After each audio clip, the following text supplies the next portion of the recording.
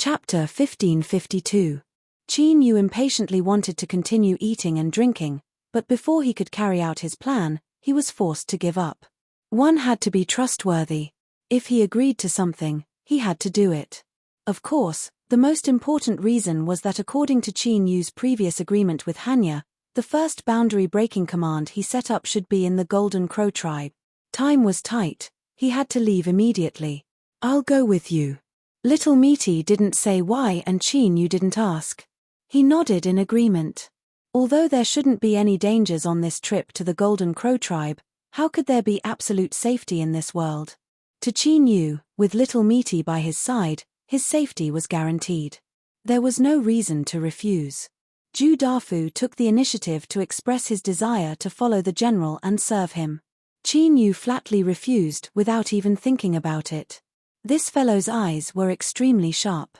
If he followed by his side and discovered something he shouldn't know, he might even be silenced. Not only would it be troublesome, but it would also be a waste of Qin Yu's efforts to beat him up. Ignoring Ju Dafu's resentful eyes, Qin Yu walked in front and Little Meaty followed. The two of them boarded the carriage sent by the Golden Crow tribe. "Let's go." The team turned around and headed straight towards the Golden Crow tribe. Within the carriage, Qin Yu glanced at Little Meaty, who was calmly looking out the window. In the camp, she was extremely bold and unrestrained. It was rare for her to be so quiet. Qin Yu looked at the side of her face and suddenly felt that this girl's current appearance was also quite beautiful. Just as this thought appeared in his mind, his complexion changed and he wiped it away. Across from him, Little Meaty turned her head, a faint smile on her face. "Qin Yu, you are quite bold. Don't forget the warning I gave you before." Qin Yu coughed.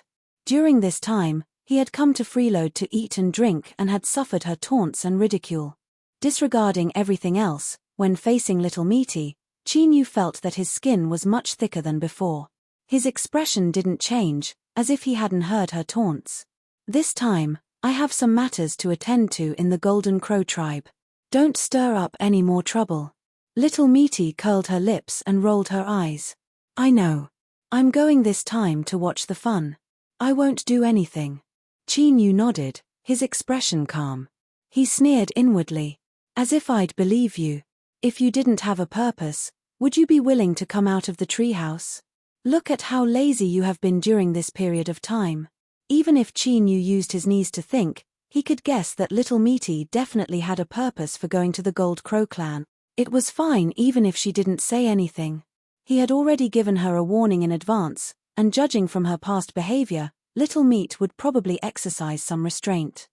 Thinking this, he closed his eyes and continued to digest the last bit of disobedient strength in his body. The distance from the campsite to the Gold Crow clan wasn't short. Even if the team didn't rest from the moment they set off, it would still take them close to 2 days. Along the way, even sitting in the carriage, Qin Yu could feel many eyes peering at him. There was curiosity, probing, and puzzlement, but most of all, there was hostility and coldness. All of this constantly reminded Qin Yu that he was currently in the territory of the Berserkers. But at the same time, it gave him a strange feeling from the bottom of his heart, and he laughed bitterly to himself. Come to think of it, the barbarian sovereign who had achieved such a feat, not to mention that no one else would be able to do it in the future, at least no one had ever done it in the past, it was too frustrating. Luckily, the name of the Gold Crow clan was still a powerful deterrent. Even though Qin Yu could feel several icy cold auras that harbored ill intentions, after circling around for a moment, they all withdrew and hid themselves. 2 days later, they arrived at the Gold Crow clan. Sure, Qin Yu opened his eyes. A sharp light surged in the depths of his pupils before immediately returning to tranquility. Compared to before, there didn't seem to be any changes. But his eyes were much clearer, like the sky that had been washed by rain. Within his body, the strength that had risen in recent days had been completely taken back, refined, and controlled. Across from him, Little Meat's eyes were filled with surprise. She didn't think that Qin Yu would progress so quickly. But when Qin Yu looked up at her, her expression had returned to tranquility, not revealing anything at all. As the two looked at each other, the carriage came to a stop. The voice of a Gold Crow clan warrior sounded out, "Gold Crow General, Madam, we've arrived. That's right, the Gold Crow clan had only invited Qin Yu alone. If Little Meat wanted to come, she needed a suitable identity. Madam, as the saying went, husband and wife were one. Little Meat snorted, and a trace of impatience appeared on her face. It was clear that she wasn't satisfied with this form of address. Qin Yu's lips twitched. If you don't like me, you can choose not to come. It's not like I'm forcing you to come. He pushed open the door and got off the carriage. He thought for a moment and then turned around. Madam, come down. If you don't like me, then I will say it. Little Meat's face blushed red and a strange look appeared in her eyes. She didn't speak. She placed her hand in Qin Yu's and let him lead her down the carriage. This obedience caused Qin Yu, who had been waiting to see her make a fool of herself, to feel that something was wrong and uncomfortable.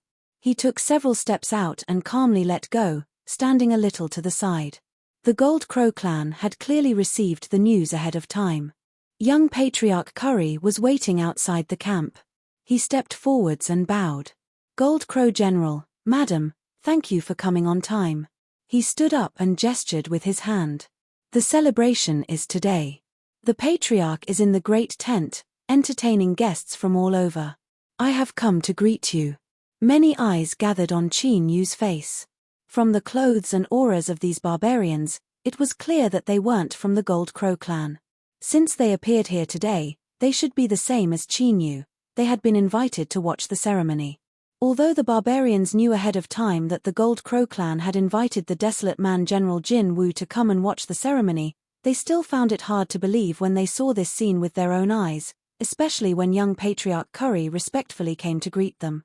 Smuggling was something that the Western Wasteland could obtain countless benefits from. But that was from their perspective. To the barbarians, the various materials that they could exchange from the desolate man country could also strengthen their own strength. As long as they had the qualifications to be invited to the Gold Crow clan, they would always support and approve of this trade. But approval and support didn't mean that they would view the desolate man country as trustworthy friends. In the end, they were mortal enemies that had a blood feud with each other for generations. At most, smuggling was just a matter of using each other. The Gold Crow clan's attitude was incomprehensible. Humph! A cold snort sounded out in Qin Yu's ears. He looked up and met with several icy cold eyes. The sense of power released from the Gold Crow clan's bodies was completely different from the sense of power released from the Gold Crow clan's bodies. If the Gold Crow clan's bodies could be compared to the blazing sun in the sky, then the Gold Crow clan's bodies could be compared to incomparably hard ice blocks in an ice cave, which was completely dark and extremely cold. Extreme yin and extreme cold. In the scorching hot air of the Gold Crow clan, the existence of these lumps of ice was even more striking. This was the case to begin with. When killing intent rose in their hearts, the way they looked at others would naturally be even colder. That's right. Qin Yu could feel killing intent from the eyes of these people. It was thick and bloody, like a sharp blade that was hidden in the darkness and stained with blood. It seemed as if it would cut down in the next moment and behead Qin Yu. But it was clear that these lumps of ice weren't prepared to attack Qin Yu right now. After a cold snort, they glanced at each other for several breaths of time. Then, they turned and left on their own initiative, vanishing from the tents. Ku Li, the young master of the Gold Crow clan, had an awkward expression. He explained, "These are the barbarians of the Ice Carp tribe. They were invited to come and watch the ceremony. They hate the desolate, but please rest assured that we will ensure that everything goes smoothly and that you will not be disturbed." Qin Yu nodded, but he sneered inwardly.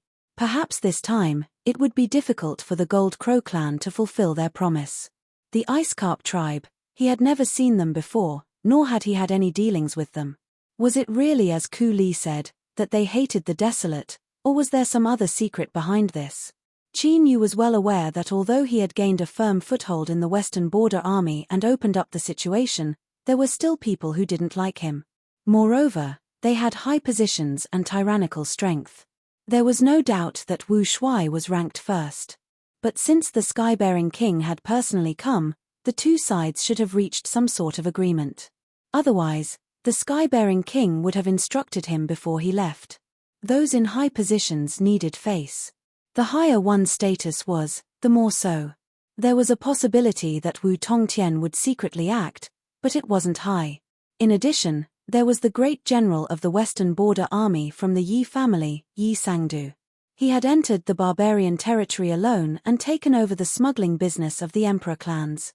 Qin Yu didn't believe he wouldn't grasp such a good opportunity. There was a sudden mocking laugh in his ears. They say I'm looking for trouble, but look who it is. There are enemies everywhere I go. Qin Yu rubbed his nose. It seemed this was true and it wasn't easy to refute. Then he would follow the old rules. He would pretend he didn't hear anything. Western Border Army Camp. Yi Sangdu was in charge. His expression was gloomy and his eyes were icy cold. As the number 2 character of the Border Army, he was also someone who held true power in the Yi family. Even though he was in the camp, that didn't mean he didn't know what was happening deep within the barbarian territory. Zhu Dafu had betrayed him. He didn't move. Normally, he seemed to have some sinister methods, but he never thought he would be so useless. At this time, General Jinwu's prestige had been established. He held the power of smuggling and no one could stop him. But luckily, Yi Sangdu only wanted to borrow these idiots to give him some trouble. In order to kill General Jinwu, he never placed his hopes on Zhu Dafu and the others. A group of smugglers might seem bold and ruthless, but if they wanted to kill a general of the army, they were far from being qualified. General Jinwu, this time I want to see just how you will break out of this. With a sneer, he picked up the teacup in front of him and drank it in one gulp. Golden Crow Tribe Patriarch's Tent. Powerhouses were as common as clouds and their auras were obscure. Qin Yu was respectfully welcomed. As he entered the tent and saw many barbarian powerhouses, he felt a deep comfort in his heart. They were the backbone of the barbarians. If he wanted to lead the barbarians to rise in the future, he would need to draw support from them. His thoughts affected his mood. Qin Yu couldn't help but smile. He cupped his hands together and said, "Desolate man General Jinwu has been invited." As the patriarch saw the smile on the other side's face, he immediately cheered in his heart. Although he had already learned of this person's identity from Grandmaster Bo Ri, no one else in the tent knew. Facing the desolate man, especially the generals of the Western Border Army, the barbarian powerhouses who had lost countless men on the battlefield over the countless years could be imagined. Even in such a situation, General Jinwu was still free and easy. Just this smile alone was enough to show how extraordinary he was. "General Jinwu, I am Ku Tuor. Please sit." He reached out a hand and pointed. It was only then that the barbarians in the tent realized that the seat near Lord Ascetic Cultivator had been left for this desolate man. They couldn't help but frown, dissatisfaction in their eyes. Ku Tuor took all of this into his eyes but pretended not to see it. Qin Yu smiled and thanked them. Then, he welcomed the countless icy gazes and led Misty into the seat. Bo Ri lifted a palm. "General Jinwu, we meet again." Her tone was calm, revealing a trace of intimacy. Qin Yu nodded. "Greetings, Grandmaster." Thinking for a moment, he turned and introduced, "Madam, why haven't you greeted Grandmaster Bo Ri yet?" Misty glared at Qin Yu. Roughly translated, it was, "Do you want to die?" A little fellow actually wanted her to greet him on her own initiative. Humph humph, not even that old man behind him was qualified. Bo Ri shook her head. She looked at Misty and slowly said, "Madam, you come from a noble background and your strength is unfathomably formidable. There is naturally no need for you to bow to me." Thinking for a moment, he said, "If I may be so bold as to ask Madam, where did you obtain those 2 large trees in the camp?" Misty glanced at him. She felt that this little fellow's words were somewhat to her liking. The main reason was that he knew his own limits and was much stronger than Qin Yu. She explained, "I inadvertently obtained them. I've been raising them by my side." Bo Ri nodded. She wanted to say something but hesitated. In the end, she didn't bring it up again. Qin Yu saw all of this and his eyes flashed. Right at this moment, the Gold Crow clan's leader coughed slightly in the tent. All the noises in the tent quickly quieted down. He stood up and swept his eyes over everyone. He smiled and said, "I must thank everyone for taking time out of your busy schedules to attend my tribe's totem descending ceremony. Just now, the shamans of my tribe have already determined that the totem is about to break out of its shell and will descend into the world within 4 hours. Now, I ask everyone to follow me to the dwelling place of my tribe's totem, the Valley of Tang, and witness this scene together. Bo-ri stood up and said in a soft voice, "The Golden Crow tribe is very satisfied with the general's gift. I believe that after today, many people will want to know the origin of the Golden Crow tribe's totem." Qin Yu smiled. This matter was something he had discussed with Hanya and they had come to a decision. The matter of the Golden Crow tribe was bound to arouse widespread attention. As long as some news spread out and the ascetic cultivation lineage gave some guidance, this would give them a chance to follow up. At this time, the ring on Qin Yu's finger was faintly emitting a cold intent. In the scorching hot environment of the Golden Crow tribe, this was particularly clear. And this point had already appeared as they approached the Golden Crow tribe. It was clear that this place was extremely suitable for constructing world-breaking tokens. This was in line with Qin Yu and Bo-ri's previous speculations. Since the world-breaking tokens were used to destroy the Goliath race, then if they were placed close to the various large tribes, they would be able to cause as much damage as possible in the moment of eruption. Qin Yu stood up and followed the crowd out of the tent. He glanced at Misty from the corner of his eyes. She had a calm expression, as if she were a bystander who didn't care about anything at all. But Qin Yu's intuition told him that the emotions in her heart weren't as calm as she appeared. There was a problem. Chapter 1553. The so-called Valley of Soup referred to the lava that flowed like a red soup, like a huge pot of boiling hot pot. The gold crows lived in it. As spirit beasts with the nature of fire, this environment was like the feeling of facing the sea and flowers blooming in spring. Hey, it's sour. Today, outside the Valley of Tang, all kinds of canopies had gathered. These were not real canopies, but invisible auras. It was not that the powerful barbarians wanted to show off in front of the Gold Crow tribe. It was just that in front of them, the sea of fire was so hot that they had to use their power to resist and maintain their calm demeanor. The 10-feet-wide fire egg appeared in everyone's sight.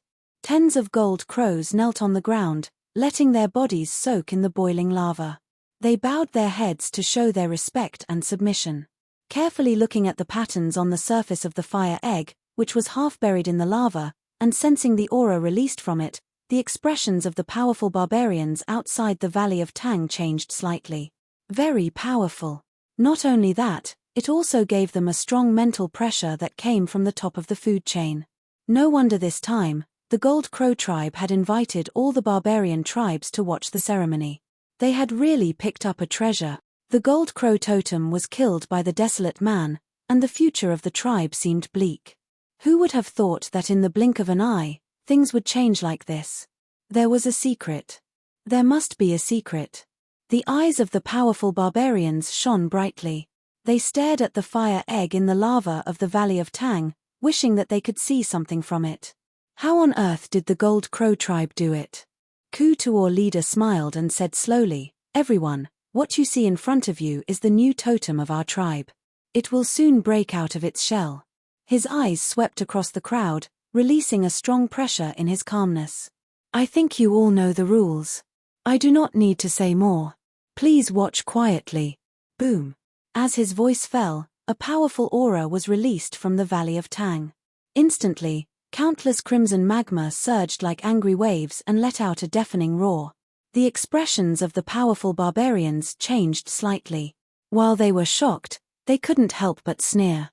He thought to himself, Ku Tuor of the Gold Crow clan is such a hypocrite. The Tang Valley is the core of the Gold Crow clan's heaven and earth magic formation. Even if they had other intentions, no one would dare to cause trouble here.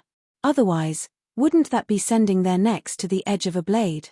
Otherwise, the Gold Crow clan would have covered it up long ago and let a new totem appear in the world, instead of causing such a great disturbance.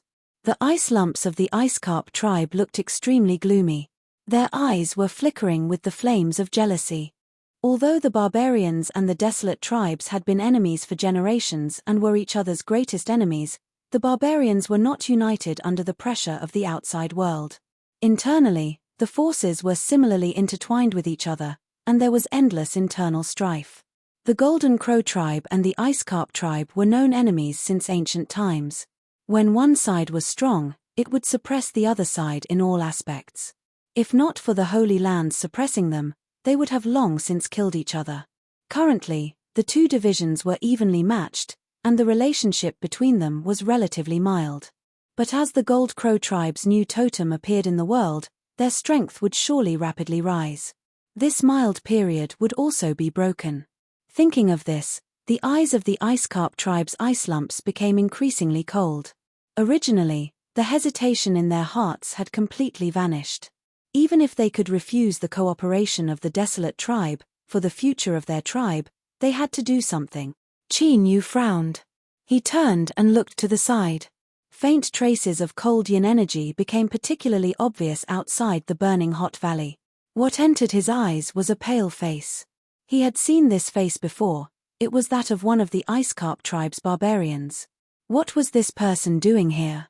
As he thought of the killing intent he sensed before, Qin Yu's frown deepened and he began to raise his guard. As if sensing Qin Yu's thoughts, Misty calmly took half a step back and fell behind him. Qin Yu turned his head to look at her. Misty's eyes were wide open, filled with innocence. She blinked as she looked back at him, her meaning clear. This is your own trouble, so why should I suffer with you? This woman was far too petty.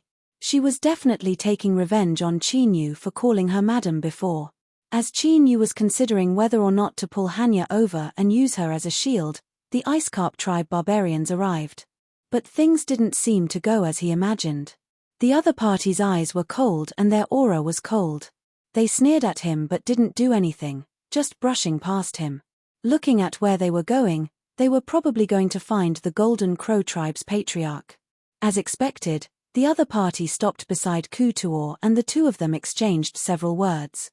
Although their voices weren't loud, the outside of the burning hot valley was quiet. There were still bits and pieces of their words that entered their ears. Words like desolate tribe and enemy were particularly clear when they entered their ears. Kutuor frowned, his face gloomy. He began to argue with the Ice Carp tribe barbarians. Both sides spoke louder and the atmosphere became extremely oppressive. The various barbarian tribe powerhouses subconsciously looked at Qin Yu. They frowned, revealing a bit of coldness. The war between the barbarian race and the desolate race had lasted for countless years, and the hatred between them had long since been rooted in their blood and marrow. Not even the waters of the ocean could wash it away. At this moment, in front of the Tang Valley, the Ice Carp clan took the initiative to express their stance, which aroused the dissatisfaction in their hearts. What was the Gold Crow clan trying to do? How could a desolate person be qualified to appear in today's celebration? About the Gold Crow clan, we have our own plans.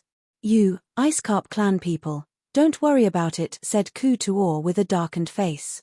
He could feel the dissatisfied gazes of the people around him, and he sneered inwardly. A bunch of fools.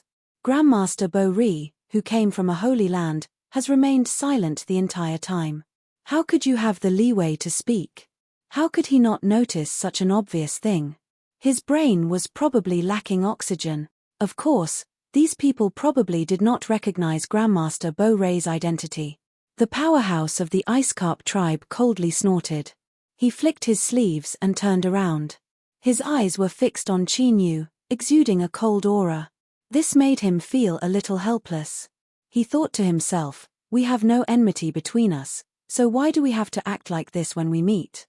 Besides, are you sure you have the right to view me as an enemy? Be careful, once I transform, I can make you kneel on the ground in the blink of an eye, crying and crying about being conquered. Also, where is your killing intent? I am certain that my senses are not wrong, but why haven't you made any movements until now? Could it be that you have truly been suppressed by the Gold Crow clan?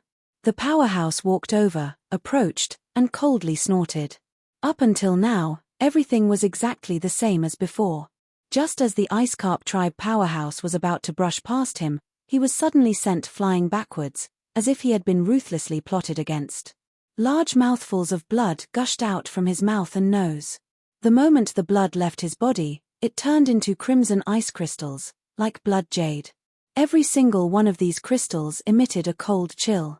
As the powerhouse flew towards the Valley of Tang, His eyes widened, glaring at Qin Yu. His eyes were filled with anger and violent killing intent, as if he had never imagined that Qin Yu would dare to launch a sneak attack on him in front of so many people. Qin Yu, he really didn't think that this powerhouse would do something like this. Rough, far too rough. Any normal person, as long as they didn't have a screw loose in their head, could easily judge that it was impossible for him to attack the Ice Carp tribe cultivator in this situation.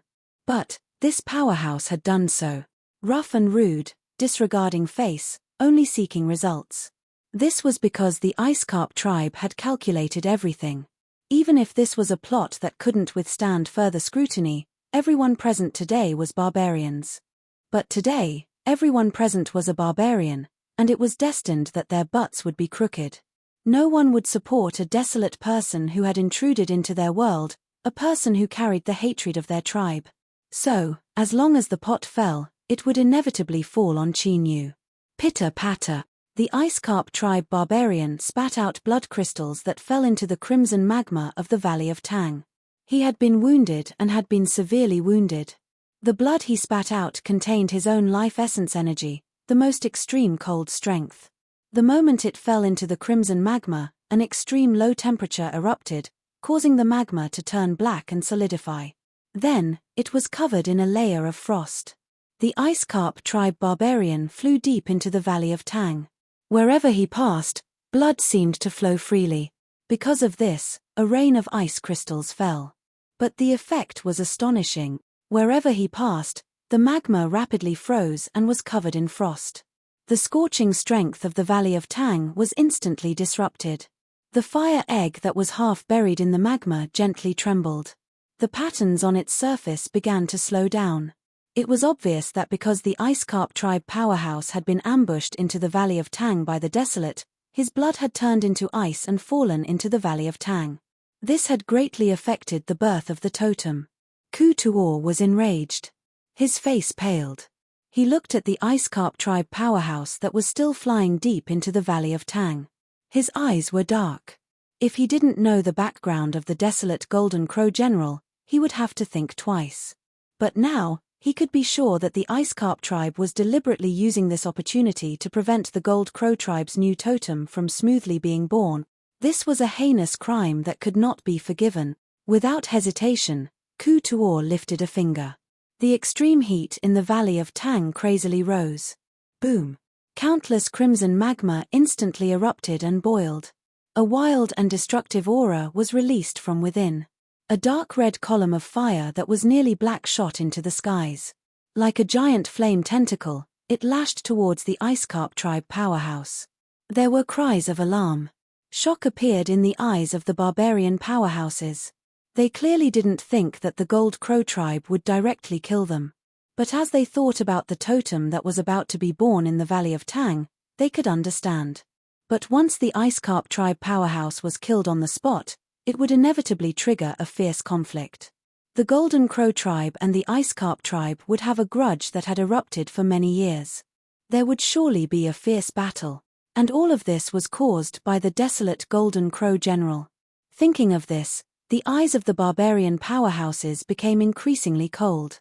Qin Yu's expression was calm. When the Ice Carp tribe had brutally framed him, he knew that today's matters wouldn't be easily forgotten. But he didn't panic. The Gold Crow tribe's Ku Tuor had already learned of his identity. He naturally wouldn't allow anyone to harm him. In addition, beside him, Grandmaster Bo Ri had remained silent. But as long as he revealed his identity, there wouldn't be any barbarian powerhouse that would dare to continue clamoring. In the worst-case scenario, there was still little Misty present. Even if they were to clash head-on, the ones to suffer would be those present. But as the barbarian sovereign, it would be best if this didn't happen. As for revealing his identity, Qin Yu wouldn't do this unless he had no other choice. The human cultivators were definitely searching for him right now. Once his identity was exposed, the fate that awaited Qin Yu would be incomparably tragic. Between the death of others and his own death, how should he choose?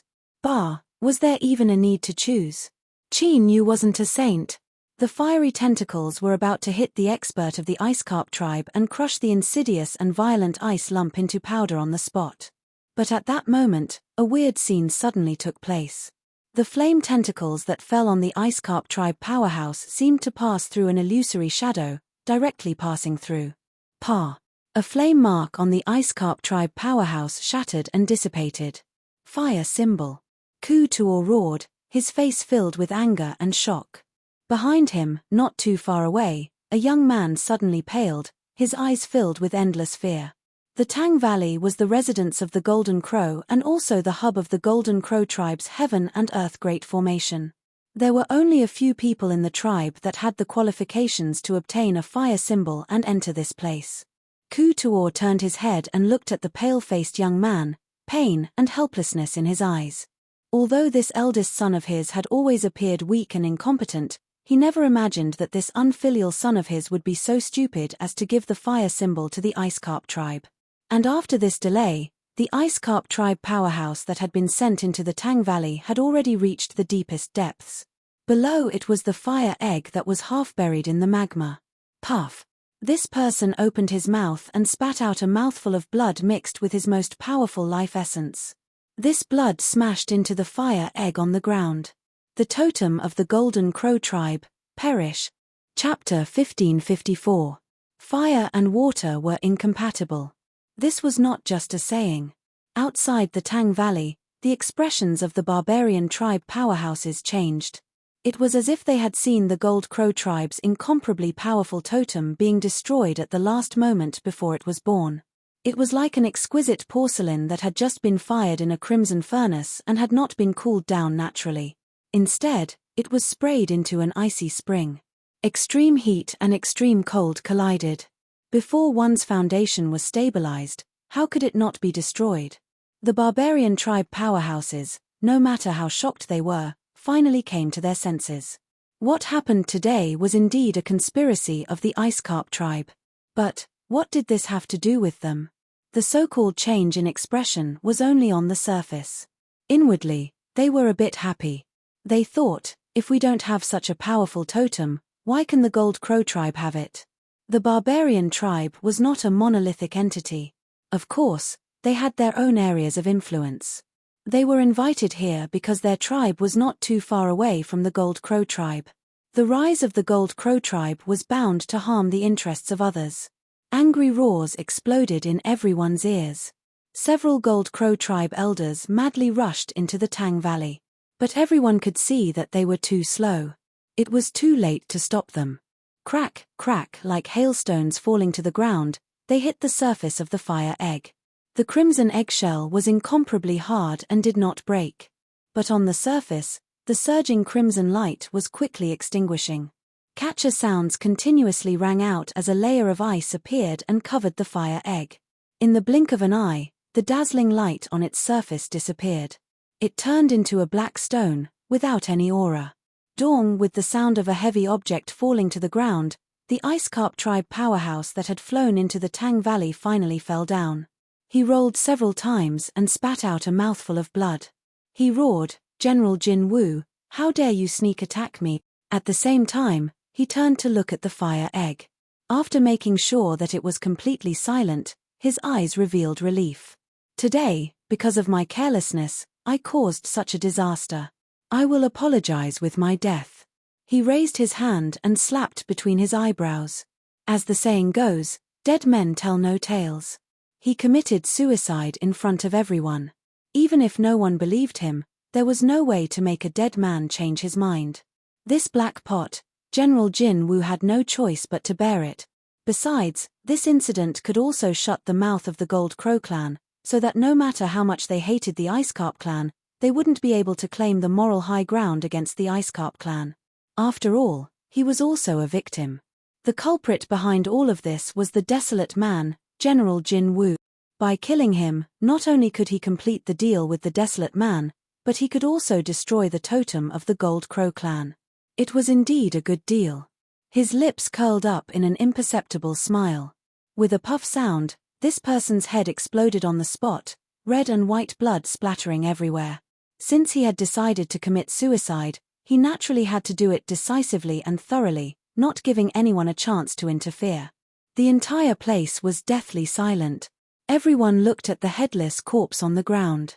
No matter what their expressions were like, they couldn't help but give him a thumbs up in their hearts. These ice lumps of the ice carp tribe indeed had hearts made of ice. They were ruthless to others, but even more ruthless to themselves. Putong, followed by a muffled thud, the Gold Crow clan young man, who was standing behind Ku Tuor, couldn't stand the mental torture anymore, and directly sat on the ground. His thighs trembled, and a faint smell of urine immediately filled the air. Ku Tuor frowned and slowly said, "The young master has lost his mind. Send him away to rest." The young man who had fallen on the ground trembled when he heard this. He suddenly raised his head and howled, "Father, I know I was wrong, Father, it's them, they forced me to do this. I had no other choice, Father, please give me a chance." His voice was fast and urgent. Anyone could hear the fear and despair in his heart at this time. Ku Tuor waved his hand. Two Golden Crow clan elders with ugly faces stepped forward and lifted him up. As if his spine had been pulled out, the young man instantly went limp and was dragged away. In the Ice Carp tribe, a barbarian spoke in a deep voice. "As for the fire talismans, we can explain." Since they had made their move, they had naturally made preparations to shirk all responsibility, not giving anyone the slightest chance to use against them. Ku Tuor didn't give him a chance to speak. He waved his hand and interrupted, "This isn't important. What's important is, how do you want to die?" Everyone's complexions changed. Feeling the scorching hot aura in the air, no one thought he was joking. The faces of the Ice Carp tribe people slightly changed. Ku Tuor, our elder Heihan, was plotted against and was thrown into the Tang Valley, causing this result. Now, Elder Heihan has already committed suicide. Do you still want to keep us here? Plotted against. Do you think that our entire Gold Crow clan is blind? Ku Tuor stepped forward. As he moved, the flames in the Tang Valley soared up. Lava shot up into the sky, rumbling and boiling as a rain of lava poured down. Ku Tuor, if you have evidence, the Ice Carp tribe is at your disposal. But if you don't... The leader of the Ice Carp tribe turned and bowed to Hanya, "Grandmaster, please uphold justice." Ku Tuor from the Holy Land was here. He was their trump card. For so many years, the conflicts between the two clans had always been suppressed by the Holy Land. If the Ku Tuor tribe stood by and did nothing today, it would damage their reputation. Hanya opened her eyes, calmly looking at him. "Leader Heiqing is right. Everything requires evidence. You can't make a decision on your own." Heiqing bowed. "Grandmaster is right." A sharp light flashed in his eyes. Who dared to disobey the Holy Land's declaration? As for evidence, Elder Heihan had committed suicide. The dead could no longer speak. Could it be that the Golden Crow clan could make the dead speak? Ku Tuor stopped. The anger and killing intent on his face suddenly disappeared without a trace. He looked at Heiqing and the other barbarians of the Ice Carp tribe, a faint smile on his face. "Although the dead can't speak, that doesn't mean we can't find evidence." As his aura faded away, the raging Tang Valley also calmed down. Lava fell down, opening up everyone's sight. A cry of alarm sounded out. Heiqing's heart shrank. He turned to look at the Tang Valley. At some unknown time, the ice that covered the half-buried fire egg had melted away. The dim patterns on its surface began to shine once more. But unlike before, half of this fire egg was the same as before. It was crimson red and emitted a powerful aura of heat. The other half was deep blue. The light it emitted was like a giant ice crystal, reflecting a dazzling halo of light in the air. A powerful suction force was constantly emitted from the fire egg. Naturally, it was the Tang Valley in front of it that continuously provided it with fire energy. As for the other half of the fire egg, it was the Ice Carp tribe elder Heihan who had committed suicide. The remaining strength in his corpse had been extracted and taken away. Ice and fire become one. Heiqing involuntarily cried out. His face paled as he stared at the scene in front of him, his body shaking. Ku Tuor smiled. Patriarch Heiqing has good eyesight. That's right, it is indeed ice and fire become one. His eyes revealed an unconcealable joy. Originally, My tribe was worried about what reason we could use to ask the Ice Carp tribe to help our tribe's totem smoothly descend into this world. After all, everyone knows that the relationship between our two tribes isn't harmonious at all. But I never imagined that before I could say anything, something like this would happen. An Ice Carp tribe elder committed suicide. The extreme cold energy in his body was enough to help my tribe's totem complete the fusion of ice and fire, and the effect was incomparably perfect.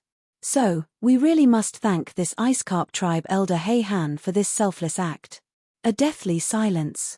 Outside the Tang Valley, all the barbarians widened their eyes as they looked at this scene. The reversal was too sudden, hard for them to accept. So all of this had been part of the Gold Crow tribe's plan.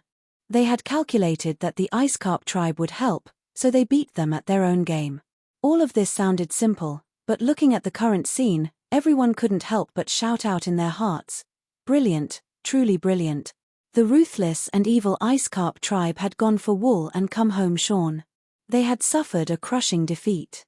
One of their own elders had died, but they had helped the Gold Crow tribe's totem complete the final step before it descended into this world, fusing ice and fire into one.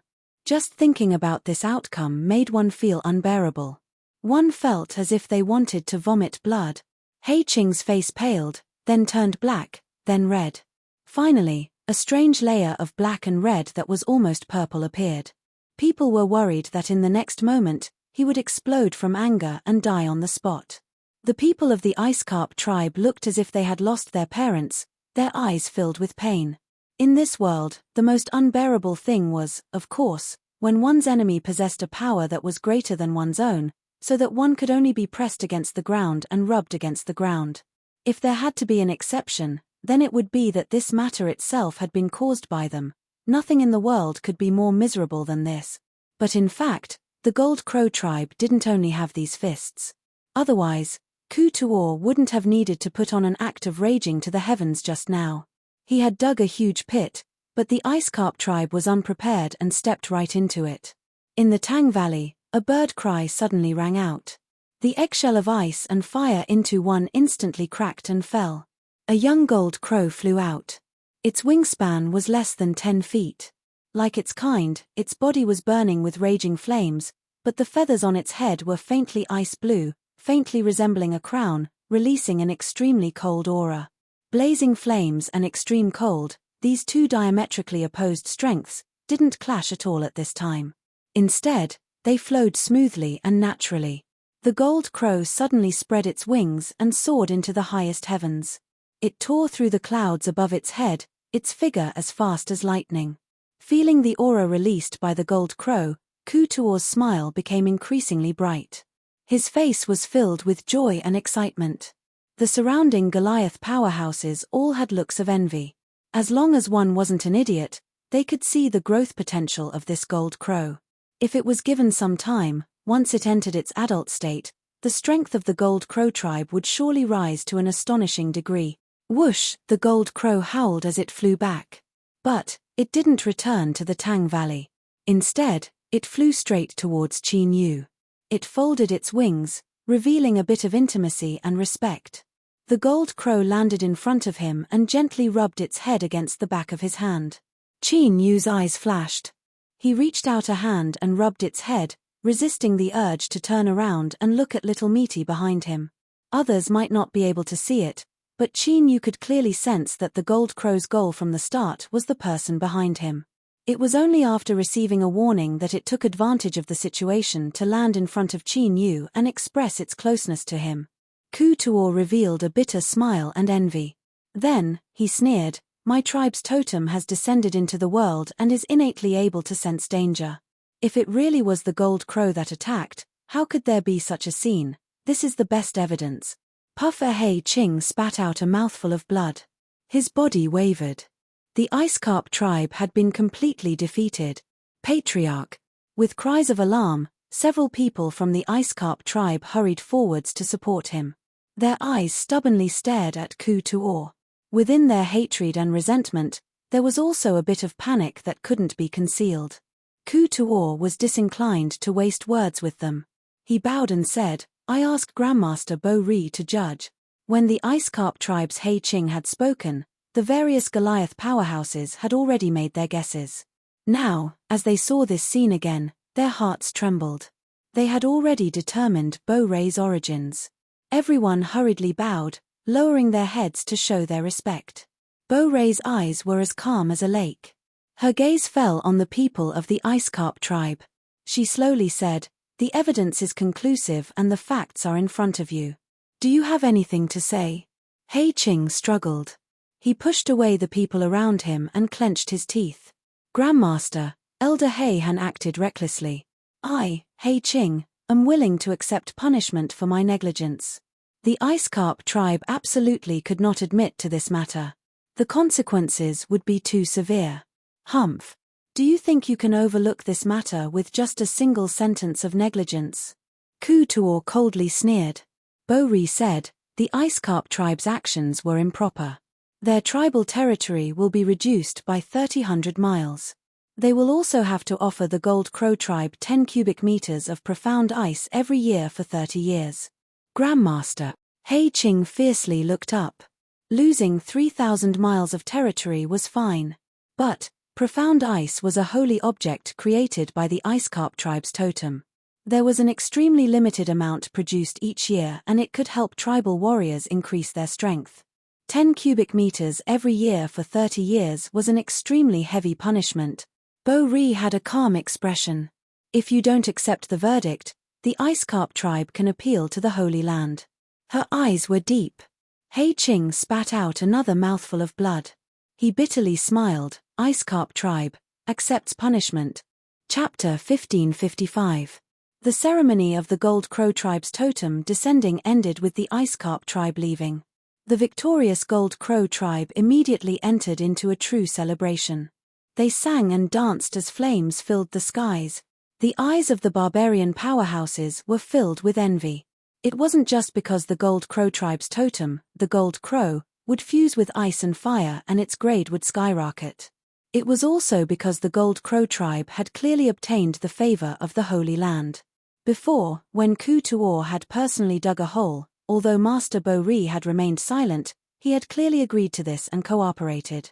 Luckily, Ice Carp tribe's Yi Ching had made a prompt decision and did not complain.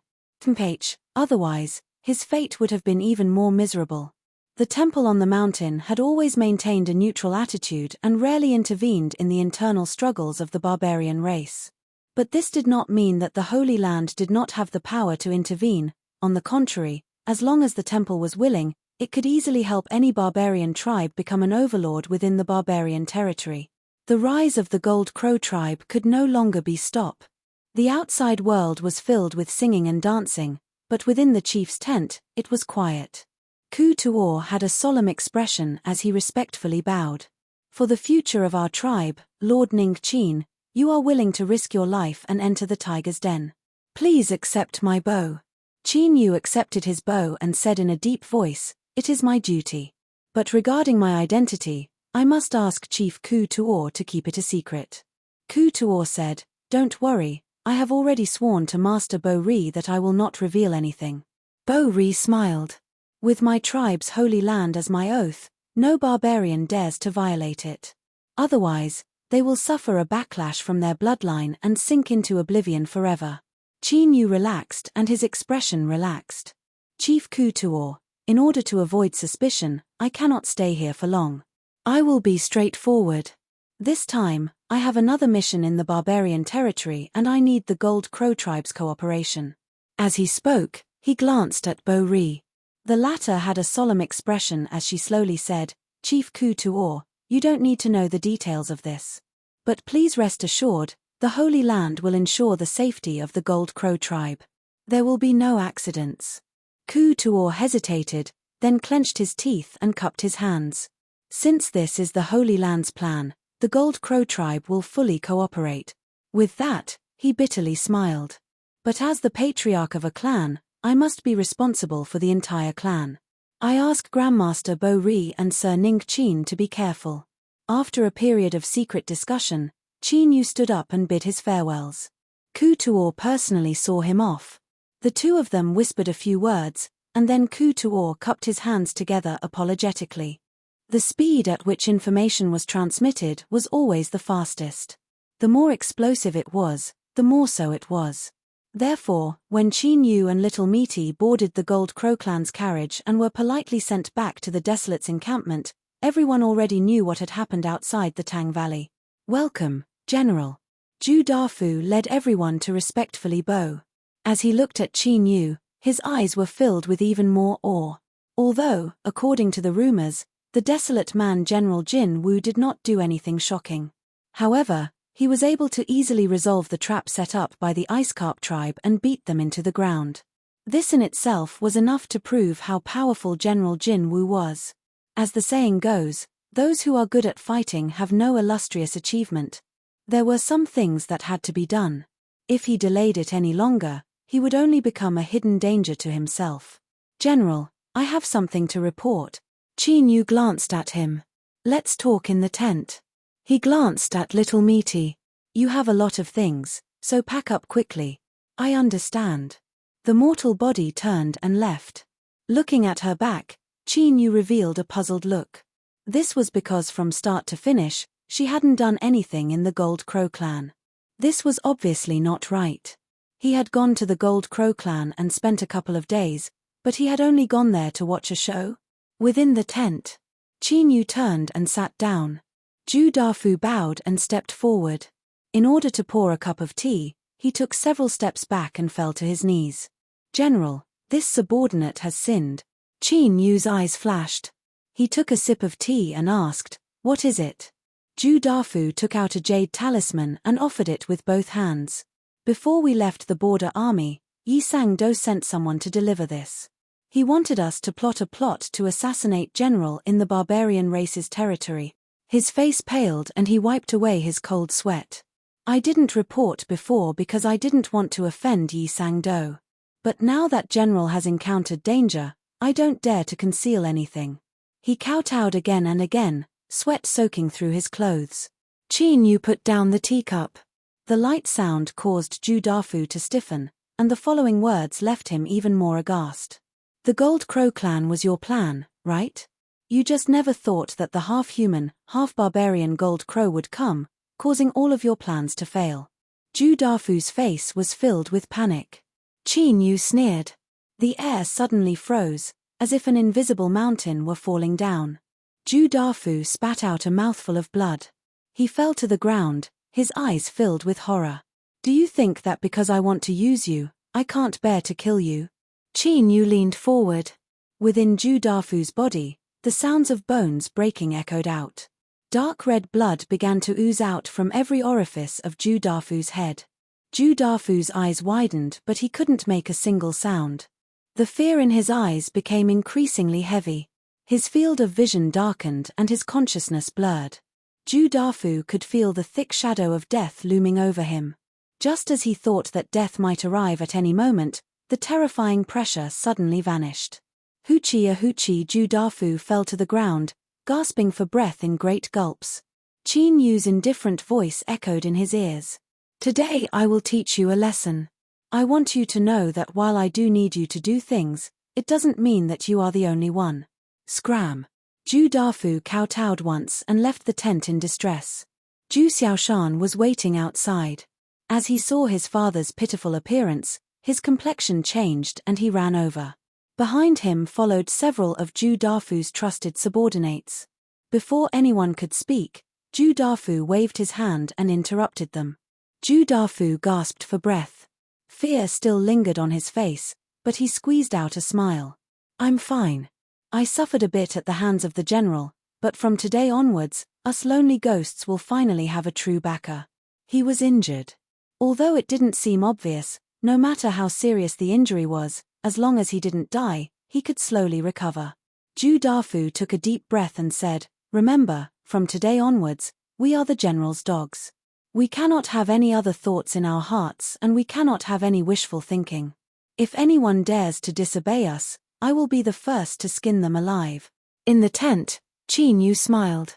He didn't care whether or not Zhu Dafu was deliberately saying this for him to hear. But after today, there was no longer any possibility of him betraying the general. It wasn't just because Zhu Dafu's courage had been scattered, but because Qin Yu had done something to his body. It wasn't obvious and he couldn't sense it himself. But he could quietly kill Ju Dafu at any time. Qin Yu's eyes fell on the jade talisman in front of him. Yi Sang's icy cold eyes appeared in his mind. It seemed that the later Yi family really did have the intention to kill him. At the start, it was probably because they valued Yi Wangu. But now, it was hard to say. Perhaps it was because Qin Yu had caused Yi Bohu to lose face in the imperial capital. Or perhaps it was because of his current position.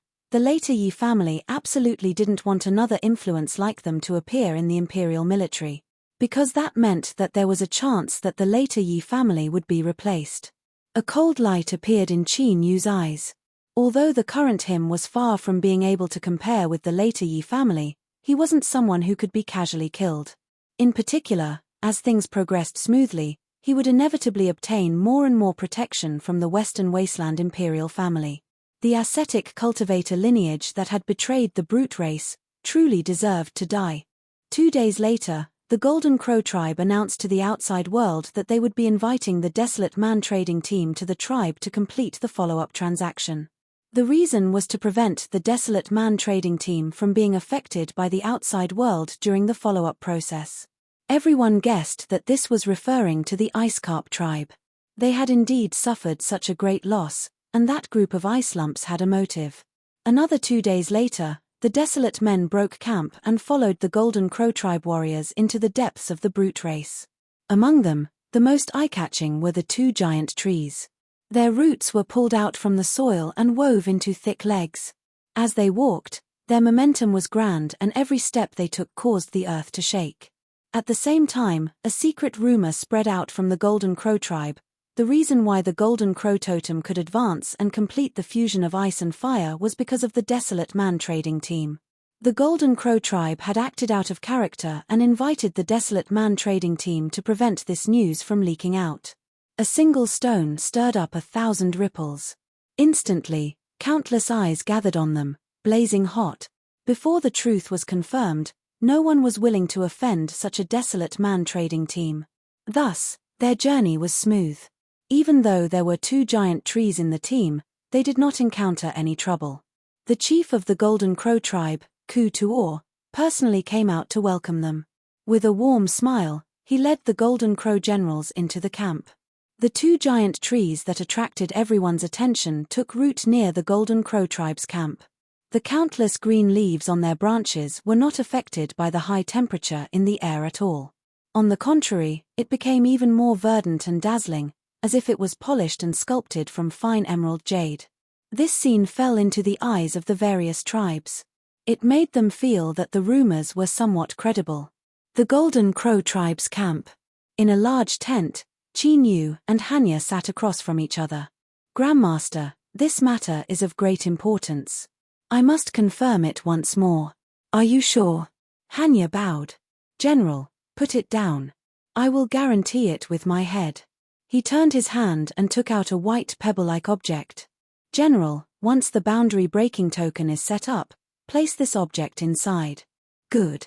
Qin Yu's eyes brightened. Then, I will begin. Desolate Man's camp. After a day of silence, someone finally couldn't hold back and knocked on the gates of the camp. It was the Green Willow tribe. In the rumors, the barbarian tribe totem was an ancient divine willow that had existed for a long, long time. But 500 years ago, the divine willow failed in its attempt to make a breakthrough, causing thunder tribulation to descend. Although it didn't die, its foundation was damaged. For the last 500 years, the Green Willow tribe had spent countless resources and used every method they could, but they were unable to reverse the situation. The divine willow's condition worsened day by day and it was on the verge of death.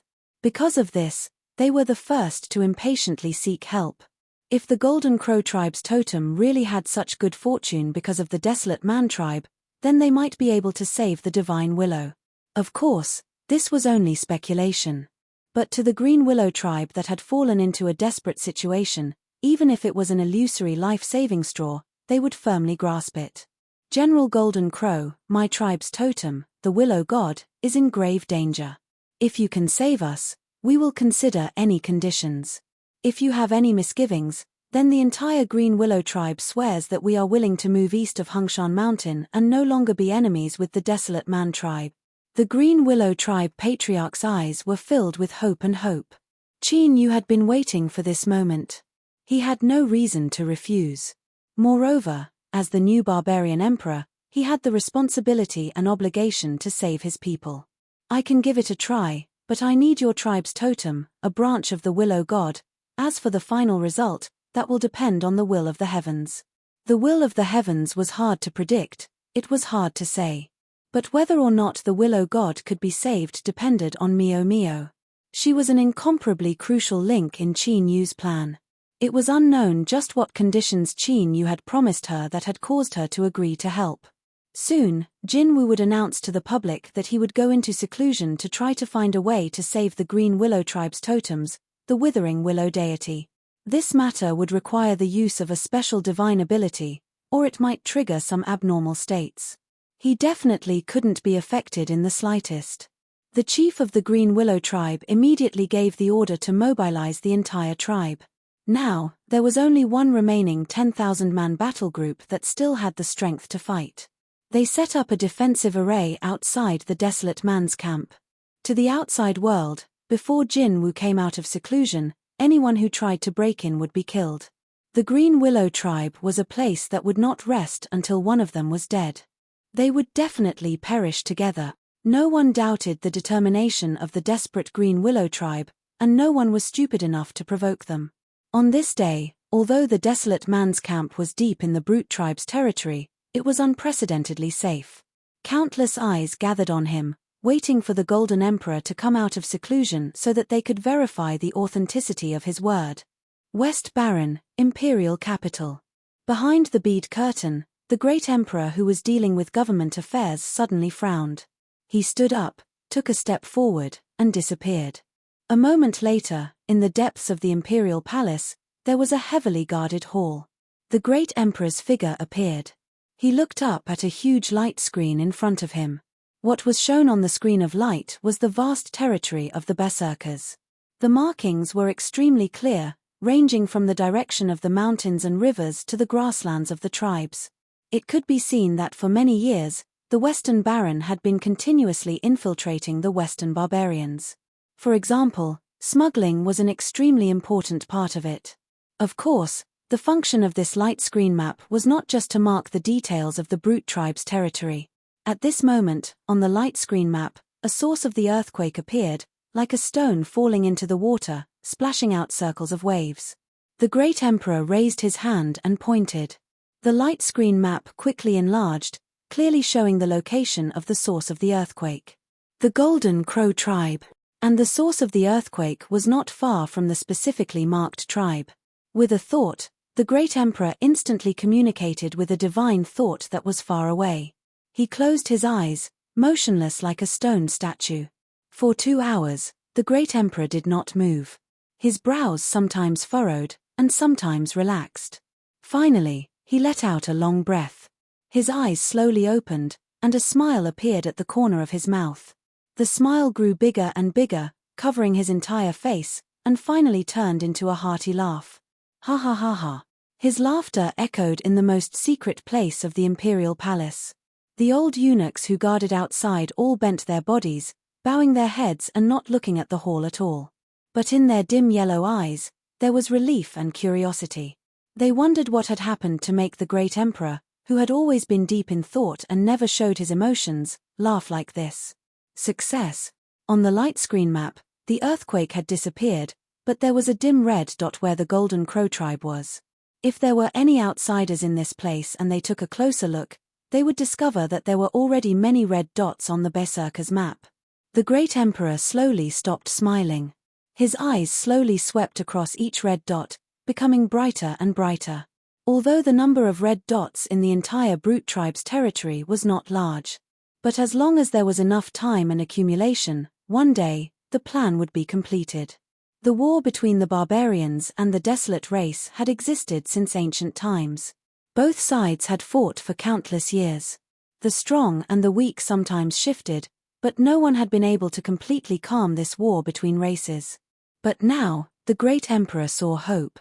destroy the Western barbarians and end this war. He would become the unprecedented ruler of the Western Desolate. At that time, all the rules and obstacles in front of him would be washed away. He would become the true ruler of the Western Desolate, eternal like the sun. Desolate man's camp.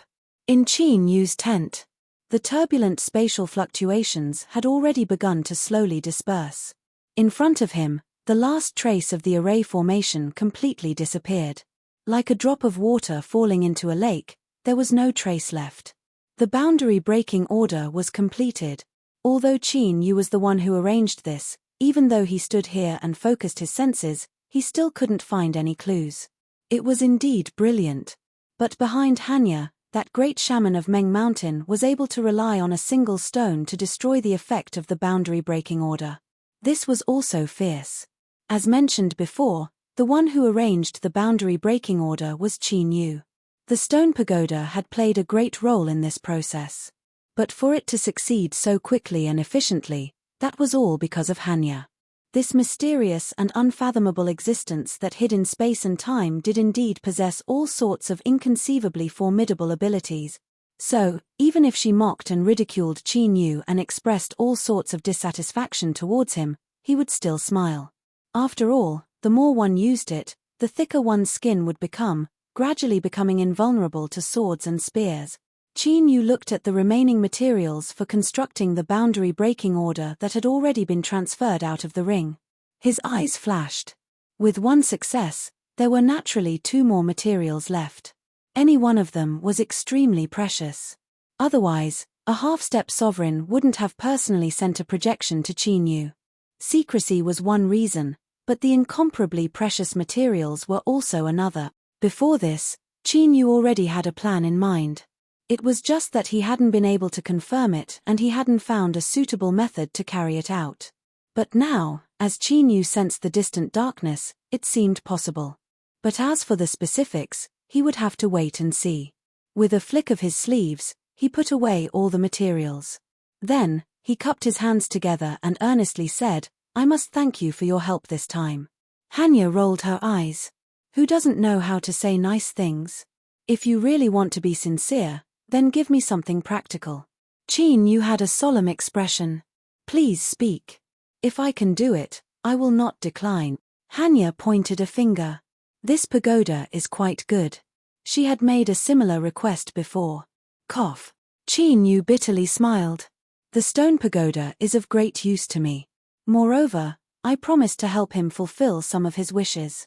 Before I accomplish this, I can't go back on my word. The stone pagoda nodded again and again. As it saw Hanya glare at it, it scattered its projection in fright and hid back into Qin Yu's body. Humph humph. A man's mouth really can't be trusted. Hanya turned and walked away. Then I'll put it on your tab. But little Qin Yu, I must remind you that although credit is good for a while, when it comes time to pay it back, I hope you won't feel too uncomfortable. Chapter 1556. Desolate Man's Camp. Space shook like a river bursting through a dam. Terrifying waves swept out, seeming as if they would destroy the world. Although General Jin Wu had given them a warning ahead of time when he went into seclusion, it still caused everyone to feel uneasy. Golden Crow Tribe's patriarch Ku Tuor's forehead was covered with beads of sweat. If it weren't for Grandmaster Bo Ri standing there motionless like a mountain, he feared he wouldn't have been able to restrain himself and rushed out to investigate. In truth, this disturbance was too great and too horrifying. The Green Willow tribe remained unmoved. Even if they were sent flying backwards by the shaking space, they would still rush back in the next moment. They stubbornly stood guard outside the tent, their eyes cold and cruel, like hungry wolves waiting to devour their prey. This was the divine willow tree's last chance and also the only chance for the Green Willow tribe to survive. They absolutely could not fail. It would be a lie to say that all sides weren't surprised by the astonishing movements in the desolate man's camp. But with the silence of the Golden Crow tribe and the ferocity of the Green Willow tribe, these thoughts slowly faded away. After nearly 2 hours, the earth-shattering spatial tremors finally began to subside. The speed was fast. From the moment it began to weaken, in just a few breaths of time, it completely disappeared. The Green Willow Tribe patriarch licked his dry and cracked lips. He stared straight at the tent, an incomparably nervous look in his eyes. Sure, the tent was opened from the inside and little Meaty stepped out. She met his gaze but didn't express anything. Instead, she coldly walked away. At this moment, the Green Willow Tribe patriarch's heart fell to the bottom. His body shook several times and he nearly fell to the ground. In his heart, there was only a single thought. It was over, it was all over. This willow branch was the last remaining vitality of the divine willow tree. It was its final struggle and attempt. If it failed, it meant that there was no way to reverse it. The Green Willow Tribe, in his hands, was destroyed. Old tears streamed down his face. His vision darkened and he cried so hard that he nearly fainted. He didn't see Qin Yu walk out of the tent. As soon as he walked out, he saw this old face that was crying in sorrow. Qin Yu's heart shrank and he furrowed his eyebrows. Could it be that while he was laying down the world-breaking command, the Green Willow Tribe's divine willow tree couldn't hold on and died? Hiss, if this was true, then he was far too unlucky. Qin Yu's following plans would inevitably be affected. Then, in the next moment, Qin Yu heard even more gasps. You hissed, I hissed, everyone hissed. In short, the momentum was astonishing. It was as if all the air in this world had been sucked dry, causing everything to fall into a state of silence. The 10,000 people of the Green Willow Tribe all stared with wide eyes. They sucked in a breath of cold air as they stared at the green willow branch in Qin Yu's hand that exuded a vibrant vitality. Fearing that the scene before them was just an illusion, he exhaled deeply, feeling as if his breath would be blown away. The grief-stricken old chief of the Green Willow Tribe finally noticed the strange situation around him. He raised his hand to wipe his face, wiping away his snot and tears. Then, he blinked his eyes with all his might. Gulp. Gulp. His eyes rolled up. He saw the green willow branch that Qin Yu was holding in his hand. This willow branch was personally taken from the willow deity's scorched black body. He clearly remembered the texture of every leaf on it. Thus, with just a glance, the old chief was able to determine that this was the willow branch he had brought with him. The leaves were still the same leaves and the thickness of the willow branch hadn't changed. But, after the willow deity failed to cross tribulation, the rich vitality that it emitted had never appeared again. He slapped his chest with all his might, causing dull thumping sounds to ring out. It was with great difficulty that the old chief managed to catch his breath and prevent himself from fainting on the spot. He took a step forwards, his lips trembling so much that he couldn't even form a complete sentence. Qin Yu calmed down. It seemed that things weren't as he thought they would be. He lightly coughed and handed over the willow branch. Fortunately, I didn't disappoint you. Patriarch, take this back and the Green Willow Tribe's totem, the willow deity, will be able to reincarnate. Puff, the old chief fell to his knees and kowtowed several times. His hands trembled as he moved forwards. But when he took the willow branch in his hands, it instantly stabilized. It didn't tremble at all, as if it were cast from iron. General, saving the willow deity is the same as saving the entire Green Willow Tribe. I will first take the willow branch back to the tribe and then express my tribe's gratitude. He held the willow branch and stood up from the ground. He turned and met the eyes of the Green Willow Tribe members. His cheeks trembled and tears streamed down his cheeks once more. Come, follow me. Escort the willow deity home. Cheers filled the air, soaring into the heavens. The Green Willow Tribe warriors cried tears of joy. Their eyes turned red and their bodies trembled with excitement. They had finally determined that the willow deity had been saved. If the willow deity could live on, then the Green Willow Tribe could continue. Their old parents and young children could continue living. Without any hesitation, the 10,000 people broke camp and gathered around the old chief. Like a raging flood, they rushed back to the tribe. A wild aura soared into the heavens. It was like a sharp saber, enough to cut the world in half. There was nothing that could block their path home. Whoever stood in their way would die. The old chief wiped his tears. He looked around, his face filled with relief and excitement. It had been 500 years. After the willow deity had been struck by the thunder tribulation and struggled at death's door, The Green Willow Tribe warriors had never felt such a strong and fierce aura again. But now, the Green Willow Tribe was back. Countless eyes gathered in the Gold Crow Tribe were filled with shock. The situation of the Green Willow Tribe's totem, the Willow Deity, was not a secret. Did the Desolate really save the Willow Deity? That was impossible. The fact that the Willow Deity could survive the Heaven's tribulation was because it had lived for a long time and had a deep foundation.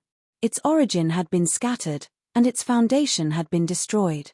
It would definitely die.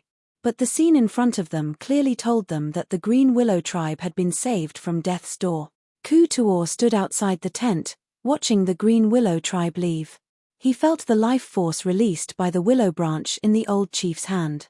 His face was filled with shock.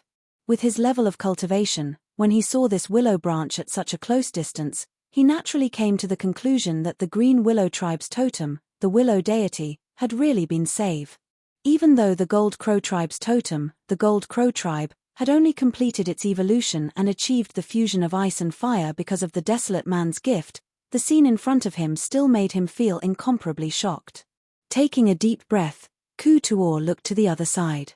Grandmaster Bo-Ri revealed a faint smile, but his eyes were calm, as if he had already expected this scene. Understanding dawned on Ku-Tuor's face. He suddenly felt that he had grasped a certain truth. The true identity of the Golden Crow Tribe general was not as simple as he thought. Across from him, Bo-Ri's eyes were deep. "Chief, no matter what you have guessed, please keep this a secret." Ku-Tuor's body trembled. He hurriedly bowed. "Grandmaster, do not worry. I swear by the Holy Land that I will not reveal even half a word to anyone." Next, the focus was no longer on the Gold Crow Tribe. Instead, it shifted to the Green Willow Tribe, which was growing weaker and weaker due to the death of the Divine Willow Totem. Under countless gazes, the 10,000 people of the Green Willow Tribe continuously escorted the old chief back to the tribe with a willow branch. Different from the rising aura of the Gold Crow Tribe, the Green Willow Tribe was shrouded in an aura of decay, like that of a dying old man. All of the tribe members who could still move struggled out of their tents. Their numb faces revealed hope that had not appeared in a long time. But it was not strong. The barbarians of the Green Willow Tribe had experienced too much suffering and despair. They no longer dared to have too much hope for what was happening in front of them. Even if they had already received the news that the Divine Willow Totem had been saved, they could only believe what they saw with their own eyes. So, they all walked out. At this moment, it was not just the Green Willow Tribe. In the sky outside the tribe, the barbarian powerhouses of the other tribes could no longer hide themselves. They widened their eyes to see what would happen next. They wanted to see with their own eyes whether the Divine Willow Tribe's Divine Willow Tribe was dead or alive. In the center of the tribe was a stretch of scorched black earth. It was dry, without a single drop of water or any signs of life. This was the horrifying situation caused by the power of the heavenly thunder that struck the Divine Willow Tribe. The Green Willow Tribe's Divine Willow Totem stood in this scorched earth. Its thick trunk had been split apart by the thunder and its branches had fallen to the ground. Now, all of them had become withered and dead branches. Its body was even blacker than the ground. Now, there was only a willow branch left. It hung listlessly, retaining the last shred of life. Everyone stopped outside the scorched earth. The old chief stepped forward alone. He held the willow branch with both hands and walked to the Divine Willow Tribe. He knelt down and touched his head to the ground. "Divine Willow Tribe, I have returned." The old chief was well aware of the state of the Divine Willow Tribe. Without any hesitation, he inserted the willow branch into the ground. Then, he untied the leather water bag tied around his waist and poured it into the scorched earth. A gust of wind blew past. The green willow branch and the swaying leaves fluttered in the wind. Behind it, that incomparably thick and sturdy willow branch that had persisted for 500 years after being struck by the heavenly tribulation thunder. It directly turned into powder in the wind. It was not blown away by the wind. Instead, it melted into the scorched earth under its feet. The land that had been ravaged by the heavenly thunder was restored in the blink of an eye. The willow branch sprouted and grew at a speed visible to the naked eye. After several breaths, it turned into a small willow tree. Compared to the previous divine willow tribe's huge body, it could not be compared. But one was dying and its foundation was destroyed, while the other was reborn and full of vitality. The old chief shouted with all his strength, "Welcome the rebirth of the divine willow tribe." On this day, the entire green willow tribe fell into a desperate situation. They were overjoyed and cried. Outside the tribe, countless barbarian powerhouses saw the green willow tribe's divine willow tribe reincarnated. Their widened eyes gradually revealed a burning desire. The Golden Crow tribe's Golden Crow's bloodline had evolved because of the desolate man. It had become an existence that could fuse ice and fire into one. The Green Willow tribe's divine willow tribe's totem had been struck by the heavenly thunder. It should have been dead, but it had reincarnated with a willow branch. The first time might have been a coincidence, but it had happened twice in a row. Everyone knew what this meant, and the importance of the totem to the barbarians did not need to be mentioned. The news that the Green Willow tribe's divine willow tribe had successfully reincarnated spread at the fastest speed to all the barbarian tribes east of Hung Mountain. It was like a boulder falling into the sea, and it immediately stirred up waves. Hung Mountain was the barbarian tribe's title for the endless mountain range that supported the sky and earth. It seemed to split the sky and earth into two as it soared into the clouds. The mountain was barren and there was no sign of life. There was only endless white snow falling from the sky, covering and submerging everything. In this endless white snow, a black temple stood in the middle of the mountain. It was like a withered leaf in a country of snow, very eye-catching. This place was the barbarian holy land that all the barbarian tribes respected. A thin figure sat cross-legged on the white ground. At this moment, he seemed to sense something and slowly opened his eyes. It was vast, like another world. It could contain everything and was unfathomably deep. However, there was a hint of surprise in his eyes. He seemed to have noticed something that no one could understand. Changing fate was incredibly difficult. If he was in perfect condition, he might have been able to do it. But how did His Majesty do it? Based on what he knew, the Berserker Emperor's bloodline provided him with great power. It did not possess any divine abilities or might. He blinked and the emotions in his eyes faded away. Gradually, a hint of understanding appeared in his eyes. Since it was not His Majesty, then it should be that person by his side. He had sensed that person's presence before. It was like a bottomless abyss, like the high heavens, but it was also ethereal, like a bubble or an illusion. It was difficult for people to capture it and lock onto it. It was a mysterious existence that hid in time and space. Every time the world met, it would descend into a world. Its origins and realm were unknown, but it was without a doubt the existence that had existed for the longest time and possessed the most terrifying power. As a great berserker shaman, the memories passed down in his bloodline allowed him to know more about this existence than anyone else. Yet it was precisely because of this that the great shaman could not understand how this existence could stay by His Majesty's side. Even if His Majesty had signed a contract with this person, based on what he knew, this should not have happened. There should be some secrets that he did not know about. His body was small, his face was old, and his presence was inconspicuous. He seemed like an ordinary old man in the temple, but his true identity was the only remaining great shaman of Meng Mountain in the endless territories of the Western Berserkers. After thinking about it for a while, he closed his eyes and lifted his hand to touch the center of his brows. In the past, he had ordered his disciple to pass down a technique that could allow him to communicate with his divine sense across an endless distance. It was to ensure His Majesty's safety, but it was not just that. The great shaman of Meng Mountain had to be certain about the true intentions of the powerful existence hidden in time and space. If his goal was to devour the new Berserker Emperor, then he would have no choice but to forcefully chase him away at the price of dying prematurely. In terms of strength and realm, it was impossible for him to compare to this mysterious and unfathomable existence. But this was his world, and His Majesty was His Majesty. He should be able to completely occupy the home ground and then give up on himself. After a moment, the great shaman of Meng Mountain opened his eyes. He put down his finger, and a hint of hesitation and puzzlement appeared in his deep eyes. In the end, it gradually turned into relief. Then, He started coughing. It was not very intense, but drops of blood spilled out of his mouth and nose. They fell on the pure white ground, and they were incredibly eye-catching. They were like plum blossoms blooming proudly in the face of the wind and cold. Chapter 1557. Desolate Human Camp. Little Meaty humphed, dissatisfaction in her eyes. So what if he was a great shaman of the Goliaths? He actually dared to probe her roots, so of course he had to be taught a lesson. It was because of little Qin Yu's face that she only gave him a light punishment. If it were anyone else that dared to provoke her on their own initiative, they would have already been chased down and swallowed whole. Wiping the corners of her mouth, Little Meaty revealed a bit of helplessness. She had been a vegetarian for far too long. Although she had eaten something small, it was at most enough to fill her stomach. It couldn't be considered delicious at all.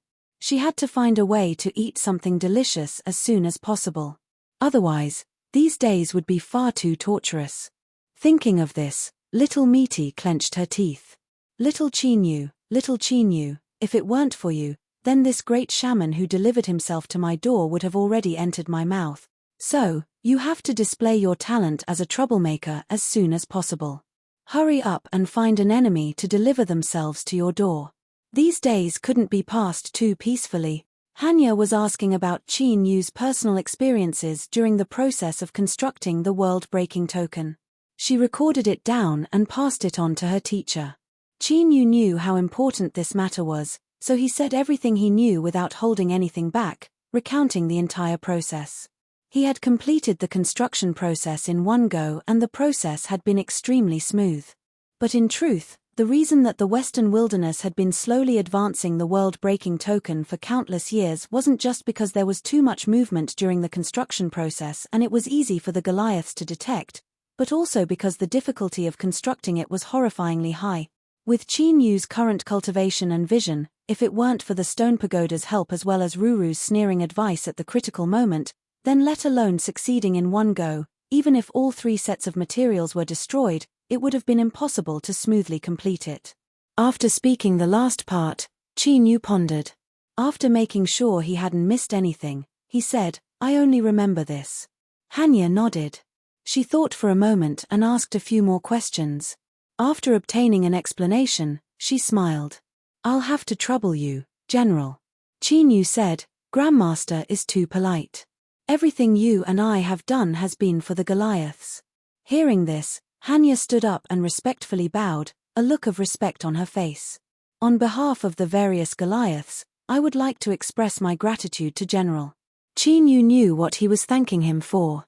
He accepted this bow and slowly said, "As I said just now, everything is for the Goliaths." There was a hint of worry in Hanya's eyes. "I'm afraid that this will make the desolate man dissatisfied and they will suspect you." Qin Yu said, "Grandmaster, there is no need to worry. As long as the matter of the world-breaking token isn't discovered by the Forsaken Ones, they will choose to acquiesce."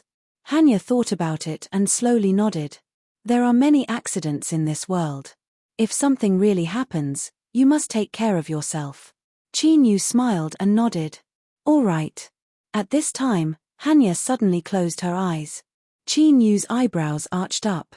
He could feel that cryptic divine sense fluctuations from her once more. The great shaman of Meng Mountains. Could it be that some sort of accident happened to the world-breaking medallion that was set up earlier? Thinking of this, Qin Yu revealed a dignified expression. In just a few breaths of time, Hanya opened her eyes, and the obscure divine sense fluctuations around her had completely disappeared. He looked into Qin Yu's eyes and said, "General, there is no need to worry. There isn't a problem with the world-breaking token." After a brief pause, a strange expression appeared on Hanya's face. "Just now, teacher sent me a divine sense message asking me to ask if the Green Willow tribe was able to defy the heavens and change the fate of the Willow God totem. To forcefully extend one's life force, is this too much of a burden for you?" Qin Yu immediately understood the deeper meaning behind these words. He fell silent for a moment. It wasn't that he wanted to refuse, but that he didn't know what was going on either. Although it seemed like Ruru saving that willow branch would only take a moment, just because it was a short period of time didn't mean it was easy. Qin Yu's silence fell into Hanya's eyes. She immediately thought of something and said, "General, there is no need to feel awkward. Teacher told me that if things aren't easy, then I should pretend I never mentioned it." Qin Yu waved his hand. "Grandmaster Hanya has misunderstood me. I just don't know if I can accomplish this. With the status of a great shaman of Meng Mountain, he wouldn't easily ask for help from others." Hanya's strange expression just now was likely because she never thought that her teacher would one day ask for help from others. So, this definitely wasn't a simple matter.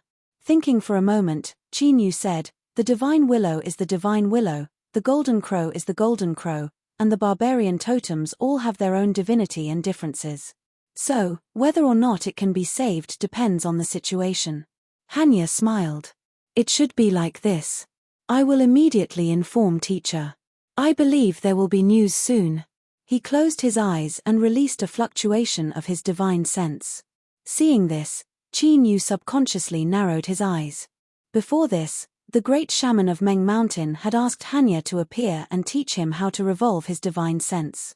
In other words, if the great shaman of Meng Mountain wanted to, he should be able to directly contact him. But the great shaman didn't do this. He still looked for his own disciple to act as a middleman. There might be a reason for this. Sure, Hanya opened her eyes. Teacher said that he will send out an envoy to pay respects to General. There is no need for you to do anything. When the time comes, you will naturally see him. Qin Yu nodded. All right. The Golden Crow tribe became the focus of attention once more. They were even more eye-catching than before, and their burning gazes nearly ignited the air. In the camp of the Desolate, there were smugglers who made a living in the shadows all year round. Although they were used to seeing life and death, it would be a lie to say that they weren't apprehensive and fearful in the barbarian territory. For instance, when they were first challenged by the Golden Crow tribe warriors, they suffered the same fate as number 1 and number 2. In truth, this happened every year. They were lucky that they didn't die, but that didn't mean that everyone had such luck. And this was only the dangers that were laid out in the open.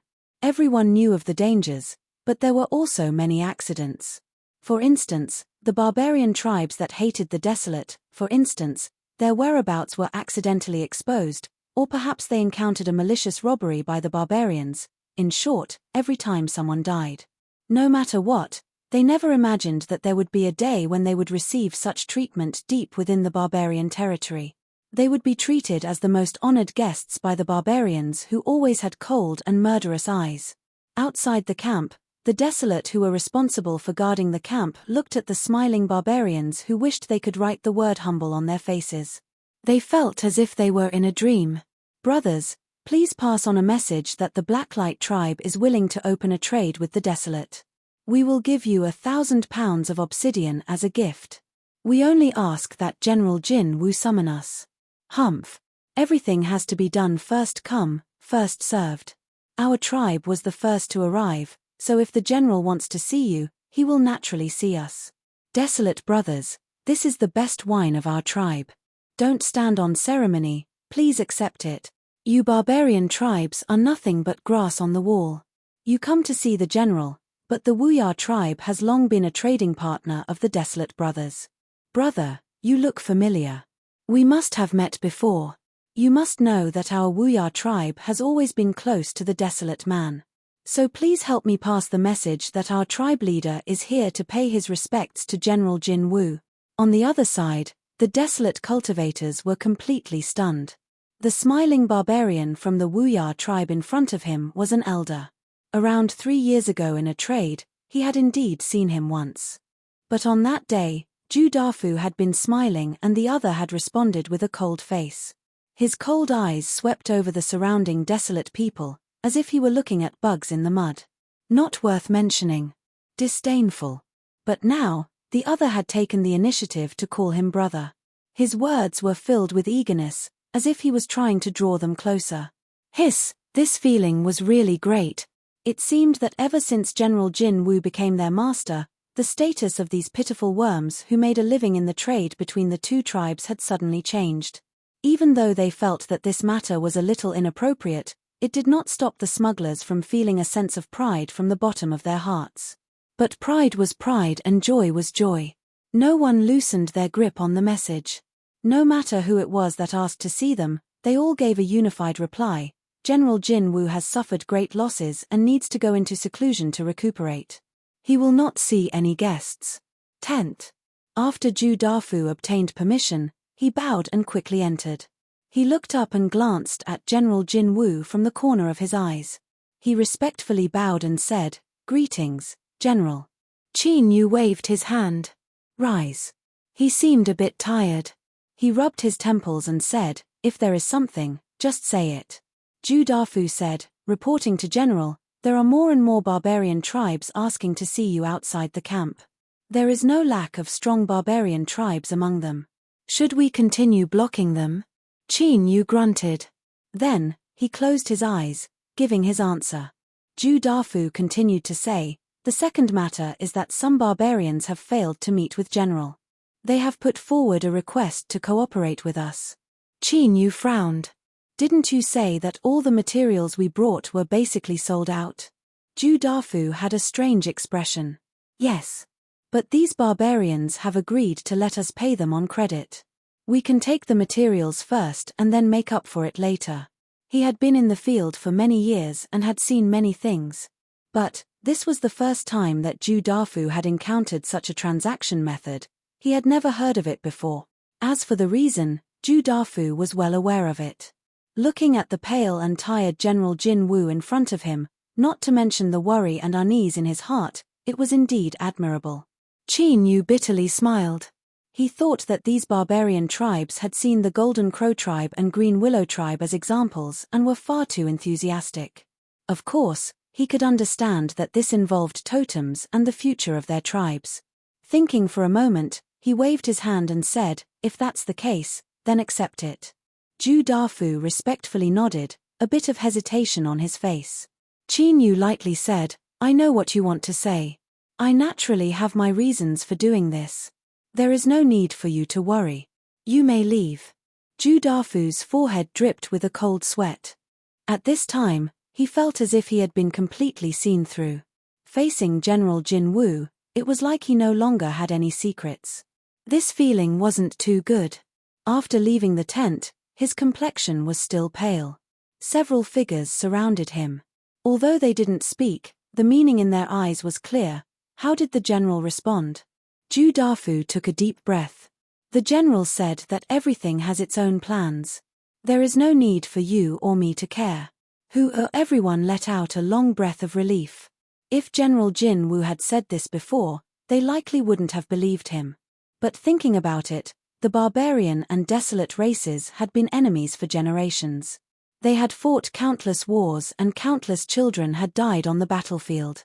It wasn't an exaggeration to say that their blood feud was as deep as the sea. It could even be said that the two sides were mortal enemies.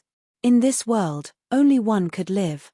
Although smuggling was rampant and there were many things that crossed the bottom line, smuggling itself was still a part of the war. They spied on the barbarians, investigated the geographical environment of the barbarians, the various tribes, and even secretly stirred up discord. No one thought that they would be so welcomed within the borders of the barbarians. But the price they paid was that the Golden Crow tribe's totem had advanced and they had completed the fusion of ice and fire. It could be expected that the strength of the Golden Crow tribe would rapidly rise in the future. The Green Willow tribe, because their tribe's totem, the Divine Willow, was about to die, they were on the brink of destruction. But because General Jin Woo had intervened, the Divine Willow had been reborn and the Green Willow tribe was saved. Without a doubt, all of this was helping the barbarians obtain greater strength. This was a taboo. If it were anyone else, Ju Dafu and the others would have thought that they didn't have long to live. But General Jin Woo, he had hidden his true strength, and his various performances since they had first come into contact with him had gradually convinced them. As long as the general said it was fine, then it was fine. As for why it was fine, only the heavens knew. Within the camp, there was a bit of restlessness. But before it could spread, it was extinguished. Western Border Army Camp. The Great General's Tent. In the Great War between the Border Army and the barbarians, over 1 million corpses were left behind on both sides. As the barbarians retreated, the stalemate between the two sides was gradually restored. Small frictions continued every day, but there were no longer any large-scale battles. The overall situation had truly calmed down. But everyone knew that the great general had been in a bad mood recently. From morning till night, his face was dark and gloomy and the aura around him was frighteningly low. Only the advisor closest to him, the old man from the Yi family, knew the reason. The great general had failed once more. Not only had General Jin Wu not been dragged into the quagmire by the Ice Carp tribe and suffered a miserable fate, but he had instead calmly taught the Ice Carp tribe a lesson. He had nearly cut off the capable arms that the great general had managed to find in the depths of barbarian territory with great difficulty. But recently, the situation had changed once more. In the last several days, the great general had received over a dozen secret letters from the barbarians. Although the contents were unknown, a smile gradually appeared on the great general's face. This caused everyone in the tent to breathe a sigh of relief. But at the same time, they were also curious as to just what was mentioned in the letters. The advisor close to him probed and asked a few questions. Yi Sang smiled and said, "This matter isn't a secret at all. You will soon find out." As he finished speaking, he stood up and walked straight towards Wu Shuai's tent. General Jin Wu had an extraordinary status. Even if he obtained concrete evidence and wanted to impeach him in the imperial capital, he would still need Wu Shuai's personal approval. Only then would it have more weight. Yi Sang had already learned that Wu Shuai and King Heavenspan had come to some sort of agreement through their conversations. But this didn't affect the fact that when General Jin Wu had a major problem, Wu Shuai could join forces with him to deal him a heavy blow. And Wu Shuai definitely wouldn't refuse such an opportunity. Soon, a military memorial signed by Yi Sang and sealed by Wu Shuai was sent directly to the imperial capital's military headquarters through a transmission array. Like an earth dragon turning over, it instantly set off perilous waves. The contents of the military memorial could be summarized in one sentence. "We have investigated and found out that General Jin Wu, Ning Qin, has been aiding the enemy within the barbarian territory." Of course, this was about the Golden Crow and Green Willow tribes. To the Desolate, this was the greatest betrayal. Because of the previous incident involving General Jin Wu, the military headquarters was shaken.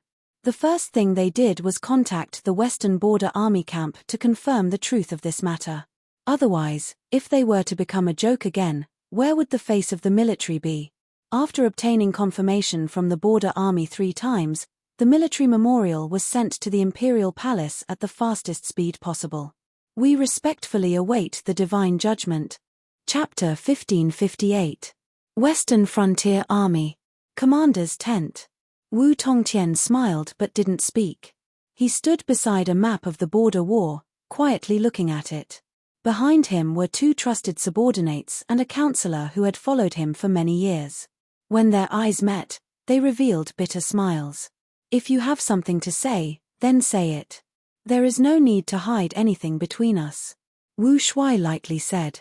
One of them was the most valued subordinate general. In terms of bloodline, he could be considered a distant nephew of Wu Tongtian. He knew that his uncle was his only backer in the Empire's army and he had always been loyal to Wu Tongtian. He clenched his teeth and stepped forward.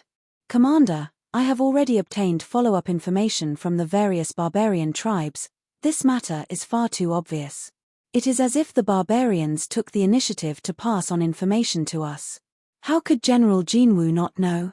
Knowing this, he still did what he did to the Golden Crow and Blue Willow tribes. There must be a problem here. This was a tactful way of reminding Wu Tongtian that there might be a conspiracy. The counselor nodded. "Commander, this is indeed the case. Should we wait and see a little longer?" Although His Majesty in the imperial capital had sent the sky-bearing king and reached a compromise with Wu Tongtian, anyone with a discerning eye could tell that he was extremely angry with his own commander. In the past, when General Jinwu died, the commander's prestige had already been damaged. If something like this happened again, the consequences would likely be dire. Wu Tongtian turned around and swept his eyes over them. He picked up a teacup and took a sip. "I am in charge of the Western Frontier Army and command all the troops. I received a report from Great General Yi Sang that General Jinwu Ningqin supported the enemy. This is a fact." He put down the teacup. His gaze was deep and distant, as if he had crossed through endless space and was looking at the distant western wasteland capital. I don't know about some of the arrangements made by His Majesty and the Emperor clans, but everything I do is my duty as a commander. Even if there is something wrong, there won't be a problem. This was the fundamental reason why Wu Tongtian didn't hesitate to report to the military when Yi Sang arrived at the commander's tent. Since he wasn't in the wrong, as the commander of the border army, he had nothing to fear. Even if this matter would cause the great emperor to be even angrier, so what? Even if a clay bodhisattva crossed a river, how long could he last? As for him, as long as he sat firmly in the position of border army grand marshal, when the new emperor ascended to the throne, he would naturally choose to get close to him and rope him in. Wu Tongtian's era was not in the present, but in the future. It was precisely because of this that Wu Shuai acted without scruples. Without a doubt, the counselor was Wu Tongtian's most trusted confidant. He also knew Wu Tongtian the best. When he heard this, his eyes lit up. He smiled with admiration in his eyes. I understand. Marshal is wise.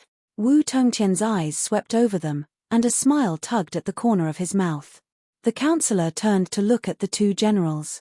The matter of General Jin Wu funding the enemy, the evidence is conclusive. As long as this matter is exposed, it will be a huge stain on his reputation. Regardless of whether or not there are other secrets behind this, whether or not the emperor clans continue to protect General Jinwu, apart from smuggling, it will become another mountain blocking the road ahead. After this incident, the final outcome of the imperial capital is no longer important. Jinwu's path of becoming a general has already been completely severed.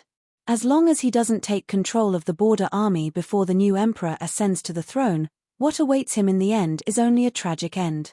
Wu Tongtian turned around and continued to look at the map of the border war behind him. A cold smile appeared on his face. This was the so-called magnanimity of the great, and the prime minister's heart could move a boat. But he was only a common martial artist in the border army.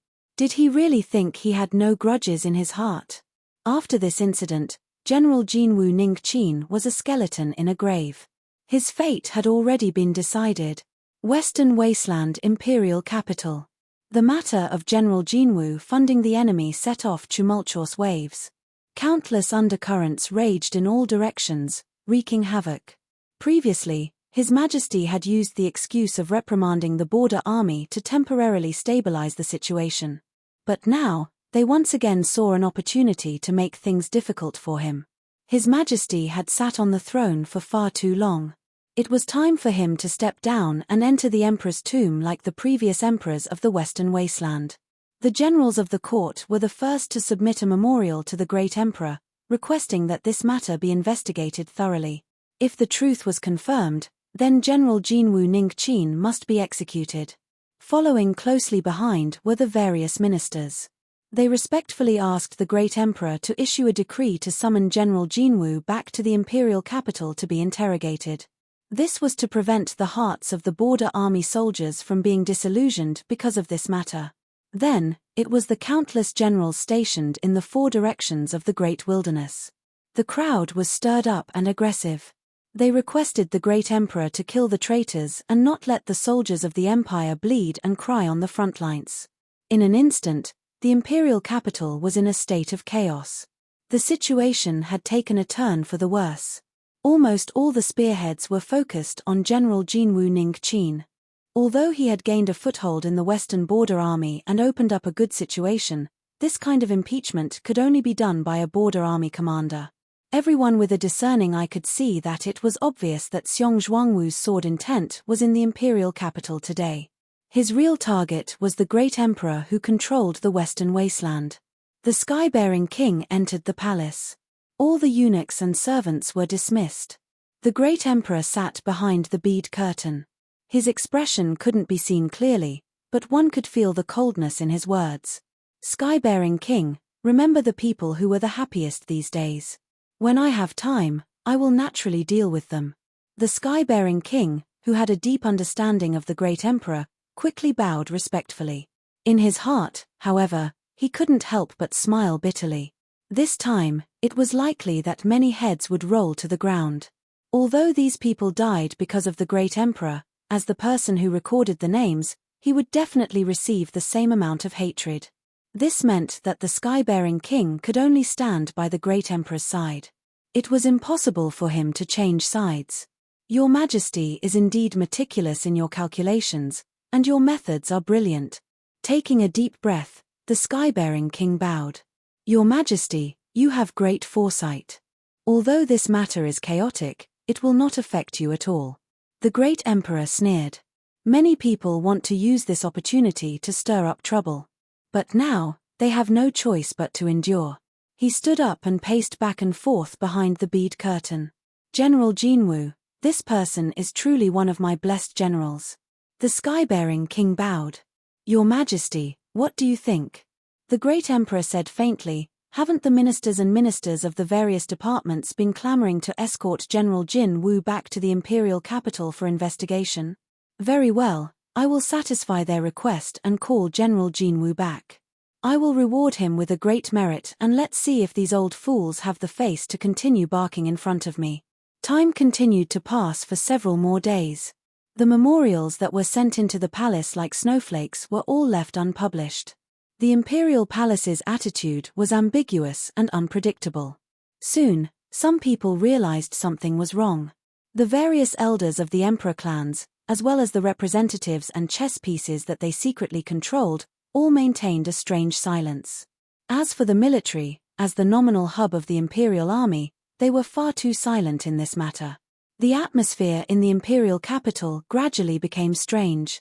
The ministers that had jumped out to impeach the imperial palace bitterly smiled, but their hearts were filled with unease. Finally, an imperial decree was issued. In the coming days, General Jinwu, Ning Qin, was summoned back to the imperial capital to report. This matter seemed as if it was the wish of everyone to impeach the imperial palace, but one could sense a strange meaning behind it. Golden Crow Tribe. Desolate man's camp. Qin Yu didn't know that he had become a rat on the street in the western wasteland imperial capital. But even if one didn't think with their knees, they could guess that his actions had already caused a great upheaval. But that didn't matter. Before he finalized his plan, he had already prepared himself, so he naturally wouldn't feel restless. Some people in the western wasteland thought that they had calculated everything, but they didn't know that they had been completely wrong from the very start. It was like solving a problem. No matter how easily you cut through it and how quickly you progressed, if you walked down a wrong path from the very start, you were doomed to receive the wrong answer in the end. What Qin Yu was considering now was that he should return to the Western Border Army. This was the so-called going too far was as bad as not going far enough. First, he helped the Golden Crow tribe advance their totem Golden Crow. Then, he defied the heavens and changed his fate to help the Green Willow tribe's totem Divine Willow tribe regain its vitality. These two matters, either one of them was enough to shake the hearts of the people. This was the reason why the Forsaken Tribe's camp had such a high status amongst the barbarians. But it couldn't be done once, twice, or thrice, if he continued to accept orders, not to mention that Qin Yu no longer had the materials to lay down the boundary-breaking token, but even these barbarians who were so respectful to him might have some other thoughts. Just think about it. If the Forsaken General Jin really could casually help the barbarian tribe's totem complete an inconceivable transformation, then all the barbarians would go crazy. All the berserker tribes would go mad for him, and they would do whatever it took to keep him in the land of berserkers forever. Before, the matter of the Golden Crow tribe and Green Willow tribe was confirmed by the Western Border Army in such a short period of time. First, they had indeed made some arrangements in the barbarian territory, and second, the various barbarian tribes were deliberately adding fuel to the fire. They wanted to see the Western Wasteland pursue the Forsaken General Jin. They even shouted that they would cut off his head and punish him. If so, the Forsaken General Jin could only seek refuge with the barbarians. Qin Yu didn't want to see the barbarians fall into madness. Otherwise, besides blowing up his identity, there would be no way for him to escape. Moreover, he also needed to consider the Western Wasteland's imperial family. Smoothly laying down the first boundary-breaking token was already a pleasant surprise. But if this surprise came too quickly, it might turn into bewilderment. In a short period of time, Qin Yu needed to maintain the persona of the Forsaken General Jin. So, going too far was as bad as falling short. It was time for him to leave. He had to return to the border army camp and rest while waiting for new instructions from the imperial capital. He frowned and thought for a moment. Although his actions were a bit out of line, compared to the boundary breaking token, it was still a small matter. After all, in the eyes of the Western Wastelands imperial family, once the boundary breaking token was activated, the barbarian tribes that had benefited today would be destroyed in the blink of an eye. They weren't worth mentioning at all. Letting out a breath, Qin Yu stood up and walked outside. 3 days ago, he had told little Meaty to leave the barbarians as soon as possible. But even now, she hadn't responded. Qin Yu wanted to see just what she was doing.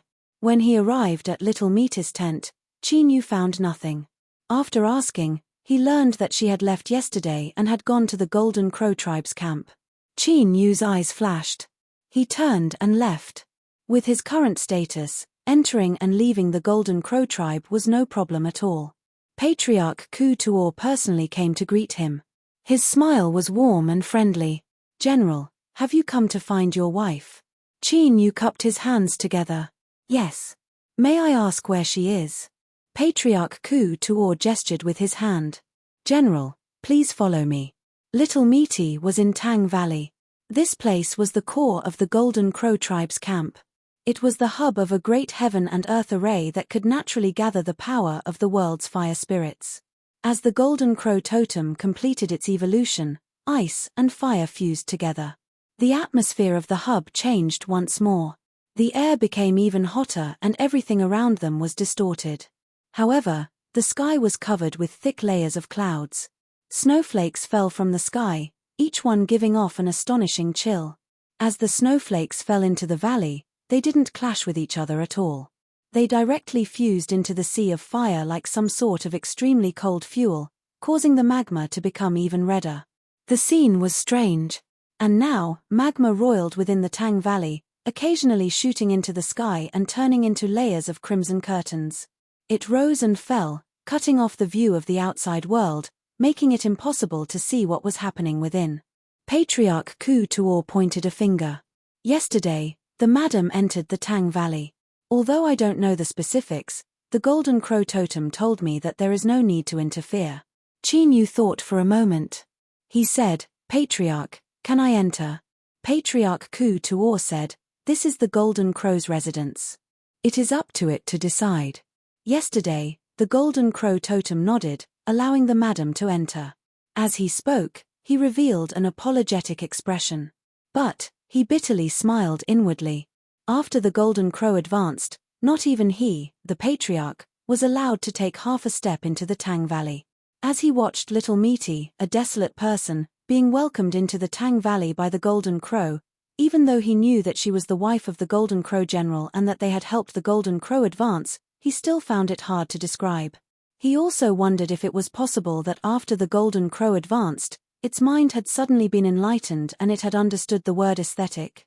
If this was really the case, then this would put Patriarch Ku Tuor in a difficult position. He had already lived for thousands of years with this face. If he suddenly changed his appearance, although it wouldn't be too difficult, once others guessed the reason, wouldn't they laugh until their teeth fell out? Luckily, the Golden Crow general only had the appearance of an average person. Although he was a bit better than him, it was still relatively limited. Suddenly, at the edge of the Tang Valley, columns of fire and magma shot into the skies. As they approached Qin Yu, they were suddenly extinguished. It was as if a channel had been opened for him in this endless sea of fire. Qin Yu cupped his hands together. "I will go first. Farewell." He turned and walked away. As he walked, the magma shot into the skies, sealing off the channel. Patriarch Ku Tuor stood outside the valley, his eyes fixed on the scene. His heart became increasingly complex. If it weren't for the fact that he was well aware that it was impossible for the Golden Crow totem to separate from the Golden Crow tribe and exist independently, then he really might have been worried that after the Golden Crow advanced, it would become someone else's spirit pet. Otherwise, how could this be possible? Ku Tuor wryly smiled. He thought for a moment and then ordered an elder to stay outside the Tang Valley and keep watch. He turned and hurried away to find Grandmaster Bo Ri. If he didn't inquire about this matter, he wouldn't be able to rest easy. As he entered the Tang Valley, waves of heat filled the skies. Qin Yu's thoughts stirred. Space and time around him began to twist. As time passed and he used soul planting more and more, using it in such a small area became increasingly easy for him. The endless heat was immediately isolated outside. As he moved forwards, the magma and flames retreated as he reached the depths of the Tang Valley. Finally, he saw little Misty sitting on a black stone in the magma. She seemed to be cultivating. At this time, she opened her eyes and glanced at Qin Yu before closing them again. As for Qin Yu, he coughed, an awkward expression on his face. He turned slightly to the side and said, "It's been 3 days and I haven't received a reply from you, so I came over to take a look." These words were extremely weak, but if he didn't say anything, it would be hard to divert his attention. This was because little Misty was currently cultivating with her eyes closed. Her clothes seemed to be unable to withstand the heat. Here, the scorching hot aura was burning. It was as if the sun was shining brightly everywhere. When her clothes were covering her, he hadn't been able to see her clearly. But now that he observed her, he discovered that her petite figure wasn't small at all. Chapter 1559. Little Misty didn't open her eyes. She coldly sneered. "If you want to see, then so be it. You're a grown man and yet you're so secretive. You're just a joke to others." Qin Yu chose not to respond. "What are you doing?" Changing the topic was a great technique that worked every time. He directly moved past the awkwardness. "Look for yourself." Little Misty's words had a double meaning. Judging from her tone, her attitude was quite nasty. But now, in this situation where the spring sunshine couldn't be hidden, it was hard for one to be angry. He couldn't look. Although, from his heart, Qin Yu didn't reject some beautiful things that were pleasing to the eye. But in this world, not all tofu could be eaten for free. If he wasn't careful, it might hurt his teeth. Cough.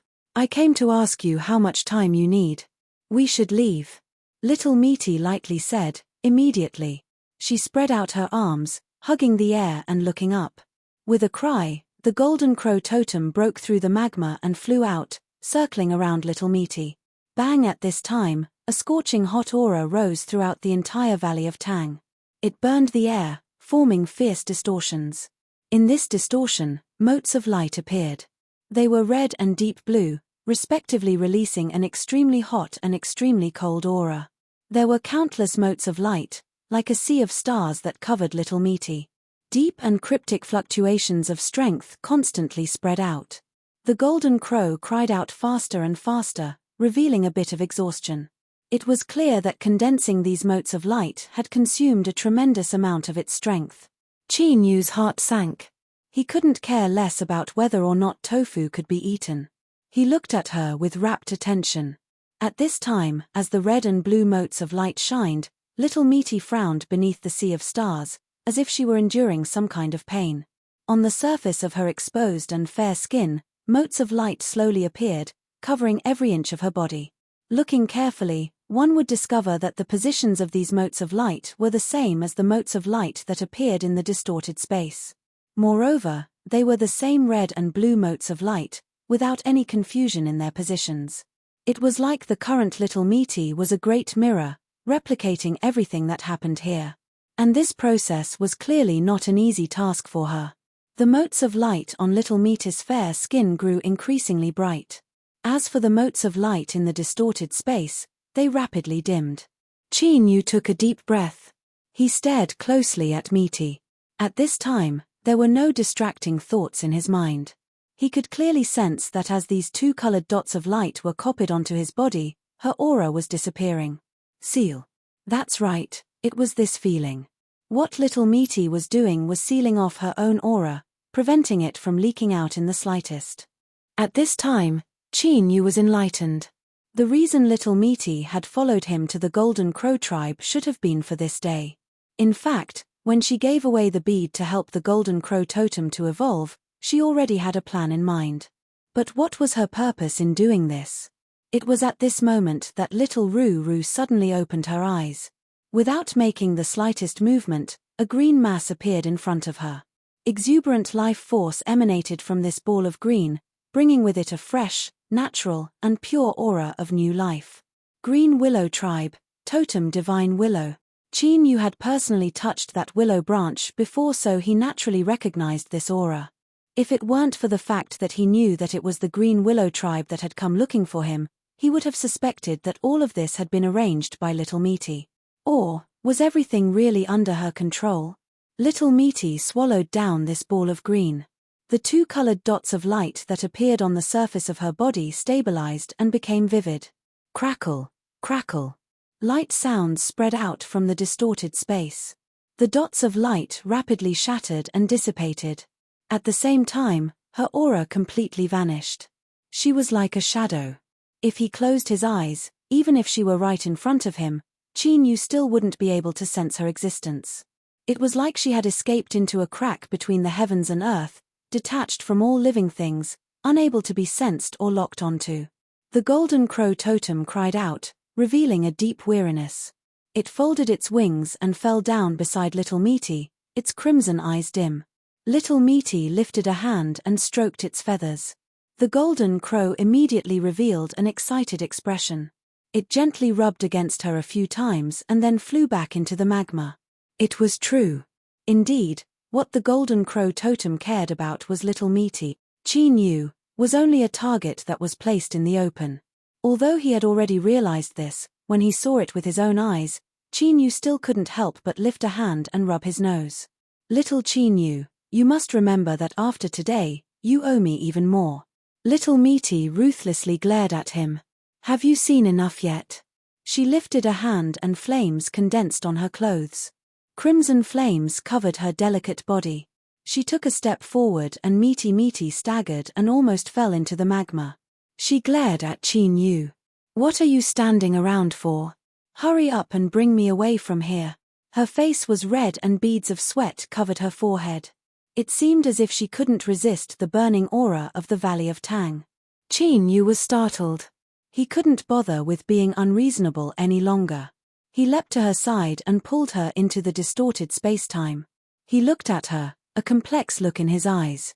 His lips moved, but he didn't know what to say. At this time, seeing her appearance, Qin Yu had already guessed why she had sealed herself just now. It was no wonder that she said he owed her even more. Little Meaty waved her hand. Don't say it now. Just remember it in your heart. Little Meaty waved her hand. Qin Yu nodded. Let's go. He grabbed onto Little Meaty and stepped forwards. Wherever they went, the monstrous sea of fire parted. The Golden Crow tribe elder waiting outside the Valley of Tang saw the sea of fire parting in the distance. He hurriedly sent a message to the Patriarch and welcomed them with a smile. General, Madam, the Patriarch has some matters to deal with. He told me to wait here. Qin Yu knew that Little Meaty didn't like speaking with outsiders. He directly said, I'll have to trouble you.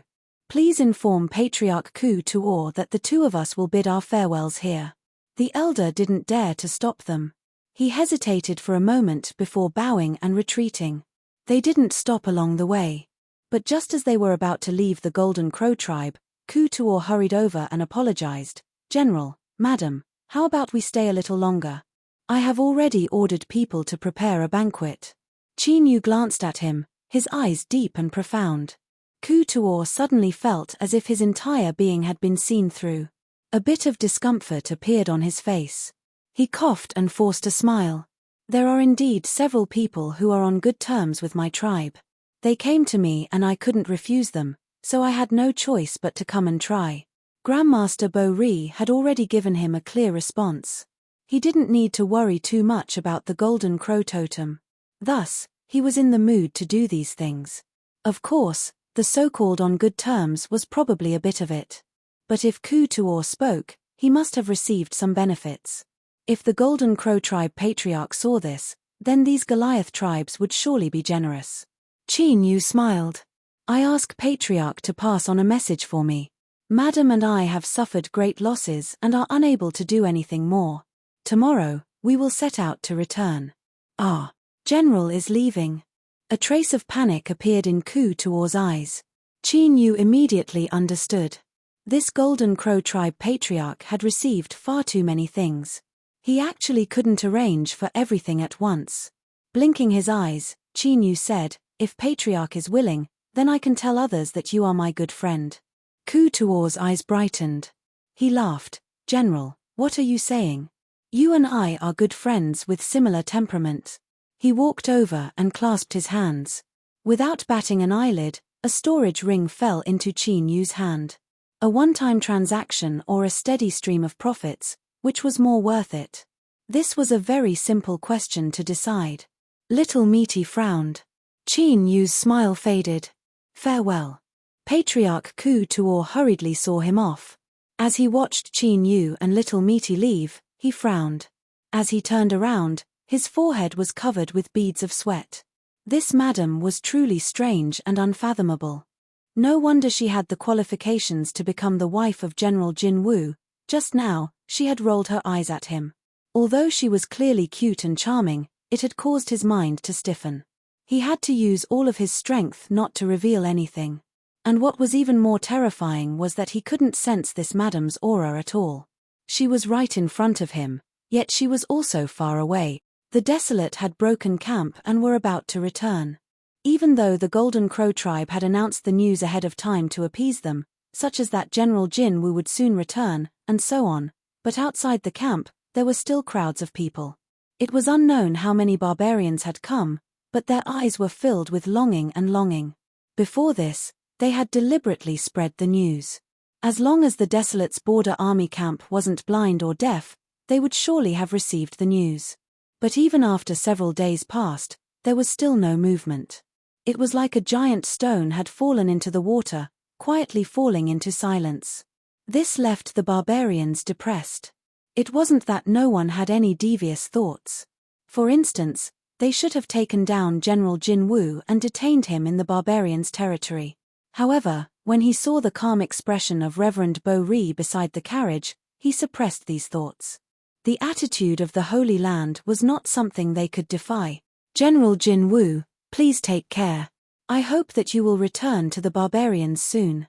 My boundless tribe is willing to build a camp ahead of time to welcome you." "Humph.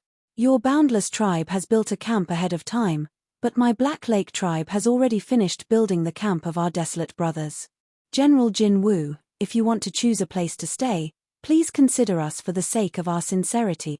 And us. There was an uproar. The various barbarian tribe powerhouses, many of whom were at the elder level, no longer cared about face. In the tribe's totem lucky chants in front of them, what was face? At this time, there was a commotion. The crowd parted, revealing the old patriarch of the Green Willow tribe who had hurried over. He fell to his knees and respectfully bowed. "General Jin Woo, I have come late. I ask that you don't blame me." Towards his humble attitude, the various barbarian tribe powerhouses were dissatisfied deep in their hearts.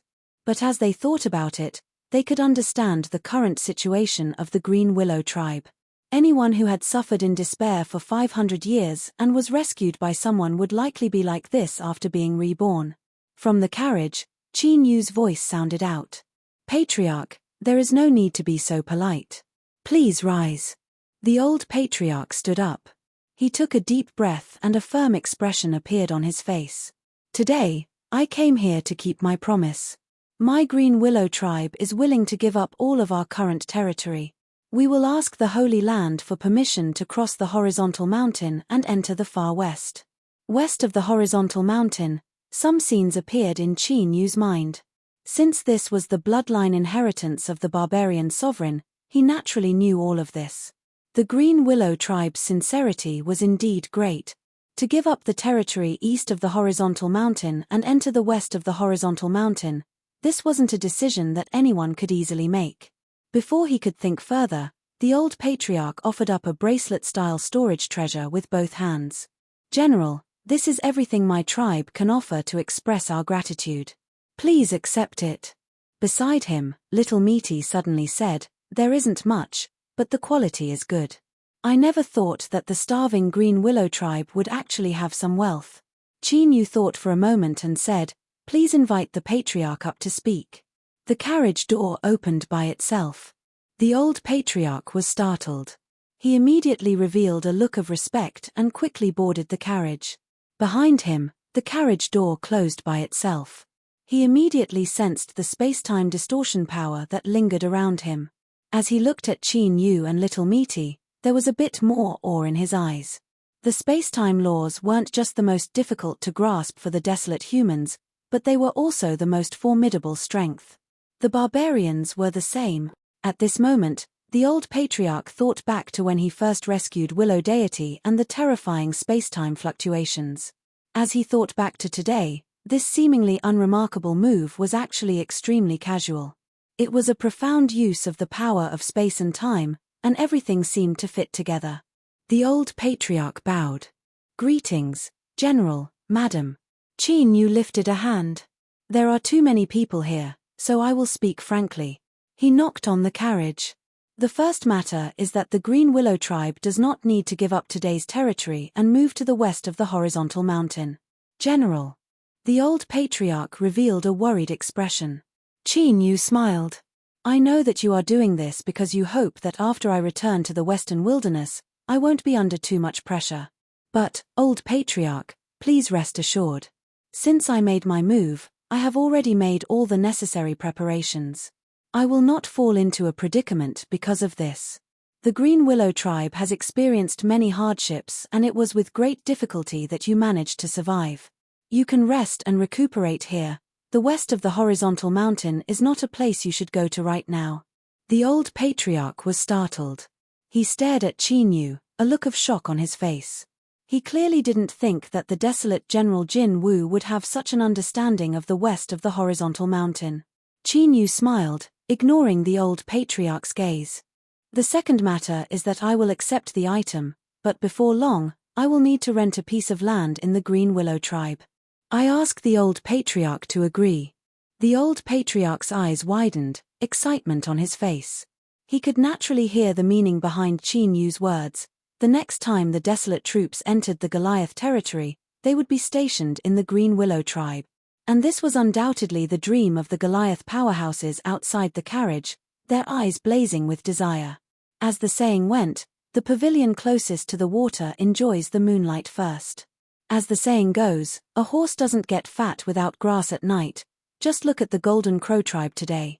Because of the desolate camp, Patriarch Ku Tuor had earned so much that it left one envious. Qin Yu waved his hand. "I have my own reasons for choosing the Green Willow tribe. Old Patriarch, there is no need to worry too much about it." "Thank you, General. The Green Willow tribe will definitely make all the preparations in advance and welcome you." The old patriarch respectfully bowed. Qin Yu nodded. "Good. Then I won't keep you any longer. We will meet again soon." The old patriarch stood up and bid his farewells. As he stepped off the carriage, he was met with many envious and jealous gazes. His lips moved, as if he were in a dream. From within the carriage, Qin Yu's voice sounded out. "Grandmaster Hanya, and fellow Goliath friends, all good things must come to an end. Please stay here." Hanya smiled and bowed. "Farewell, General Jin Wu." The various Goliath powerhouses cupped their hands together and shouted out loud, "General, please wait." The hatred between the Goliath and desolate races was as deep as the sea. But, with the Holy Land's ascetic cultivators expressing their stance, although they didn't know the truth, they were much less afraid. This was also the key reason why Qin Yu was so welcomed and respected by the various Goliath tribes. The wheels turned and they continued onward. The desolate troops returned with a full load, heading towards the borders of the empire. Chapter 1560. Strong winds howled, bringing with them a damp and salty smell. But, what was strange was that as the wind blew, it was actually a dark red color, as if it were evaporating blood that had accumulated in the air for a long time. The boulder broke through the earth, rising 1,000 feet into the air. The earth had been corroded by moisture for many years and its surface was uneven. The white-robed man stood beneath the boulder, his body curled up as he struggled to look up. But, he still couldn't find that figure. "My lord, I've gone through untold hardships to finally find you. Even if you don't see my hard work, please remember the divine seat's good intentions and send me away." The strong winds were silent. The white-robed man bitterly smiled. He had already persisted in this bitter wind for 7 days. If this continued, he feared his soul and blood vitality would really scatter. He certainly wanted to leave, but the divine seat's will hadn't been fulfilled yet, so how could the white-robed man dare to turn around and leave? Without any other choice, he could only cry out loud, throwing away all face. He hugged the boulder in front of him and curled up his body, bitterly persisting as he howled like a ghost. Humph! An angry snort sounded out from the boulder. It was clear that the white-robed man was annoyed by all the noise. If it weren't for the fact that the white-robed man was the divine seat's envoy, he would have already attacked and cut him into pieces. At this time, the sound of a horn echoed out in the distance. It was unknown just what material it was made from, but when it was blown, it resounded through the world and pierced straight into the mind. It made one feel a pressure, as if a mountain had been lifted up and placed directly on their chest. Rumble, rumble, a heaven-shaking explosion followed. The earth beneath him gently trembled, but for some unknown reason, the boulder that the white-robed man hugged remained as motionless as a mountain, not even trembling at all. The white-robed man stiffened. Horror and fear filled his eyes. He thought that his luck was just too bad. What could he do? At this time, a beam of red and white shot up into the skies from the boulder. In the blink of an eye, it was 100,000 feet long. It howled through the endless skies, like a bolt of heaven-shaking thunder as it came crashing down. Dawn, like a burning meteor from the highest heavens, it tore through the endless air and smashed into the earth, dragging a long tail behind it. For a moment, the earth shook and the mountains swayed. The white-robed man subconsciously poked his head out and looked in the direction where the white rainbow had fallen. All he could see was the dark and gloomy sky. A huge gash had been torn open, and bright sunlight spilled from it, causing the place where the white rainbow had fallen to become even clearer and more dazzling. Above the boundless sea with surging waves, a 30,000-meter-long warship was instantly sliced in half. The cut was as smooth as a mirror, and the two halves of the ship were devoured by the roaring waves. During this entire process, the broken ship was completely silent. There were no sounds of panic, screams, or struggles for survival. The pupils of the white-robed man contracted slightly, and he subconsciously revealed even more awe. It turned out that the moment the white light cut the warship in half, it had also killed everyone on the ship. Suddenly, he let out a blood-curdling scream and hastily shrank his head back and closed his eyes. However, blood still dripped down from the corners of his eyes.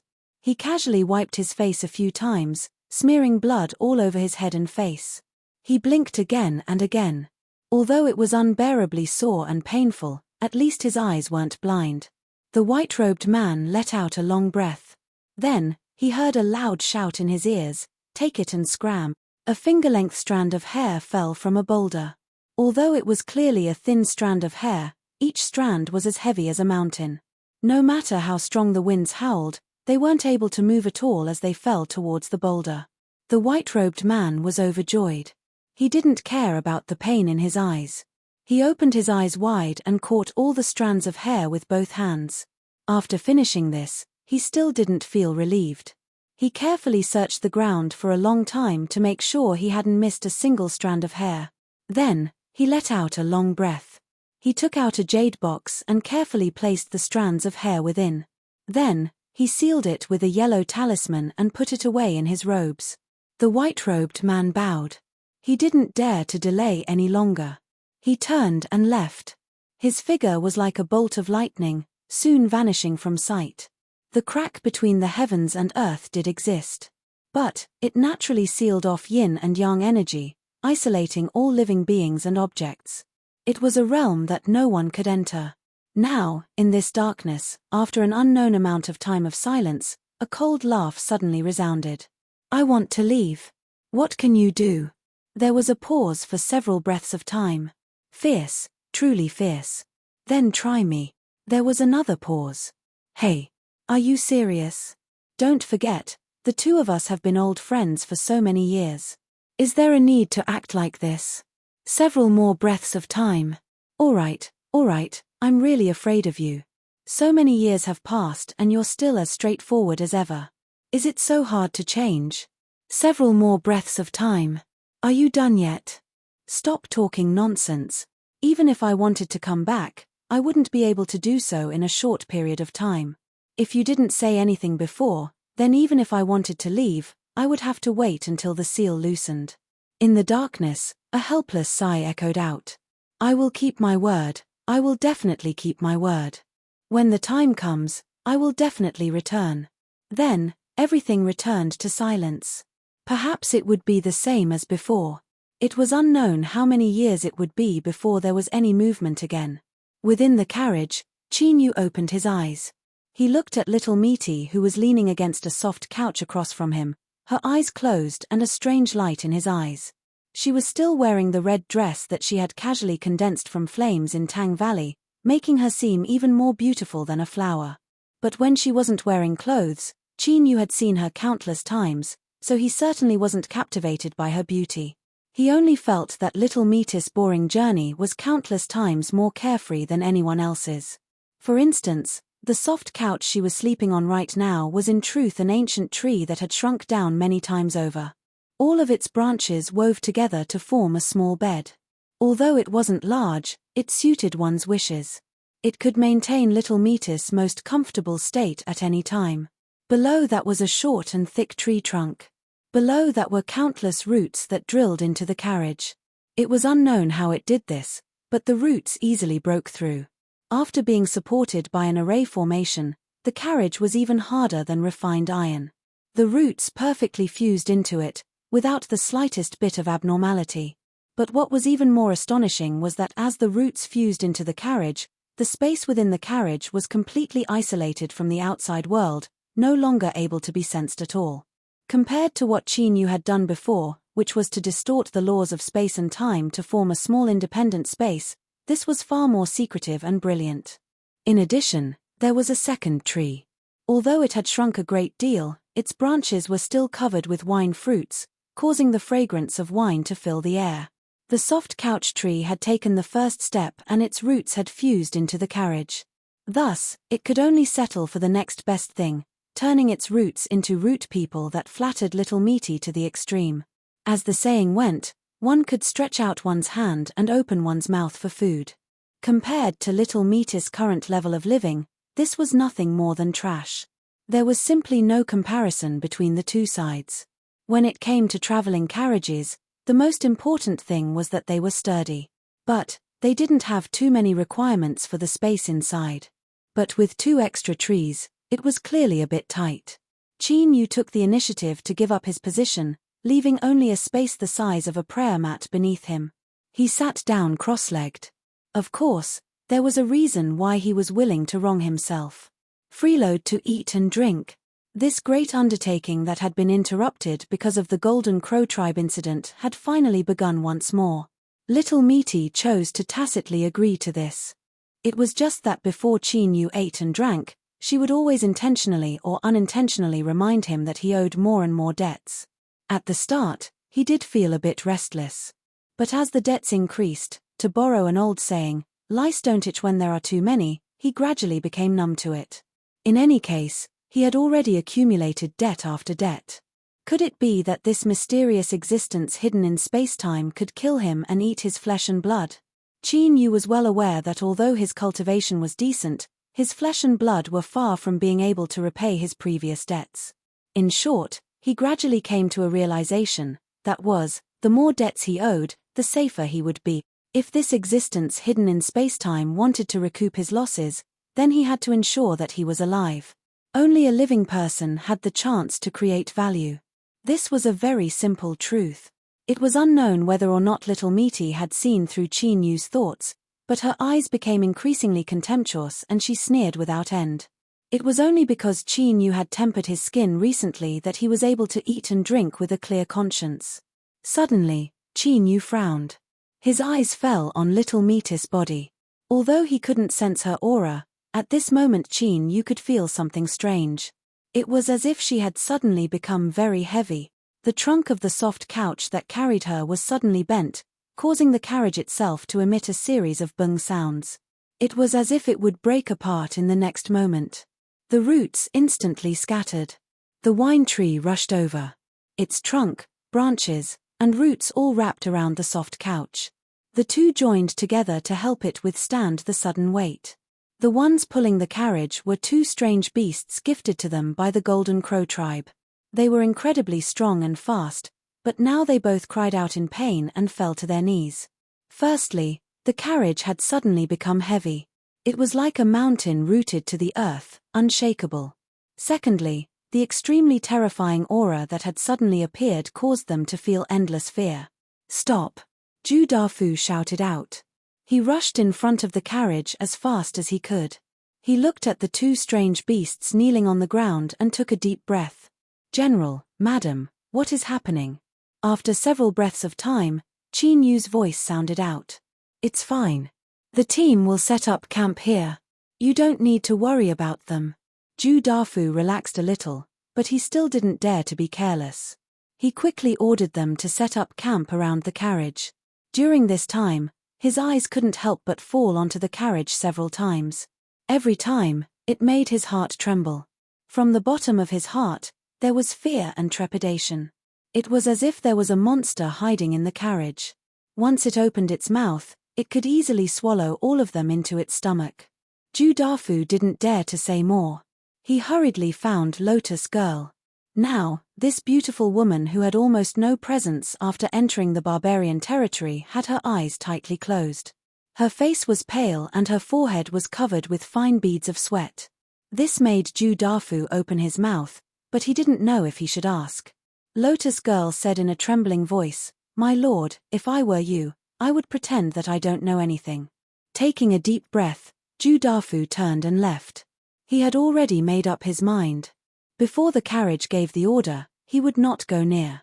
Lotus Girl returned to the carriage. She subconsciously curled up her body. Her whole body was shrouded in fear.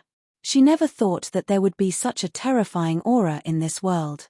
It was like an endless abyss that could swallow everything in the world and destroy everything. Regarding the status of the desolate General Jin Wu in the barbarian race, only tribes that were strong enough were qualified to know. But this did not mean that the small and medium-sized barbarian tribes were not warned in advance. Therefore, the journey of the Desolate Man team was extremely smooth and there were no accidents. Seeing that they were not far from the border and could leave in a few days, the Desolate Man team suddenly camped and rested. It was very normal to rest and recuperate before leaving the land of the barbarians, and then hurry on with the journey in one go. But when the Desolate Man team camped and did not move for 3 days, things became a little strange. On the 5th day, the surrounding small barbarian tribes could only bite the bullet and send people to ask. It was because they had received a warning from their respective tribes that they were not allowed to be disrespectful to the Desolate Man team. Although the tribe leaders and elders could understand this, they could not let everyone in the tribe know that they were in awe of a desolate man, otherwise, there would definitely be chaos. The contact with the Desolate Man team was very smooth. One of them appeared and told them that the general had made a breakthrough in his cultivation and needed to rest for a period of time. There was nothing wrong with it. The leaders of the small barbarian tribes gathered together to discuss. Then on the 2nd day, they made the decision to move the tribe and look for grassland. This was obviously very hasty and puzzling. But this matter was destined to not be explained. To avoid trouble, they would rather travel far away from this area. Otherwise, who knew what accidents would happen? On the 10th day. On the 15th day. On the 20th day. In the camp, the atmosphere gradually became strange. Everyone subconsciously looked at the carriage. Half a month had passed and there was no movement at all. But that uneasy feeling became stronger and stronger. Ju Dafu's expression was calm as he maintained order in the camp. Although he looked relaxed, he was actually very anxious. He had decisively sold out General Yi Sang-do. He was already destined to cling to General Jin's thigh. If something happened to General Jin, his fate would definitely be more miserable than imagined. In addition, there was also a sense of fear and uneasiness that came from the bottom of his heart. There was no reason, but Ju Dafu felt that if something happened to General Jin, he would also suffer. This feeling became clearer and clearer as time passed. On the 30th day, the Desolate Man team had camped here for an entire month. Finally, Qin Yu's voice came out from the silent carriage. "Okay, let's go." His voice was slightly hoarse and weak, revealing a deep sense of exhaustion. The strange beast that was pulling the carriage stood up from the ground. It looked back at the carriage, its eyes filled with doubt. The extremely terrifying aura that they had felt before had disappeared. At this moment, all the desolate men let out a breath. It felt like they had been buried underground for a long time and could finally breathe freely. Ju Dafu's pale face was filled with ecstasy. Let's go. In this month, he had been tormented. After shouting this, his vision darkened and he fell to the ground unconscious. Fortunately, Ju Dafu quickly woke up and the team was able to set off smoothly. In the surroundings, the various barbarian tribes who were secretly watching the Desolate Man team quickly spread the news that the Desolate Man team had left the camp. The Desolate Man team set off again after a month. Chapter 1561. Within the carriage. The two large trees rapidly shrank, turning into two unique hairpins that fell onto Mita's head. Now, the emerald green hue that appeared on their surface was much dimmer. It was clear that in order to withstand her weight, they had consumed a great deal of energy. Miti rubbed her eyes, as if she hadn't regained her composure yet. She glanced at the pale Chin-yu in the opposite corner. How much time has passed? Chin-yu said, a month. He thought for a moment. What happened? Before this, although Miti had also fallen asleep, it hadn't been so exaggerated. In addition, her aura had suddenly changed, becoming as deep and terrifying as an abyss. It was clear that something had gone wrong. Miti yawned. I spoke a few words. I'm fine now. A few words, and she spoke for an entire month. Chin-yu had to use a great deal of effort not to roll his eyes. Miti seemed to sense his thoughts. Her lips curved up in a cold sneer. Are you ignorant? Don't you know the old saying that a day in the heavens is a year on earth? She waved her hand dismissively. With your cultivation boundary, of course you don't understand. In the future, there might not be a day when you do. TSK, how pitiful, how pitiful. Chin-yu frowned, not speaking. He believed Mita's words a little. One of her special characteristics was that she wouldn't lie when mocking others. A day in the heavens was a year on earth. One didn't have to live in the heavens, speaking to the heavens was the same. Chin-yu shook his head and restrained his thoughts. It seemed that Miti was fine, so he didn't need to worry about her any further. Disregarding his own safety, just the matter of constructing the world-breaking token would require her help. He took a deep breath and closed his eyes. As he felt the weakness in his body, he actually smiled. Miti had become heavy. With the two trees working together, they were just barely able to withstand it. Ju Dafu and the others looked from afar and could feel a formidable invisible pressure. Moreover, Chin-yu was close at hand in the carriage. If he bore the brunt of this pressure, the taste would be even more torturous. For this month, he had stayed in the carriage without taking half a step away. One reason was because he was worried that there would be a problem with the one within Mita's body. But more importantly, in this pressure, Chin-yu had found a turning point to sharpen himself. After eating and drinking for many days, his soul and mortal body had grown by leaps and bounds. But, this sort of short period of improvement was like building a house on sand, his foundation was unstable. In this way, the taller and bigger the house was, the bigger it would be. Once it collapsed one day, it would be a great calamity. And in this month, he had withstood the pressure of tempering. It was like he had swung a sledgehammer, tempering his entire body. The process was definitely a little tough, but in exchange, he managed to stabilize his foundation. It could be said that he had profited greatly. And more importantly, in these past days, Chin-yu had faintly touched upon a bottleneck. He was confined within, and even breathing became difficult. When he touched this bottleneck, he suddenly understood that this was his boundary. Once he broke through, he would be able to step into the sovereign realm, and his level of existence would undergo another transformation. Across from him, little Miti looked at Chin-yu several times. She suddenly said, if you want to obtain more benefits, then don't be in such a hurry to make a breakthrough.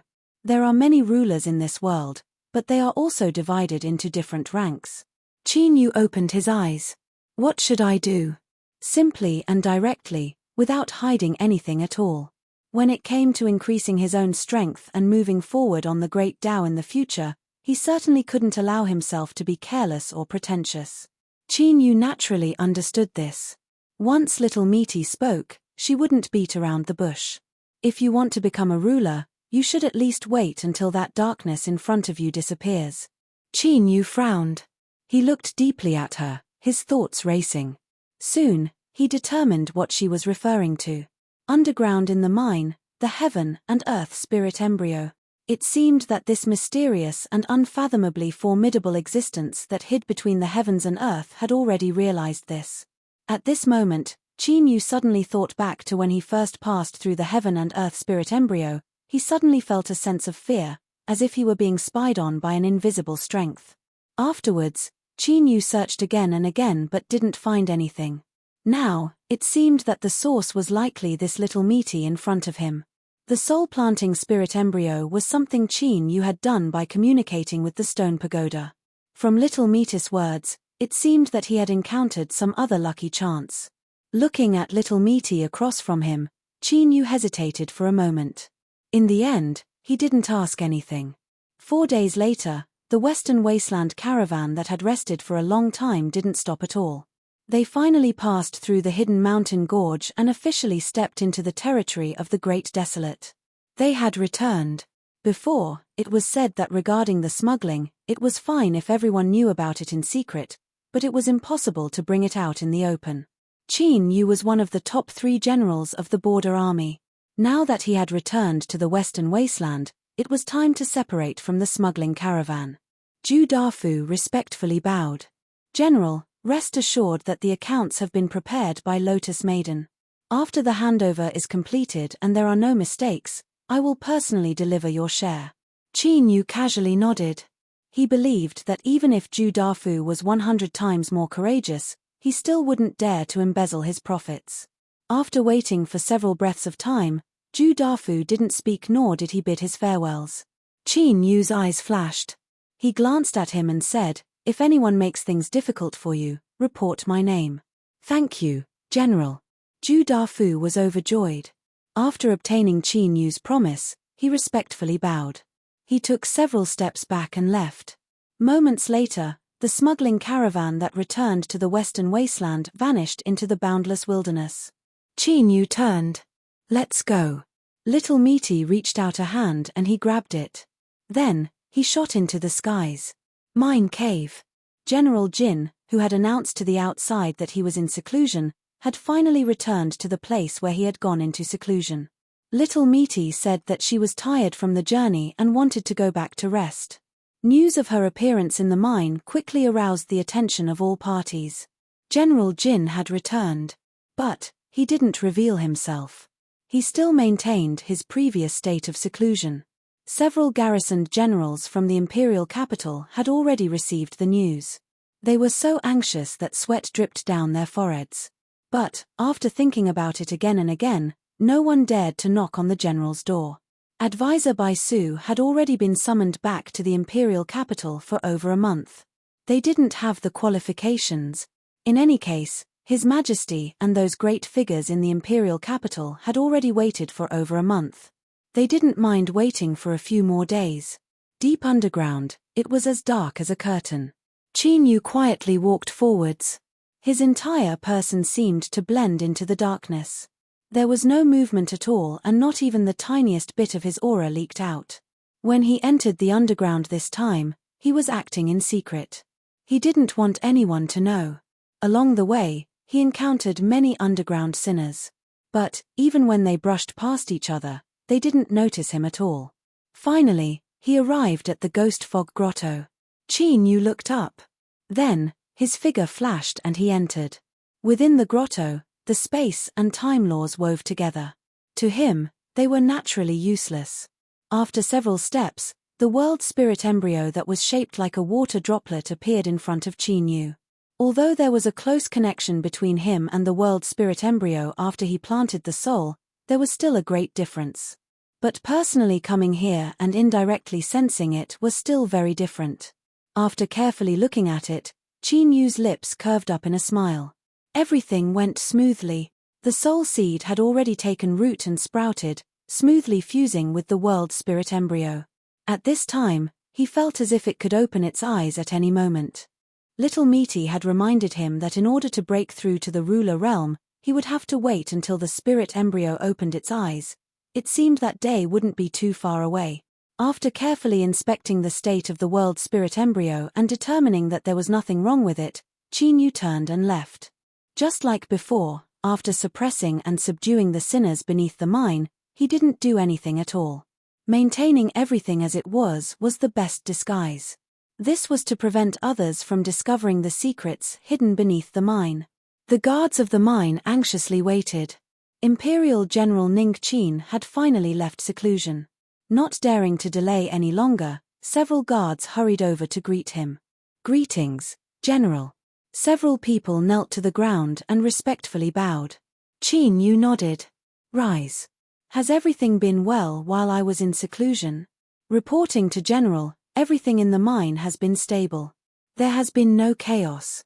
The guard called Wang Datu bitterly smiled and said, "But, there is an imperial decree in the imperial capital that has already been sent to the mine. The angel has been waiting for it for a long time." His words contained a hint of warning.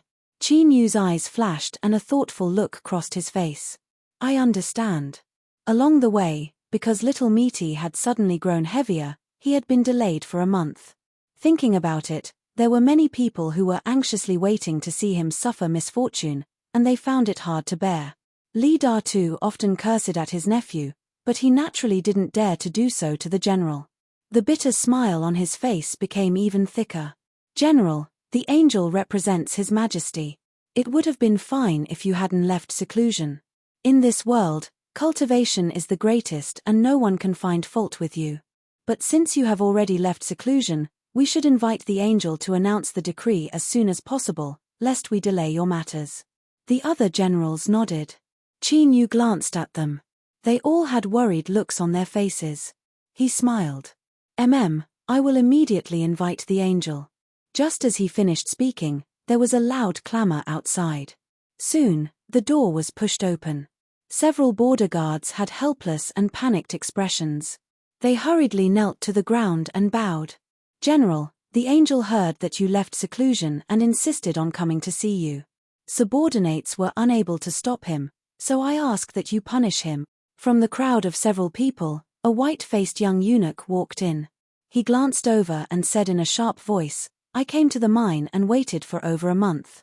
When I heard that General Jinwu had left seclusion, I hurried over to pay my respects.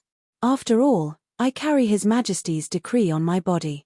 I don't dare to delay any longer, otherwise I fear I will commit a crime punishable by death."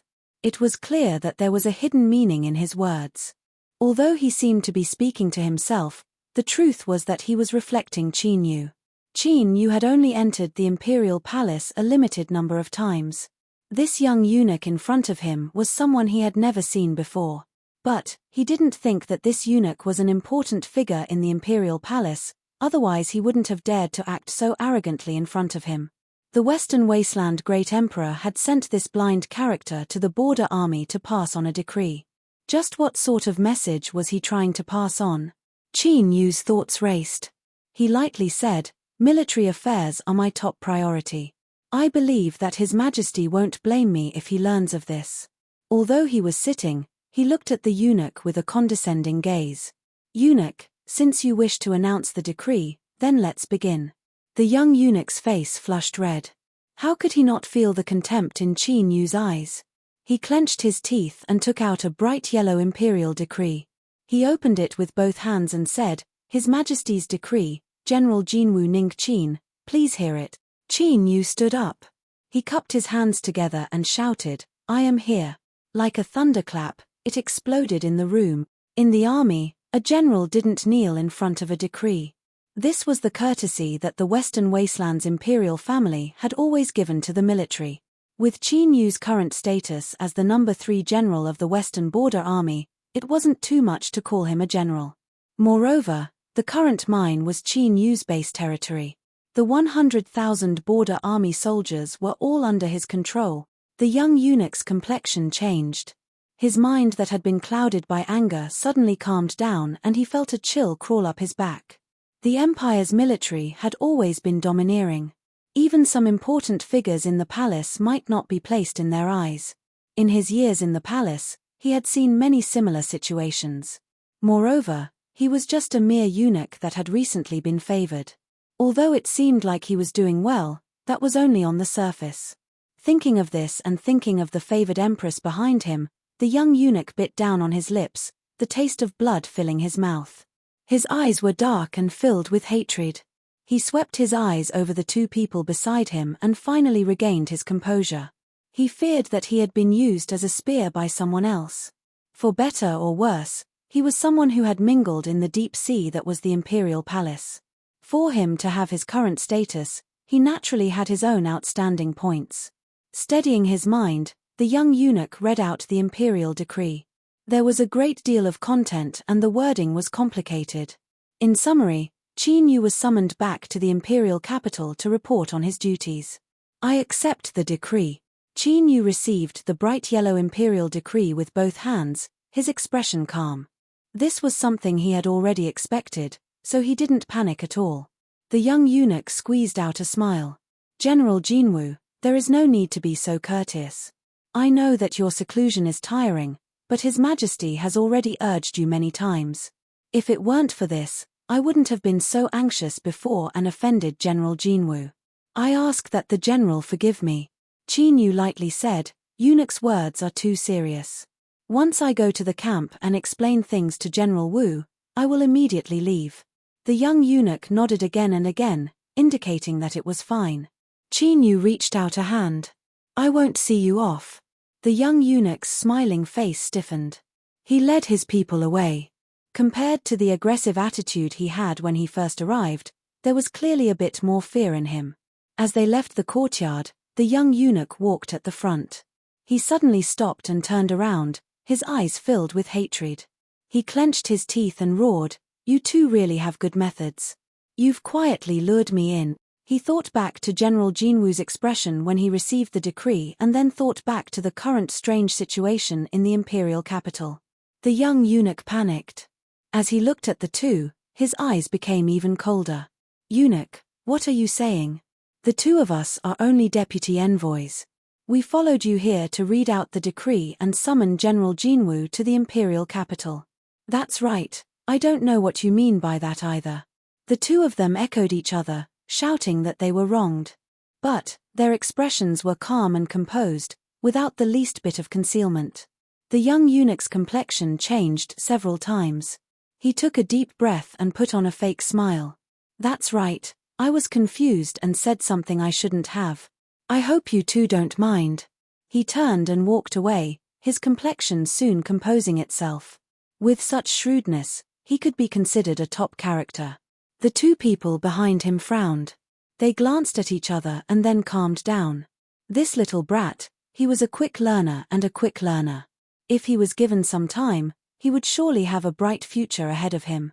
But there were some people who were doomed from the start and had no future at all.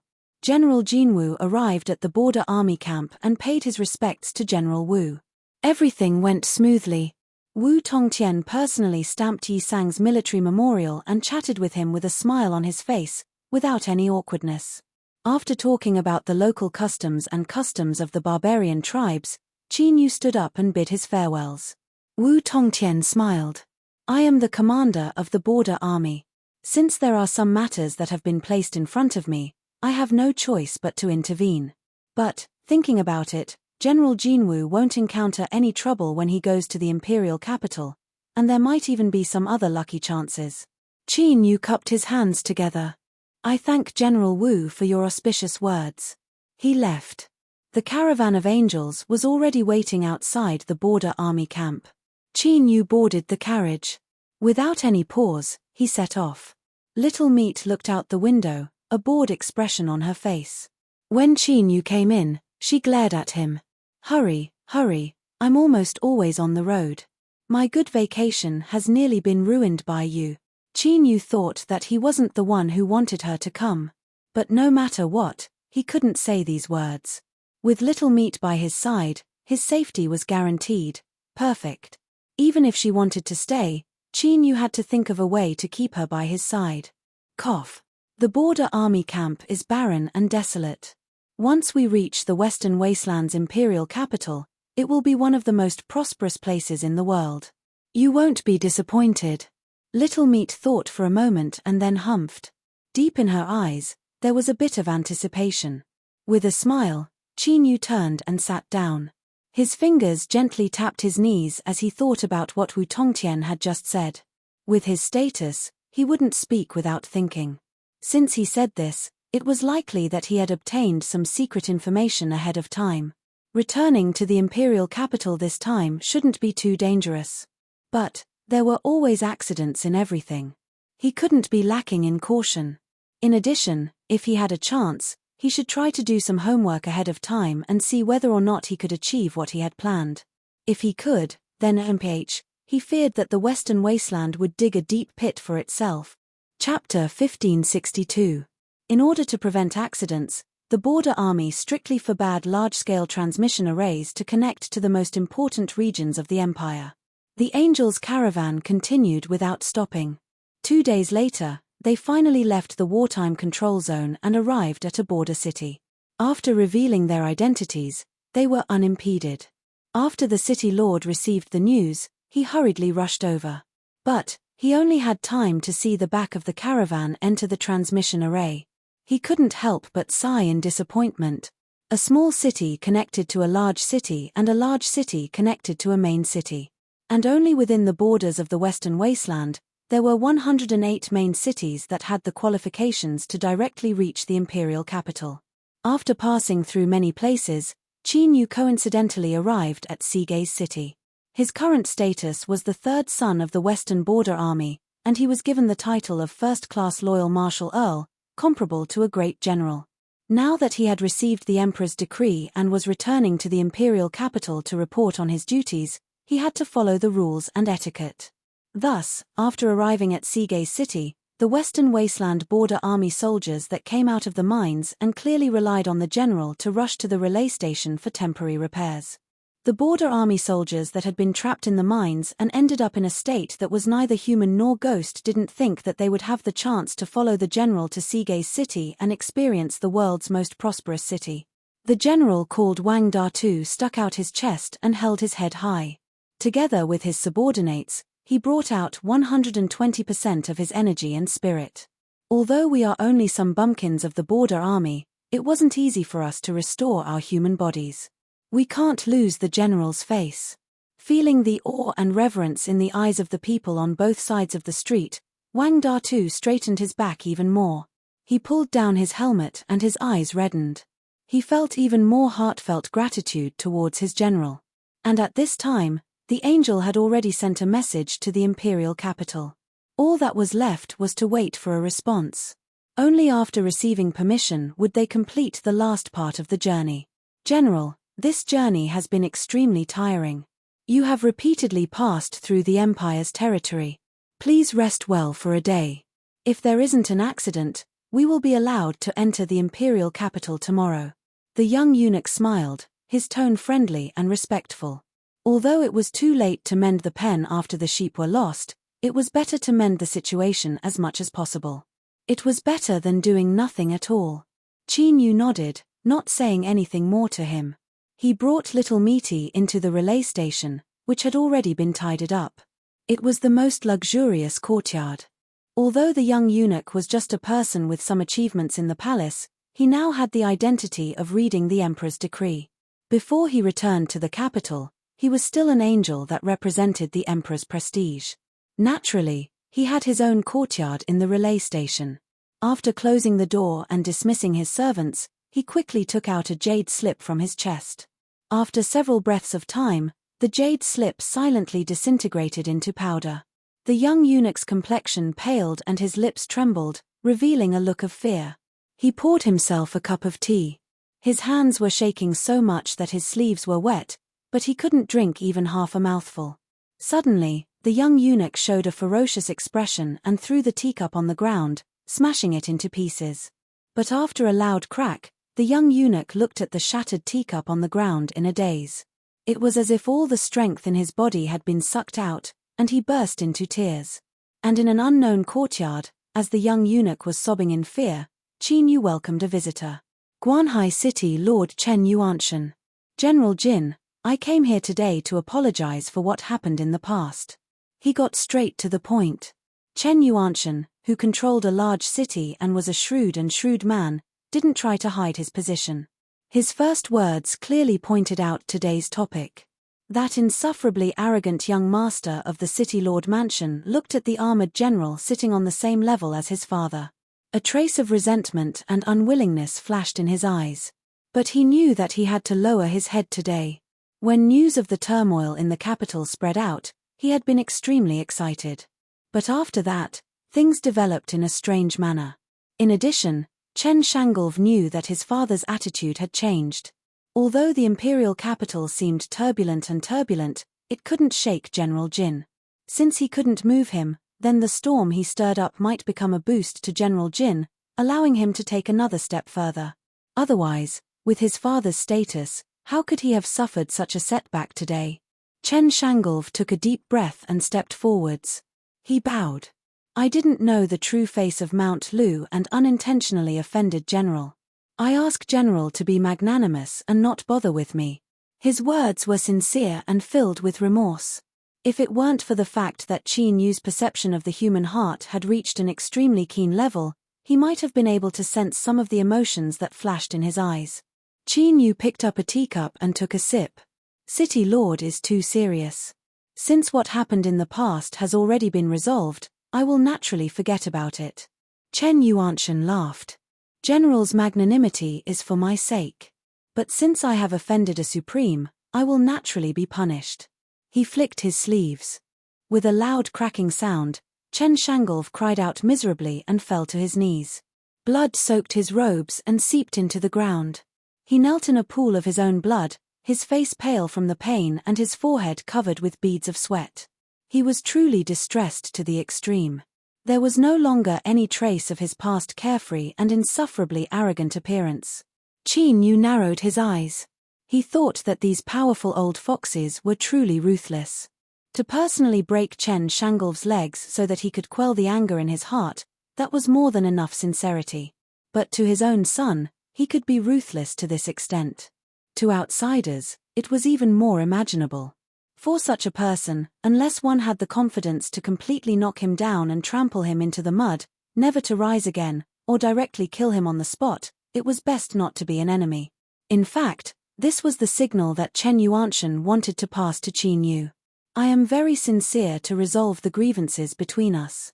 Either we shake hands and make peace, or we will rely on our own means. Qin Yu frowned slightly.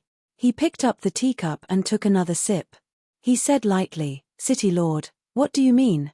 He understood, but it didn't mean that he would accept it, especially in this almost semi-threatening way.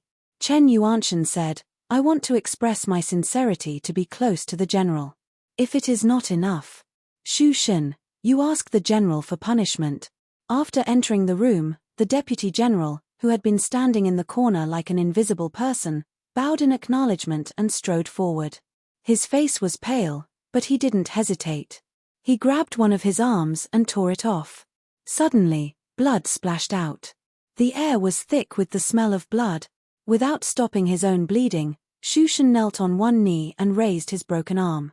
General Jin Wu, I wonder if this arm is enough to pay for the mistake I made in the past. Qin Yu coldly sneered. He set down his teacup and said, How interesting, how truly interesting. I was only passing by, so why must Sir City Lord make the scene so bloody? It seems as if I am the one who bullies everyone in Sea-Watch City. If this spread out, what would happen to my reputation? The City Lord said that you want to be close to me, but this is forcing me to tear apart all pretense of cordiality with you. Please. In the future, if the City Lord is dissatisfied in the court, you can make a move. They parted on bad terms. Chen Yuanshan walked out of the courier station. His son had a broken leg and the deputy general was missing an arm. He looked back and there was no gloominess on his face, only helplessness. Your Majesty, since there is no evidence, can't you just let it go? The minor officials in the courier station looked at the scene in front of them. They were so scared that their faces turned ashen and their bodies shook like a sieve. They didn't dare to approach. "Let's go," Chen Yuanshan sighed. He boarded his carriage and left. At night, rumors began to spread through Seawatch City that General Jinwu Ningqin hadn't forgotten his old grudges and was using his power to suppress the City Lord Mansion. Although no one knew the specific details, Chen Shanglu had a broken leg and Xu Shun had lost an arm. These were indisputable facts. For a time, everyone glanced over. Some people frowned. They thought that General Jinwu Ningqin was too rampant after gaining power and couldn't be approached. Some people thought that General Jinwu was revealing his sharpness and that there would surely be a great calamity in the future.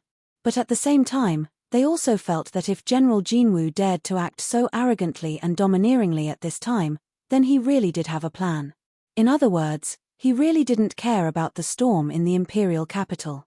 Courier station. Someone came to Qin Yu's room. But this time, it wasn't a guest. He looked at the hesitant True Saint across from him. He said, "Why are you so hesitant? Did you betray me?" True Saint Baiyu bitterly smiled. He bowed. "I don't dare to deceive General. After I returned to the imperial capital, I was asked 3 times whether or not there was anything wrong with your actions." He clenched his teeth and continued to say, "This subordinate has truthfully reported everything without concealing anything." He thought back to how his uncle had personally asked General Jinwu Ningqin if there was anything strange about him. After hesitating again and again, he finally nodded. There was indeed something strange. For instance, that unfathomably deep young girl from the demonic sect. For instance, the curse in the mine that not even a half-sovereign could resolve. And finally, there was General Jinwu Ningqin's hidden strength. Facing his uncle, he couldn't and didn't dare to hide anything. Thus, at this time, True Saint Baiyu's complexion paled. His heart was filled with endless guilt. He lowered his head, not daring to look at the person in front of him. He thought for a moment and said, "From the start, I already knew your role. Since I didn't hide anything from you, I'm not afraid of you telling me the truth." True Sage Baiyu fiercely looked up at Qin Yu, surprise in his eyes. "What are you looking at? Since I said it, there is naturally no problem." True Saint Baiyu let out a long breath. Even now, he still didn't think he had clearly seen his general's true appearance. But at the very least, he could confirm one thing: he wasn't someone who was trying to impress others with his face. If he said it was fine, then it was definitely fine. That's good, that's good." True Saint Baiyu whispered, a happy look on his face. Qin Yu coldly sneered.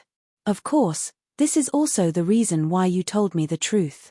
Otherwise, I might not have let you off the hook. Your current status is that of a counselor to me. The crime of falsely accusing a superior behind your back is enough for you to be sentenced to death by the army."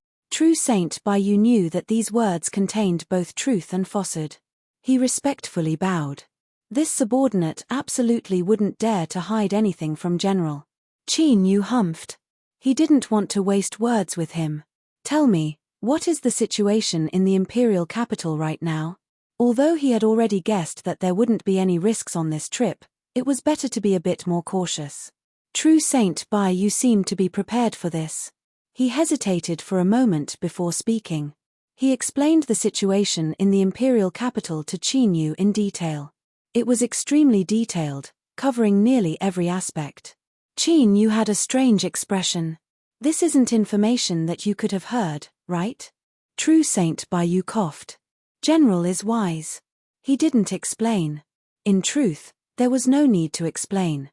The source of this information was definitely the Skyrise King." His heart settled. Although this matter wasn't too remarkable, it confirmed Qin Yu's previous speculations. This return to the imperial capital would be a daunting experience without any mishaps. True Saint Baiyu thought for a moment. "General, Seawatch City's City Lord is one of His Majesty's closest confidants. Although he has been caught up in some disturbances in recent years, he is still favored by His Majesty. He also has many old friends in court, so these minor matters." Before he could finish, he was interrupted by Qin Yu's faint smile. He braced himself and said, "General, did I say something wrong?" Qin Yu waved his hand, not explaining. He only shook his head. How could things be so simple? For Sea-Watch City's city lord to have his current status, how could he act so crudely? In short, today should be a test that His Majesty had given Chen Yuanshan. Of course, the main goal of this test was him. If Qin Yu didn't accept it and didn't cooperate, it would seem rude and unreasonable. But for both sides, this was the best choice. Chapter 1563. If the Western Wasteland Great Emperor wanted to see Qin Yu's confidence, then he would show it to him. The next morning, the imperial capital sent a reply to the relay station, allowing Imperial Jinwu Ningqin to return. They gathered their troops and showed what they were relying on. The caravan of angels drove towards Sea-Watch City's transmission array. The young eunuch didn't show himself, saying that he had caught a cold last night. After he boarded the carriage, he didn't come out again. His attitude was completely different from yesterday, but Qin Yu didn't care. His current opponents were the aristocrats of the Western Wasteland dynasty, as well as the great emperor above the 9th layer. A mere eunuch, even if he had some status and power in the imperial palace, wouldn't be placed in his eyes. This was the confidence that a general of the imperial army should have. A moment later, with a humming sound, the transmission array exploded with a dazzling light. Space twisted and they vanished from sight. When the feeling of space shaking around them disappeared and the carriage landed on the ground once more, they had already arrived in the capital region. The guards stationed in the imperial capital all bowed. One reason was to show respect to the angels, and the second reason was to show awe to the great general of the border army. Although the imperial capital's garrison was made up of the elites of the army, it was rare for chaos to occur in the imperial capital for thousands of years. It was like a sheathed blade that had no place to use it. As for the border army that had been stationed in these past years, they had fought all sorts of battles all year round, and those that survived were all brave warriors. The mine general called Wang Datu could feel the gazes of his comrades in the imperial capital. He shouted out loud and led the little children under his command, bringing out 120% of their aura. Their steps were like that of a dragon or tiger, their aura swallowing the mountains and rivers, as if they could sweep away everything in their path. The complexions of the garrison soldiers changed. As they thought about the strange atmosphere in the imperial capital, they thought that Imperial Jinwu Ningqin might have come here for revenge. Cough. Within the carriage, there was a light cough from Qin Yu. Wang Datu had already sensed the change in the eyes of his comrades in the imperial capital. He thought that when it came to showing off, he really had to pay attention to his limits. Otherwise, if he used too much strength, it was likely that extreme joy would turn to sorrow. He vaguely made a hand gesture, telling these little rascals to restrain themselves a bit. Unexpectedly, his nephew Wang San was so pleased with himself that he puffed out his chest, sucked in his stomach, and raised his head. He stomped his feet loudly, and his eyes almost popped out of their sockets. He did not receive his signal at all. This made Wang Datu very angry, but he could not kick him in front of everyone and scold him for being a blind bastard. Qin Yu's lips twitched. He had no idea how the Wang family uncle and nephew had managed to fight for the chance to return to the imperial capital with him. His performance was really like that of a clown. Fortunately, although the soldiers of the imperial garrison division were vigilant, they did not do anything out of line.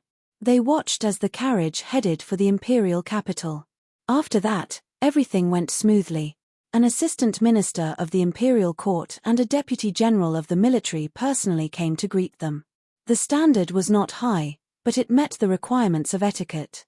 The young eunuch finally got off the carriage. His face was pale and he looked listless as if he was seriously ill. After saluting, he led the imperial decree team back to the imperial palace. Qin Yu glanced at the eunuch's back and frowned. Then, he composed himself and stepped down from the carriage to greet the assistant minister and deputy general. Although the atmosphere in the imperial capital was strange, General Jin was still the target of everyone in the imperial court. Before the situation became clear, it was best not to get involved. The assistant minister and deputy general who had been pushed to take on this errand were already cursing inwardly, so they didn't pay much attention to their greetings. Luckily, they were gratified to find that General Jin Qin knew his own limits and quickly stopped this meaningless conversation. The assistant minister and deputy general couldn't avoid him in time. They hurriedly returned to their residences to report on their tasks. True Saint Baisu became the guide. His Majesty has ordered that a general's residence be built in the imperial capital for the general. It was just completed not long ago. The Western Wasteland's imperial capital was naturally a peak city in this world. It was luxurious and prosperous, and it also represented supreme dignity and power. After entering the city, there were countless dignitaries coming and going. After putting away what they could rely on, although they saw a group of fierce and ferocious border army troops that attracted some attention, most of them just glanced over and didn't linger for too long. This caused Wang Datu and the other border army bumpkins to secretly think that this was indeed the imperial capital. They subconsciously restrained their arrogance and cowered away, becoming even more inconspicuous. They arrived at the general's residence. In the eastern city of the imperial capital, there was a place where people gathered. Although this residence wasn't too large, looking at the signboards of the residences on the left and right, one could tell that this residence wasn't wronged at all. In fact, Qin Yu's status as a general Jin could be considered a favor. However, what was strange was that this newly renovated and completed general's residence didn't have a signboard hanging on it. It seemed as if it were an ownerless land. Baisu said, "The residence has already been built." There was news from the imperial palace that His Majesty would personally write an inscription, but afterwards a great wave of impeachment erupted and this matter was left unsettled. Until now, there has been no further news. He hesitated for a moment and then continued to say, "And this is also one of the reasons that many people in the imperial capital look down on you. They feel that you have lost the favor of the emperor." Qin Yu looked up at the residence that didn't have a signboard. He faintly smiled and said, "Perhaps His Majesty hasn't decided what to inscribe on it yet." Baisu's eyes brightened. He smiled and bowed. "What General says is correct." The doors opened wide. The servants that had already been arranged all walked out from both sides of the residence. They knelt to the ground and respectfully kowtowed. Among them, there were countless beautiful maids, each one as beautiful as a flower. Their small eyes constantly darted around, as if they wanted to drill out little hooks and hook the general's soul away. Qin Yu could clearly hear little Meaty, who hadn't shown herself in the carriage, coldly curse at them. What a bunch of shameless little hussies. Thus, in the next moment, outside the residence, the maids that had been sending flirtatious glances paled and couldn't help but shiver. Qin Yu's eyes lit up with amusement. He waved his hand to dismiss them and entered the general's residence. The so-called carved railings and painted pillars, the so-called unparalleled extravagance, in short, this residence was built extremely well. Thinking about it, it must have cost a great deal of money. But Qin Yu only glanced at all of this, not placing it in his heart at all. To him, this general's residence in the imperial capital was nothing more than a temporary place to stay. He wouldn't use it properly.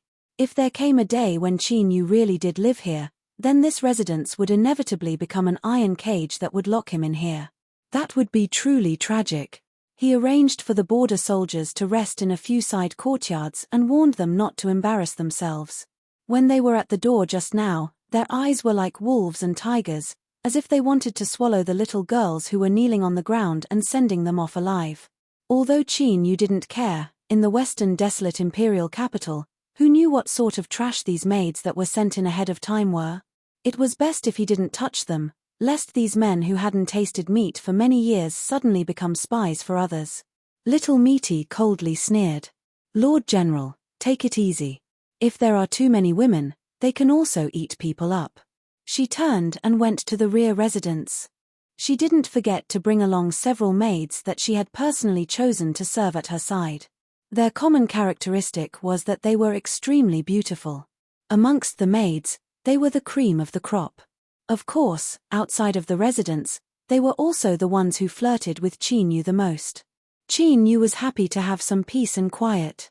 He believed that little Meaty wouldn't casually do anything to them. As for whether or not these maids would stir up trouble, if they didn't want to bring trouble upon themselves, they had best behave themselves. He didn't worry about little Meaty at all. The sun rose high in the sky and began to move to the west. Dusk was approaching. Qin Yu's eyebrows rose up, surprise on his face. But just as he thought that the imperial palace wouldn't summon him today and lanterns were lit throughout the residence, an imperial edict arrived. An old eunuch bowed. "General Jin, His Majesty is very busy today. He has just finished handling some trivial matters and has ordered me to invite you over." He was thin, old, and trembling as if he could be blown away by a gust of wind. But at this time, Qin Yu could feel a faintly discernible suppression coming from this old eunuch. This was also because his senses had become sharper after he planted a soul seed. Otherwise, he feared that even if this person stood in front of him, he still wouldn't be able to sense him. The Western Wasteland Imperial Palace was truly a place of crouching tigers and hidden dragons. Even an old eunuch that he had never seen before had such an astonishing cultivation. Qin Yu didn't delay at all. He directly said, "It wouldn't be good to keep His Majesty waiting for too long. Let's go." The journey was smooth. Before arriving at the Imperial Palace, although he had already been here more than once, he could still feel the invisible suppression in the air. It made one instinctively feel endless awe. "Greetings, General Jin." The Imperial Palace guard knelt on the ground and bowed. Qin Yu nodded. "Rise." The old eunuch didn't stop. He stepped through the gates of the Imperial Palace. Qin Yu calmly followed behind. They passed through a large palace, passed through a long corridor, and crossed a massive square. Finally, Qin Yu arrived at the palace where the great emperor handled government affairs. The inscribed plaque read, "Longevity Hall." The 3 words were golden. In the darkness, they emitted a dazzling radiance, mysterious and mystical. The old eunuch turned and said, "General Jin, please wait a moment. I will go in and report." Before he finished speaking, a light chuckle echoed in his ears. "That's enough, you old fool. You know I'm starving, so why bother? Ning Qin, just come in. I've been waiting for you for a while." The old eunuch didn't panic nor did he flatter. As he heard the Western Wasteland Great Emperor's mocking words, he only bowed and retreated to a corner of the hall. Only then did Qin Yu realize that on the other side of the palace door, there was also an old eunuch standing there. He was even older than the previous one. The feeling this old eunuch gave off was that of a wooden stake covered in cracks. He stood at the entrance with his eyes closed, without the least bit of sound. When Qin Yu first arrived, he didn't even discover that there was another person here. As if sensing General Jin's gaze, the old eunuch opened his eyes. A sharp light flashed in them, like a bolt of lightning cutting through the dark skies, particularly dazzling in the night. Qin Yu had a calm expression. He cupped his hands together and said, "I'll have to trouble you too." He pushed open the door and entered the hall. He first walked through the front courtyard and turned around a screen. Only then did he see His Majesty. He was sitting cross-legged on a golden cushion, delicacies spread out in front of him. This was Qin Yu's first time clearly seeing the appearance of this Western Wasteland Great Emperor. He had a white face and a beard. His figure was a bit chubby and he had a smile on his face. But his aura of ruling the world still left one's heart racing. "This subject, Golden General Ning Qin, greets Your Majesty." Before he could bow, he was interrupted by a wave of the Great Emperor's hand. I'm hungry. Let's eat first." "You're lucky today, so there's no need to be polite." Qin Yu said, "Yes. Thank you, Your Majesty." Across from the throne was a table. The dishes on the table were the same as those on the other side. To sit in front of the Great Emperor and eat the same food was a great courtesy. The Great Emperor lifted his chopsticks and began to eat. Once the food turns cold, the taste will deteriorate. "I still have some matters to discuss, so I won't be drinking today." Qin Yu cupped his hands together. The Great Emperor smiled. "The heavens and earth are great, but eating is the most important. There's no need to be so polite. Let's eat." Qin Yu thought for a moment and picked up his chopsticks. He couldn't figure out what this Western Wasteland Great Emperor was planning to do today, so he could only respond by remaining unchanged. The main hall was quiet. There was only the occasional sound of chopsticks and bowls touching, as well as the sound of chewing. For a meeting between a ruler and a subject to appear like this was a rare sight. However, this could also explain why there was no one in the main hall and why there were 2 old eunuchs standing outside. Thinking about it, The Western Wasteland Great Emperor didn't want the matters between ruler and subject to be known by too many people. He burped and put down his chopsticks. The Great Emperor took a sip of tea and looked at Qin Yu across from him. What, you don't like it? This is personally made by the best chef in the Imperial Palace. It takes a great deal of time and materials, and I don't usually eat it. Qin Yu said, Your Majesty's Imperial chef is naturally unparalleled. It's just that I have something on my mind, so my appetite isn't too good. The Great Emperor smiled. So that's how it is. I thought you were used to eating the dishes of that madam beside you, so you looked down on the Imperial Palace's Imperial chef. Quietly, with just a few words, the atmosphere in the main hall suddenly changed. Qin Yu stood up and bowed. I have sinned. I have caused trouble for your Majesty. The Great Emperor's eyes flashed. Oh! If you're talking about the matter between Golden Crow and Green Willow Berserker tribes, then you're indeed in quite a bit of trouble. There are enough memorials to impeach you in my study room, and they're enough to fill up a mountain that you can't even breathe. Qin Yu shook his head, a sneer on his face. The aristocratic officials of the court do not know of your Majesty's grand plans, so it is only natural that they are gravely mistaken. But, this is not why I am asking for forgiveness. He continued to say, in the past, after the incident at the Western Wasteland's Emperor tomb, Yi Wangu tried to seize the palace lantern in my hands. In order to protect myself, I used the aura of the palace lantern to attract the attention of an ascetic cultivator who was chasing me that day, thus leading to Yi Wangu's death. This matter was seen by the demonic sect's chief disciple, the Night Demon sect's sect master. She seemed to have the ability to see through a person's heart, so I had always been worried about this. Afterwards, the Yi family repeatedly attacked me, as if they had determined that I was the murderer who killed Yi Wangu. Qin Yu paused. Although strictly speaking, they didn't find the wrong person, this matter was a top secret and no one besides me knew about it. Thus, I began to have my suspicions and borrowed the prestige of 100,000 troops to suppress the demonic sect and forcefully take Little Meaty away. The Great Emperor smiled. That's it. That's it. Qin Yu bitterly smiled. I also know that the demonic sect is powerful and is the leader of all the sects in the world. This matter will inevitably lead to a counterattack. I have sinned, so I ask your Majesty to punish me. The Great Emperor nodded. It seems that you haven't lost your mind yet. You know that your actions will cause great trouble. The demonic sect's chief disciple has already reported your evil deeds to me. And now, I heard that the demonic sect's little girl has returned to the imperial capital with you. The Night Demon sect's sect master has also set off for the imperial capital. I presume that he has already arrived at your residence. The Great Emperor coldly sneered. He looked down at Qin Yu with a faint smile. I ask you, are you panicking? Chapter 1564. Qin Yu bitterly smiled. Your Majesty, I ask that you protect me for the sake of the Western Wasteland and for the sake of your Majesty. Don't let the Night Demon sect master kill me in a fit of anger. Was he panicking? There was a deep meaning to this. But Qin Yu, he wasn't panicking. Since Little Meaty had asked to follow Qin Yu back to the great desolate imperial capital on her own initiative, she had naturally made ample preparations.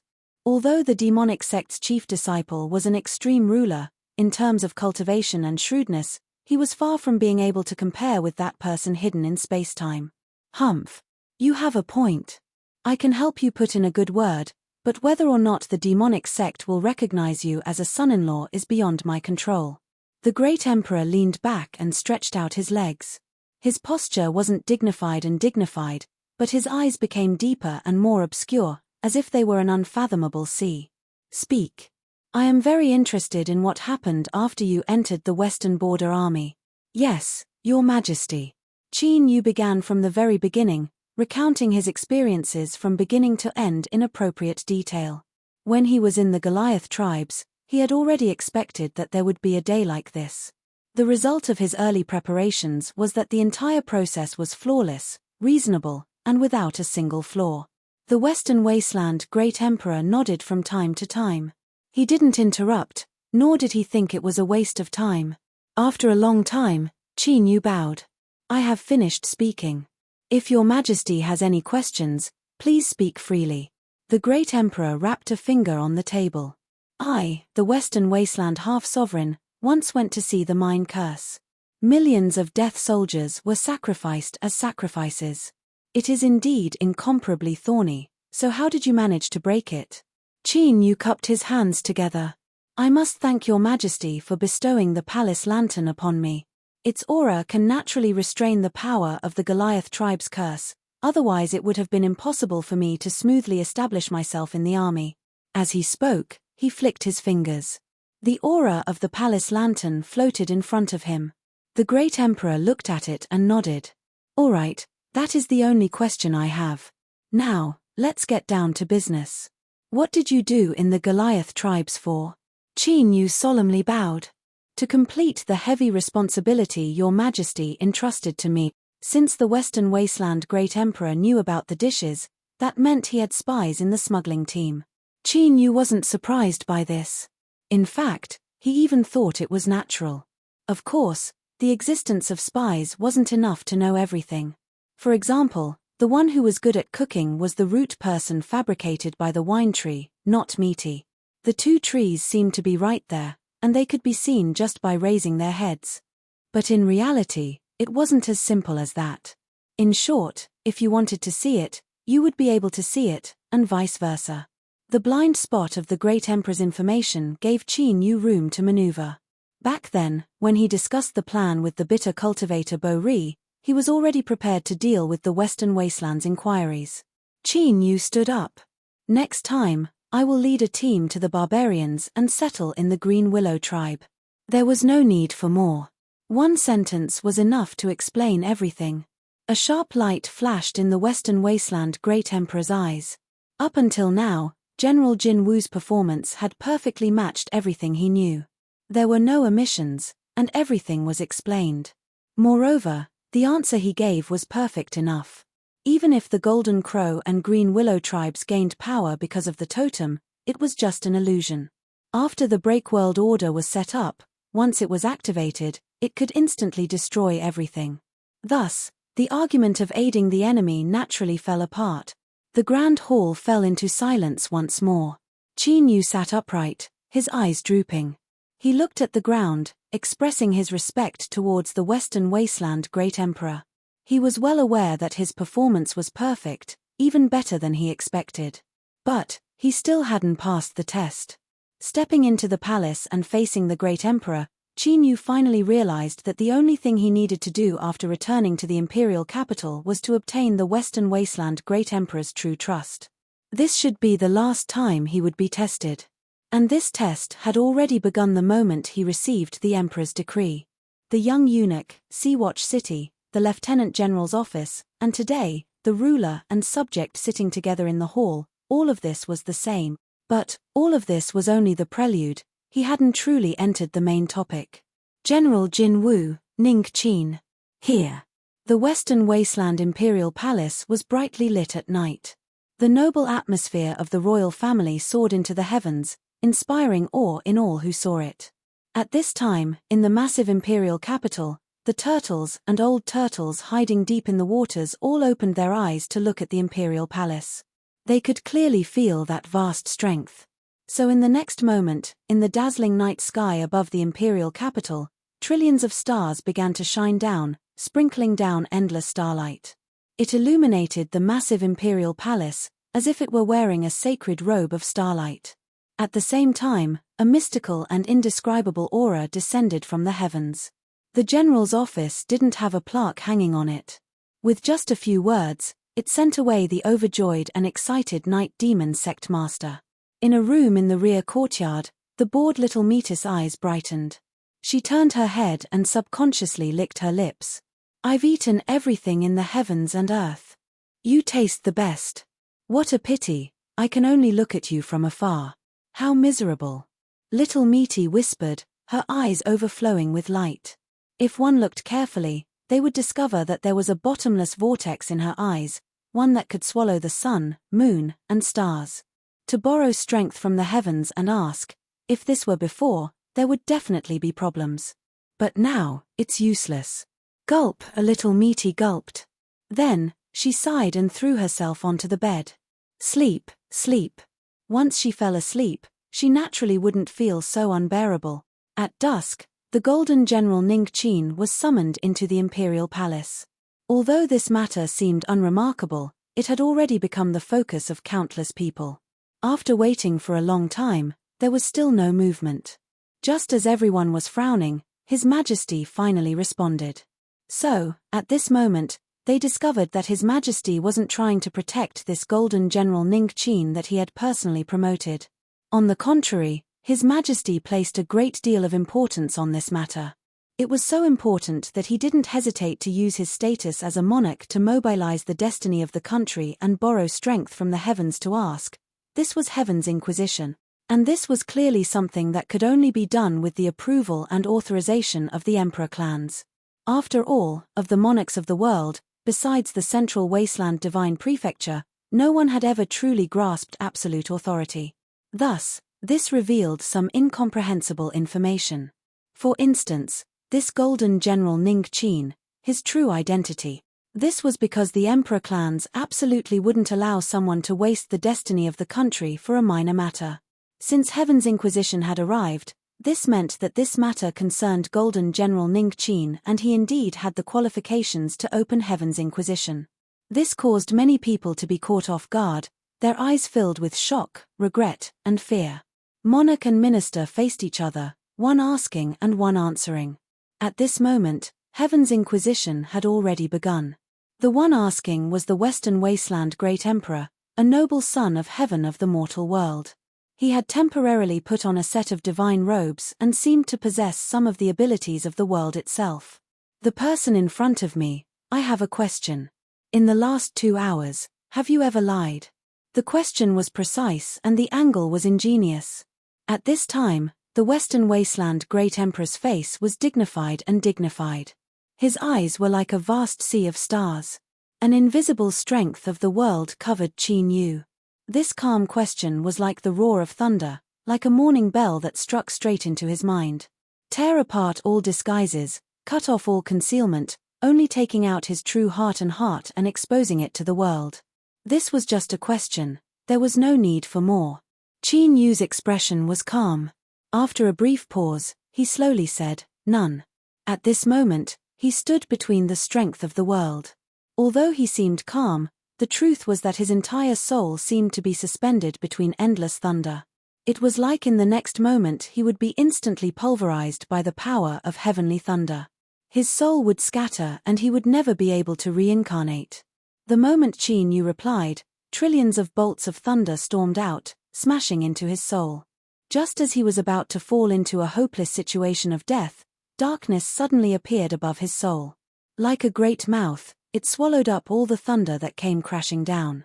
This strike of thunder came in an instant, inconceivably fast. Before a single thought had even formed, 1,000 bolts of thunder had fallen down. But in Qin Yu's perception, this instant was incomparably long and terrifying. It was something he didn't want to experience again. In the skies above, the radiant galaxy returned to tranquility. It was just that the light it emitted was a bit dimmer than before. The veil of starlight covering the surface of the imperial palace was removed. On the opposite side, the great emperor on the praying mat raised his hand and rubbed the space between his eyebrows. He looked tired, but his face revealed an extremely carefree and satisfied smile.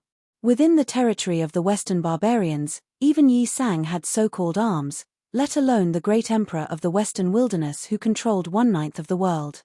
Everything that Qin Yu had experienced in the barbarian territory, the great emperor knew far more than he had said. For example, Bo Ri, the ascetic cultivator who walked out of the temple on the mountain of the barbarians. If he didn't have confidence, why would he believe a desolate person? Was it really just because of the palace lantern that he gave to Jin Wu General Ning Qin? This reason was obviously not sufficient. Because the great emperor knew very well that Bo Rei's appearance must represent an even stronger will. It was the great shaman of Meng Mountain who had always been hiding in the mountains and never stepped out. The only remaining true leader of the Western barbarians. But these questions didn't need to be asked carefully. The things he pointed out before were enough to summarize the whole situation. It was a node that couldn't be ignored. If there was a problem with Jinwu General, he couldn't escape Jie Tian's questioning. And now, the facts proved that he had a good vision. So, the great emperor of the Western Wilderness was in a very good mood. Across from him, Qin Yu's pale face was covered in sweat after he recovered his composure. The great emperor, who was also pale, smiled even more brilliantly. Ha ha ha ha. Loud laughter echoed through the hall. Outside the door, two old eunuchs opened their eyes at the same time, a bit of relief in them. Ning Qin, I know that you might be angry or wronged right now, but as long as you seriously think about it, you should be able to understand why I have tested you over and over again, why I have tested you over and over again, why I have been so careful. But today, with the name of the Western Wilderness Great Emperor, I can guarantee you that something like this will never happen again in the future. You have already obtained the final trust of me and Western Wilderness. As long as you work diligently and complete the arrangements of the world-breaking command, everything I promised you will become a reality. Qin Yu bitterly smiled. He bowed. This subject does not dare. This subject accepts. His complexion was pale and he was covered in sweat. He was frightened, he bitterly smiled. At this moment, everything he said came from his heart. This was because even Qin Yu never imagined that the Western Wilderness would have such methods. They didn't hesitate to damage the destiny of their nation to borrow the strength of the heavens to ask questions. Luckily, he hadn't reached this step. If the heavens inquiry had descended upon him before he entered the Western Wilderness border army, he feared he would have become a miserable skeleton somewhere in the wilderness, and there was a high chance he would be incomplete. After a moment, the monarch and subjects' memorial ended. Qin Yu stepped out of the hall. A night wind blew past him, making him feel as if he had been separated from the world. General Jin, I will see you out. The expressionless old eunuch's tone softened a bit. As he looked at Qin Yu, his eyes were no longer as cold as before. Qin Yu cupped his hands together. Thank you. He left the imperial palace and boarded a carriage. Qin Yu sat motionless. He didn't stop the entire way until he arrived at the general's mansion. He got off the carriage and thanked the old eunuch once more. Then, he watched as the carriage left and returned to his mansion. Go, invite the madam to my room. In the darkness of the night, the general who had returned from the imperial palace had passed safely. Inviting the madam to congratulate him was a matter of course.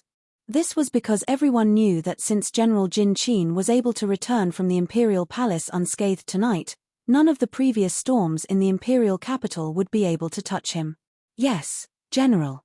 The servants in the mansion respectfully complied, turned around, and quickly left.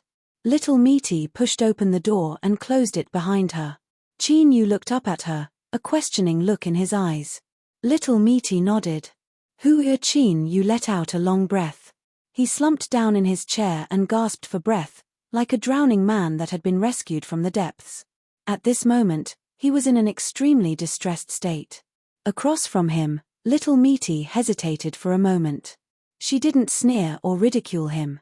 Instead, she poured a cup of tea and placed it in front of him. You have already done very well. This wasn't a compliment. It was just a simple statement of fact.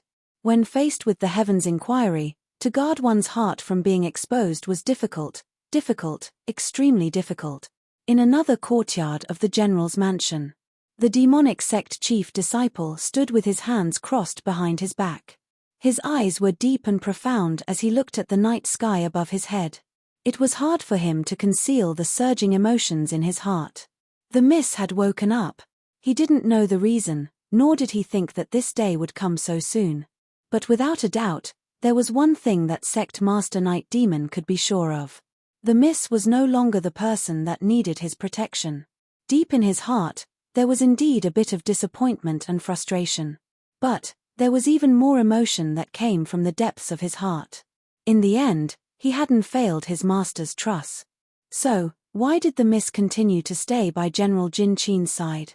In addition to the aura that came from the imperial palace. Heaven's inquiry. Sect Master Night Demon could naturally judge just how important General Jin Qin was from this. Could it be that the miss had suddenly awakened and the Western Wasteland's imperial family valued him so much that they were hiding some unknown secret? He took a deep breath and suppressed the surging emotions in his heart.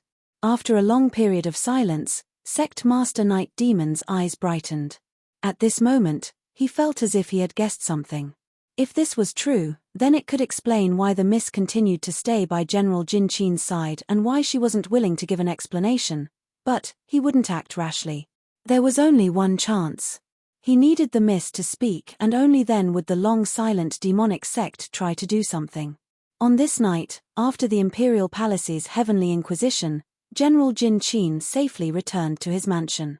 After this news spread out, there were bound to be many people who wouldn't be able to sleep at night. Chapter 1565. Western Wasteland Imperial Palace, Long Life Temple. The great emperor sat upright with a solemn expression. He looked up at the top of the temple and bowed. "Ancestors, please appear." Space trembled slightly, and wisps of smoke and mist appeared from within. They wove together, turning into figures. Although they were blurry, each figure gave off an oppressive feeling. The two looked at each other. There was silence in the temple. The great emperor frowned and said, "I have proven my worth through the facts. Are you still unwilling to lend me a hand?" He took a deep breath. "I know that apart from the Central Wasteland Divine Prefecture, the rulers of the Great Wilderness have their own destinies. If I don't go, there will be a backlash. If there is a calamity in the future, I am willing to bear it. Even if I die, I will open up a new world for my Western Wasteland Imperial clan." He took another deep breath and bowed. "Ancestors, please give me some more time." An obscure and noisy voice sounded out in the temple, making it hard to hear clearly. After a long time, everything gradually fell silent. The misty figures finally made a decision. "100 years. Your Majesty, make good use of it." The clouds and mist dispersed. The great emperor stood up. His eyes narrowed. At this moment, there seemed to be thunder in his eyes. 100 years passed in the blink of an eye for cultivators of the great Tao. This was his last chance. A group of old and decaying people who, because of their greed, restricted the empire's progress, would completely perish. Imperial Ju, the empire's surname was Ju and not Li, Yi family. Everyone in the imperial capital knew that there was only one Yi family in this world. Then, another suddenly appeared and occupied 30% of the army. This was why there was a distinction between the old and the young. Those who called themselves the Yi family were the ones who were older and had higher seniority. The leading figure of the army, the patriarch, narrowed his eyes as he stood in the corridor. He looked up at the sea of stars above his head as it darkened.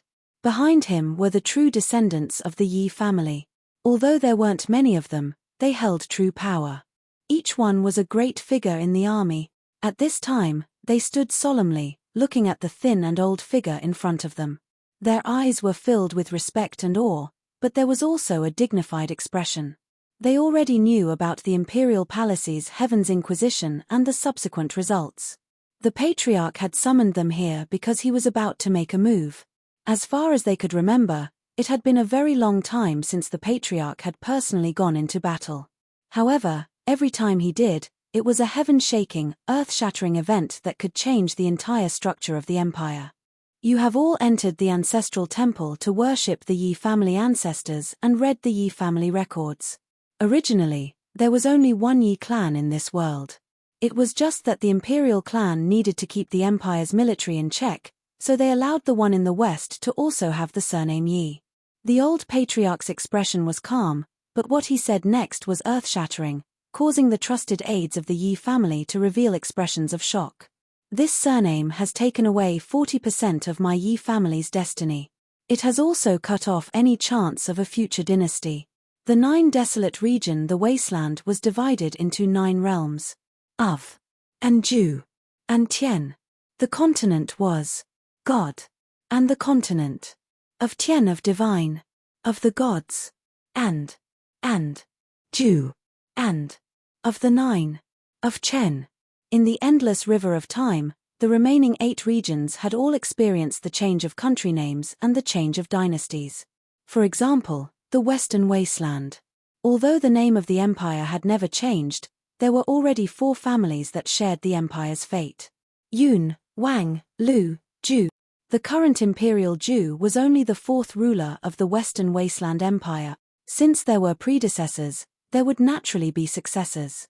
The meaning of the patriarch's words was clear.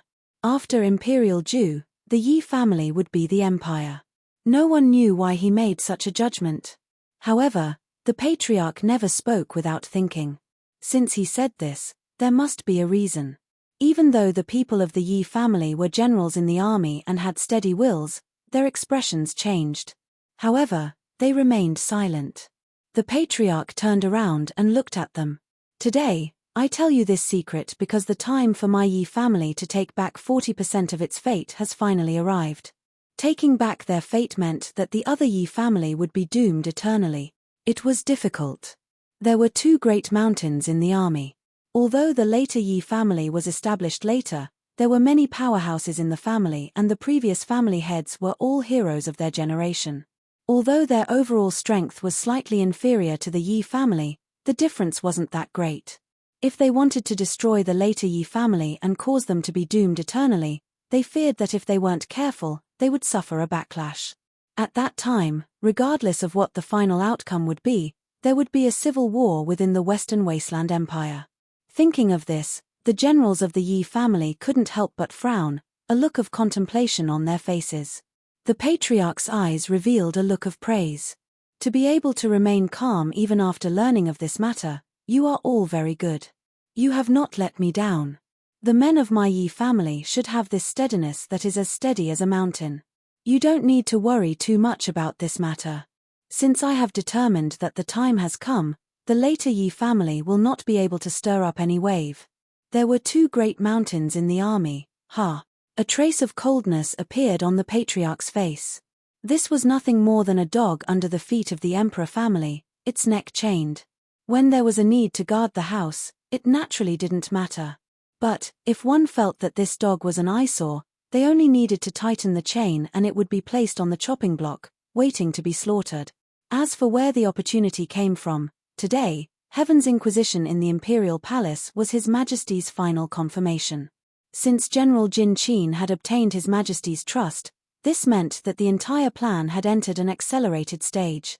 The boundary-breaking command was originally an agreement between the Yi family and His Majesty. Thinking of the emperor who liked to sit behind the bead curtain in the imperial palace, the old patriarch felt a surge of admiration in his heart. His Majesty truly had the world in his heart and lofty ambitions. He was well aware that if he joined forces with the Yi family, he would eventually return 40% of their destiny. But the great emperor didn't fear this. He even had the confidence that he could still control everything. Even if the Yi family's destiny was complete, it could only be a sharp blade in his hand. It could cut through the thorns and thorns of the Western Wasteland and open up a prosperous era for 10,000 generations. But besides admiration, there was also a bit of unwillingness in his heart. As for what the future of the world would be like, it was still unknown. Of course, if he didn't have the confidence, the old patriarch wouldn't act rashly. Even if there was only the Yi family left in the Western Wasteland in the future, it would still be like what His Majesty thought, a sharp blade in the hands of Huang Ju. Fighting Tiger Hall. Today, apart from Yi Bohu, there was no one else here. The lights hadn't been lit. In addition, the stars in the night sky were dim, making this place even darker. There were specks of coldness in the air. As they floated up and down, they invaded one's heart and lungs. It seeped into one's bones, causing a great fear to rise from the depths of one's heart. But Yi Bohu was still calm. His eyes were like the eyes of a true tiger in the dark night, cold and cruel.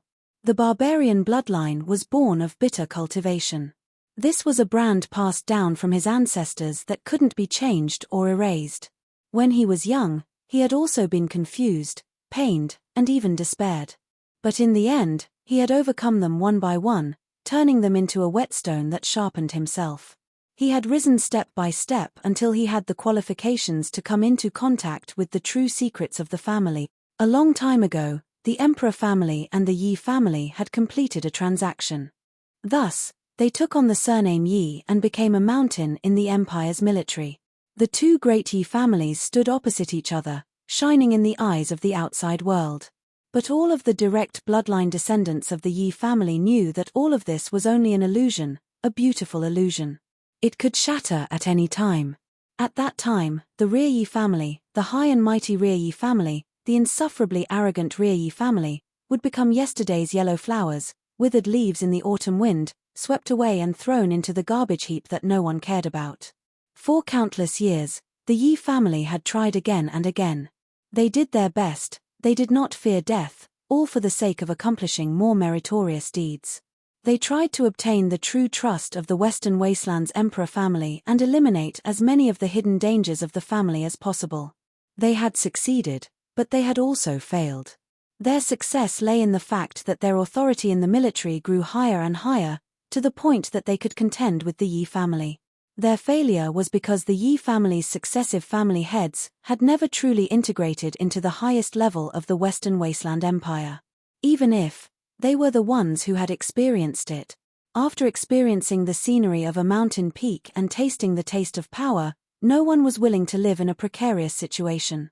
They didn't want to be suddenly abandoned in the future, falling into the mud and beyond redemption. And today, Heaven's Inquisition descended. As the sea of stars darkened, Yi Bohu felt a bone-chilling coldness in the tiger fighting hall. He didn't know what General Jinwu Ningqin, the Emperor family, and the old Yi family were planning. But as one of the military's mountain peaks, he had long since sensed that there was a top-secret cooperation between the Emperor family and the Yi family. General Jinwu had clearly become the executor of this cooperation. Yi Bohu picked up a teacup. The tea had long since gone cold, but he didn't care. He took a sip and narrowed his eyes, a cold chill flashing in them. So, Yi Wangu's death was a warning to him. Thus, he instinctively gave birth to a cruel killing intent. That was because Yi Wangu was indeed the son he valued the most, the future patriarch of the Yi clan according to his original plan. And it was also because of the inexplicable restlessness and fear in Yi Bohu's heart. He wanted to kill General Jinwu Ningqin, so he brazenly attacked. Unfortunately, the final result of this matter wasn't satisfactory. Now that he looked back, it was because he hadn't been able to pay more attention to Yi Wangu. This was what led to today's situation step by step. Betraying the Western Wasteland was the final and worst choice. Unless it was absolutely necessary, Yi Bohu wasn't willing to take this step.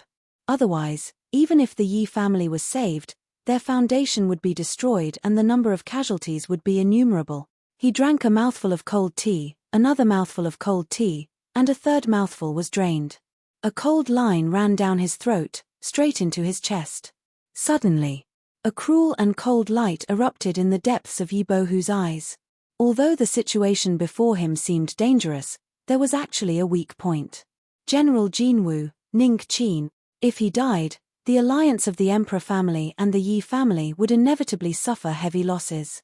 If they could delay for some more time, then once the great and wise Emperor in the palace couldn't withstand the pressure of the Emperor family and abdicated, the Yi family would be able to rise from the ashes and usher in a brand new world.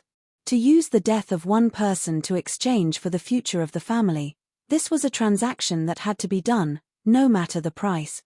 Besides the Emperor Palace and the two great Yi families, there was another person in the imperial capital who was suffering a tremendous mental impact. This was the Western Wasteland Emperor, His Highness Saturday, Li Izhou. With the descent of Heaven's inquiry, traces of strangeness had already been revealed. He suddenly discovered that the General Jinwu that he relied on as his arm and foundation had become a complete stranger. Like a hammer to the head, his ears rang and his field of vision darkened.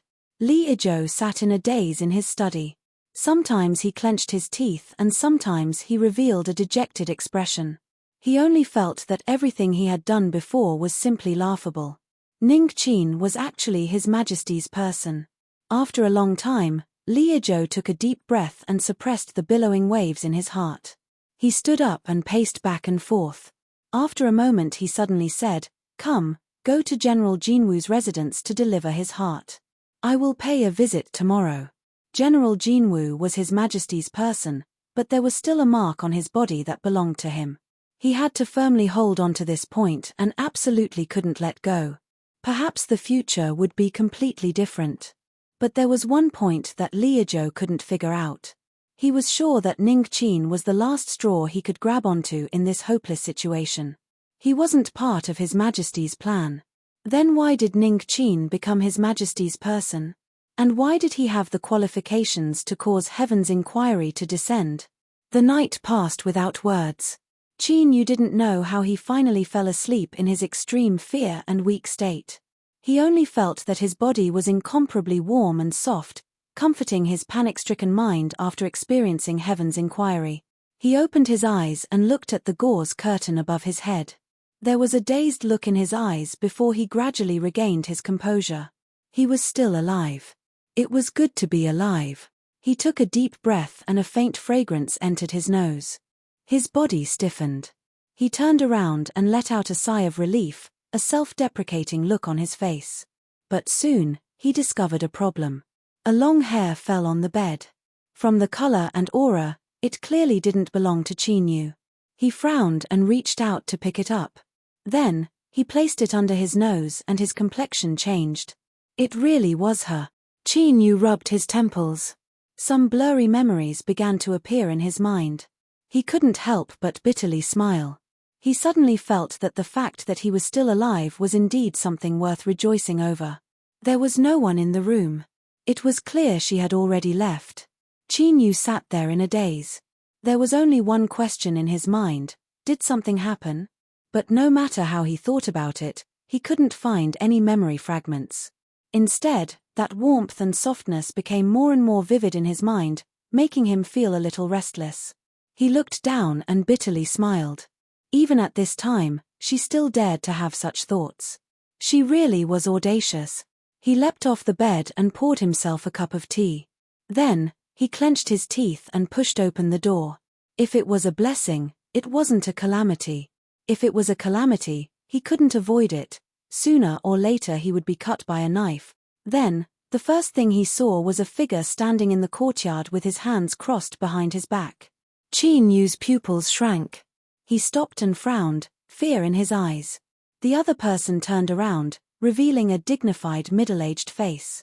His eyes fell on Qin Yu, cold and filled with complex emotions. General Golden Ning Qin, if you dare to betray my family in the future, I will personally kill you even if I have to go to the depths of the Yellow Springs. His killing intent boiled. After he finished speaking, he turned and walked away, vanishing from sight. Qin Yu's frown deepened. He thought that the dignified Night Demon Sect Master, the chief elder of the Demon Sect, a peak sovereign realm master, had actually waited for him to wake up just to say some ruthless words. This was simply ridiculous. But soon, Qin Yu seemed to realize something. His body stiffened and his eyes turned dull. As he thought about the ruthless words that the Night Demon Sect Master said just now, he subconsciously licked his lips, his complexion paling. At this time, a maid walked over. She bowed. "General, the madam invites you to breakfast." Qin Yu stiffened even more. He took a deep breath and said, "I ask you, last night, where was the madam?" The maid was frightened. She quickly fell to her knees, her voice shaking. Last night, General returned from the Imperial Palace and invited the madam. Afterwards, we all withdrew. She looked up at Qin Yu, her eyes filled with sorrow and fear. It was clear she was saying, "You slept together all night, so why are you asking me this?" Qin Yu was thoroughly stunned. Chapter 1566. In the general's mansion, breakfast was ready. The air was filled with a rich aroma, and the sound of rumbling could be heard. Each and every one of them had graceful figures and beautiful appearances. Their faces were flushed red, and they felt incredibly ashamed. However, he couldn't help but stare at the vegetables, buns, and porridge on the table. It was a simple breakfast. With the power and influence of the general's mansion, it could even be said to be crude. But this taste. Oh, I can't think about it. I really can't think about it. I can't even swallow my saliva. When Qin Yu arrived, this was the scene in front of him. The beauty's stomach rumbled like thunder. It was simply too beautiful. This caused the group of beauties who were drooling and bowing their heads to have the urge to crawl into the cracks in the ground. The corner of little Metis' mouth curled up, revealing a cold smile that was hard to detect. She waved her hand, "All of you can leave. Listen to the noise." This was simply slapping them in the face. They felt even more ashamed. The maids covered their faces and retreated. Qin Yu coughed. Just as he was about to say something, he was interrupted by a wave of his hand. Eat first. Feeling guilty, he felt that he had no confidence at all. He nodded obediently and sat down to eat. Of course, before he opened his mouth, Qin Yu already knew that the breakfast on the table in front of him was cooked by the roots. Streams of heat gushed out from his body, spreading to his limbs and bones. Soon, he felt his entire body heat up and his face flush red. With a thought, he guessed that the effect of this breakfast was to make up for the loss he had suffered from the Heaven's Inquisition yesterday. Her heart warmed slightly, and then she panicked. First, the sect leader of the Night Demon sect had spoken harshly to his face. Then, the maidservant had a resentful look in her eyes. Now, little Metis' attitude towards him had changed. Hiss, something had happened. Something had definitely happened. Qin Yu panicked and his heart raced. As he looked at the little girl from the demonic sect who was calmly enjoying her breakfast, his eyes became increasingly chaotic. With a cold laugh, he slammed his chopsticks down on the table. Meaty put down the half-eaten bun in her hand and glared at him hatefully. Men, at the root, are all the same. I've treated you well, but you're not used to it. If you want to eat, eat. If you don't, leave now. Qin Yu let out a long breath. He clenched his teeth and said, "Last night, what are you thinking? Don't daydream, okay? I was afraid that you would be scared to death, and that I wouldn't be able to collect my debts, so I looked after you at night." Ruru rolled her eyes. "Could it be that you thought that I would take the initiative to run into your bed?" Qin Yu was overjoyed. Thank you. I was wrong.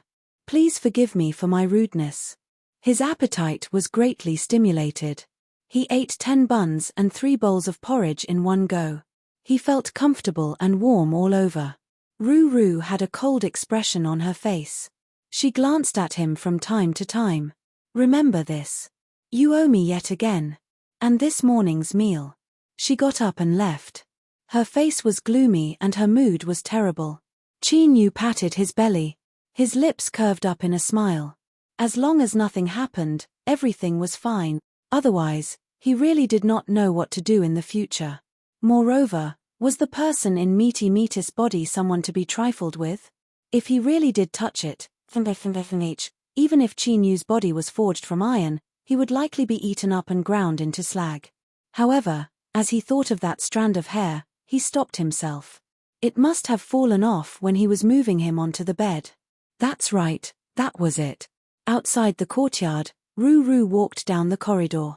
Her complexion became increasingly ugly. She clenched her teeth and muttered to herself. If one listened carefully, it was nothing more than a hee-hee man, nothing new at all. A gust of wind blew past. The surface of the pond outside the corridor began to ripple. The green lotus leaves instantly turned yellow. As they were tossed about by the ripples, they disintegrated into powder.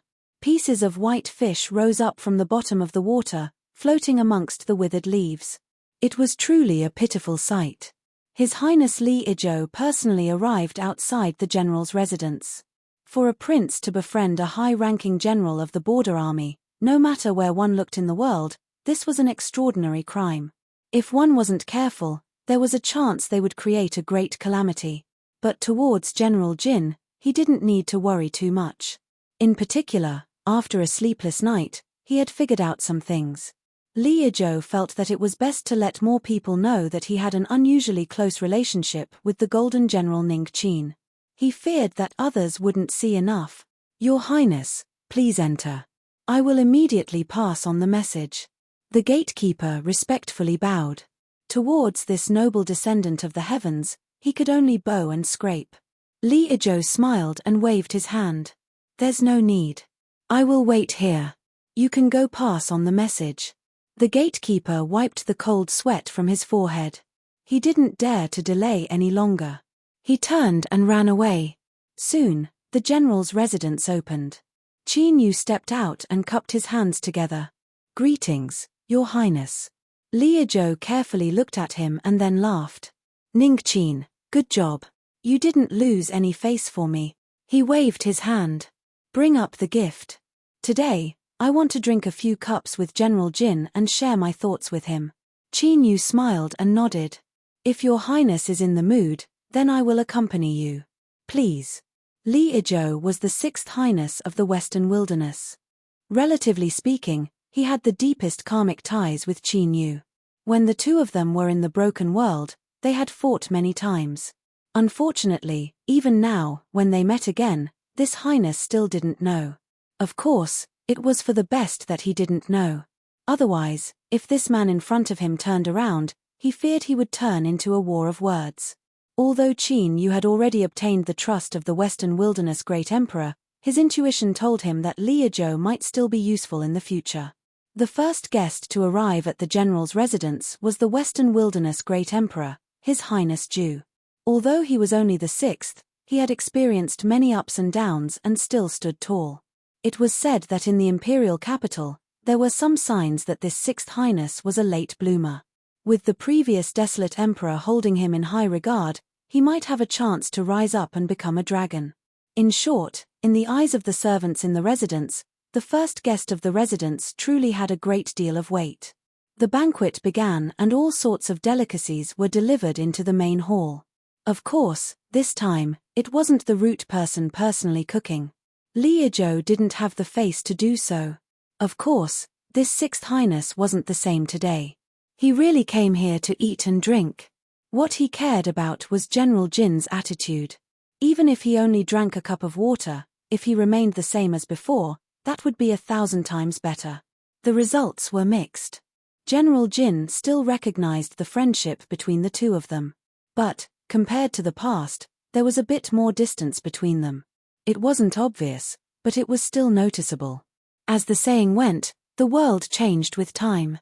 When the Dark Ruler first entered the Western Wilderness, he naturally couldn't compare with his current status as an important general of the border army. The change in his attitude was within his expectations, so he told the truth. Li Izhou, who got the result, was even happier now. What he was truly worried about was how to continue befriending General Jin Qin in the future. As a prince trapped in the imperial capital, there were far too few promises he could make to a general of the border army. Between people, if they weren't close, they were far apart. After the banquet ended and leaving behind a pile of gifts, Li Izhou stood up and bid his farewells. As he boarded the carriage, he held on to Qin Yu's arm and said with the help of his wine, "I hope General doesn't forget the past." As he watched the carriage leave, Qin Yu's expression was calm. He knew that the reason Li Izhou came here today was to say these words. But unfortunately, from the very start, the two of them were destined to walk different paths. Thus, there was no such thing as past. Under the watchful eyes of the crowd, the carriage drove away from the gathering place of the eastern city. The general's residence that was unscathed by heaven's inquisition seemed calm and tranquil, but the truth was that it had become the focus of everyone's attention in the imperial capital. Li Izhou's actions naturally affected the hearts of the people. It wasn't that no one tried to take the initiative to express their friendliness before the dust settled. But, they couldn't find a suitable reason to do so. And, given how highly His Majesty regarded General Jin Qin, it wasn't necessarily beneficial to privately befriend him. If it weren't for the many scruples in their hearts, the general's residence would have been filled with guests today. There wouldn't be any peace and quiet right now. Without stopping, the carriage returned to the palace.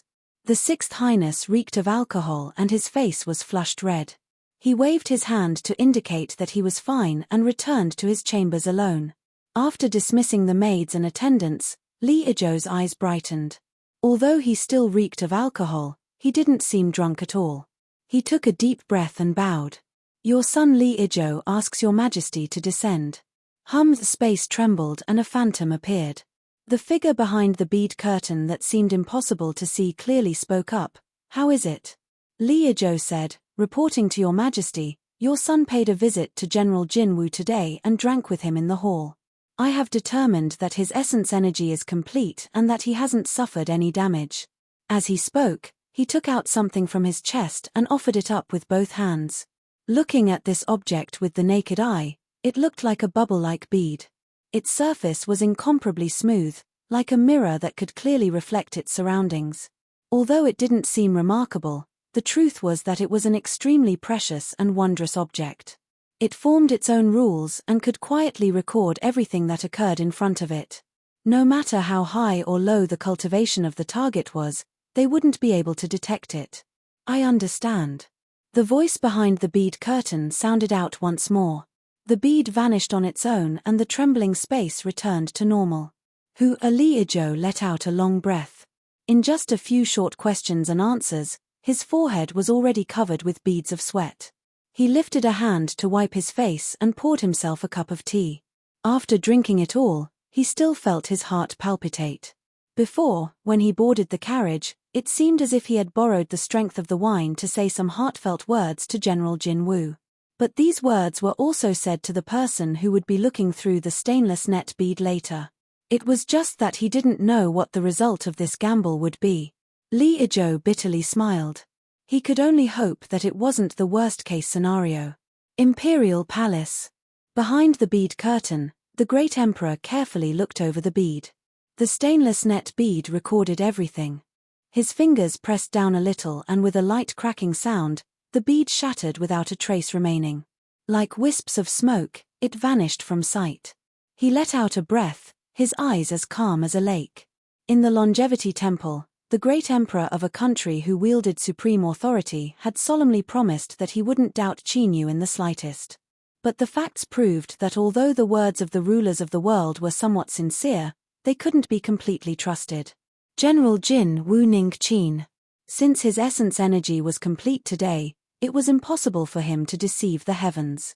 There was no mistake about heavenly inquiry. A sharp light burst out from the depths of the great emperor's eyes. He seemed to sense something and stood up. Does Great Elder have any objections? After several breaths of time, a light sigh sounded out in the air. Everything shall be as your majesty says. No. The great emperor had no expression.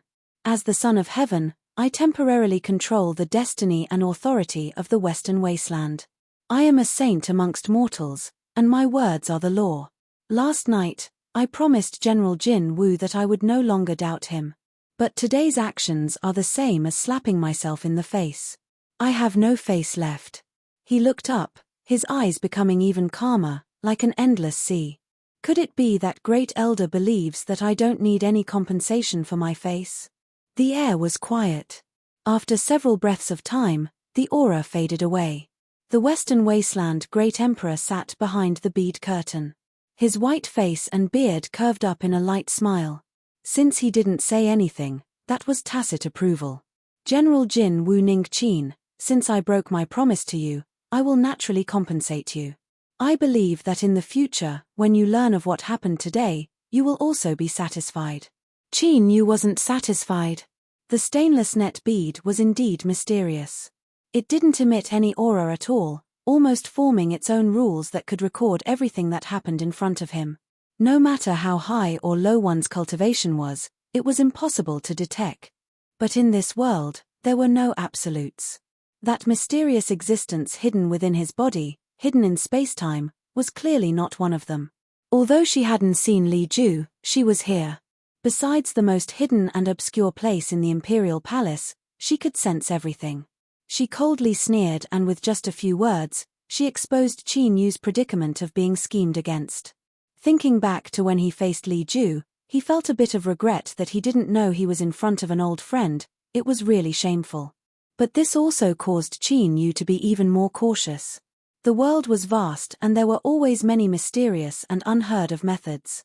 Even if it was an unremarkable person, he still couldn't underestimate them, otherwise he might suffer a great loss. At the same time, he felt a bit more gratitude towards that mysterious existence hidden within his body. If it weren't for her taking precautions ahead of time and using breakfast to make up for the loss of essence energy he suffered from Heaven's Inquisition last night, he feared he would have aroused the suspicions of the Imperial Palace. Although this wasn't enough to overturn Heaven's Inquisition's conclusion, Qin Yu's future actions would inevitably be more difficult and there would inevitably be more twists and turns. This was the so-called human heart was made of flesh. How could it be made of iron or stone? Although Qin Yu still had great misgivings towards this mysterious existence hidden in space and time who had inexplicably appeared and inexplicably had a favorable impression of him, as he walked step by step to where he was today, he couldn't help but feel a little closer and more trusting. Although he was clear-headed, he still couldn't completely control his own mood. Little Meaty rolled her eyes at him and then stood up to leave. There's no need to say words of gratitude. This sort of thing that doesn't cost me anything isn't worth anything at all. If you really want to thank me, then think about how you'll repay your debt. She clenched her teeth. She had invested time and time again, but there was no return at all. She felt depressed in her heart. But at the corners of her lips, there was a smile that even she didn't notice. Light and cheerful. Night. The imperial palace issued a decree and an angel arrived at the general's residence. Along with the imperial decree was a giant plaque.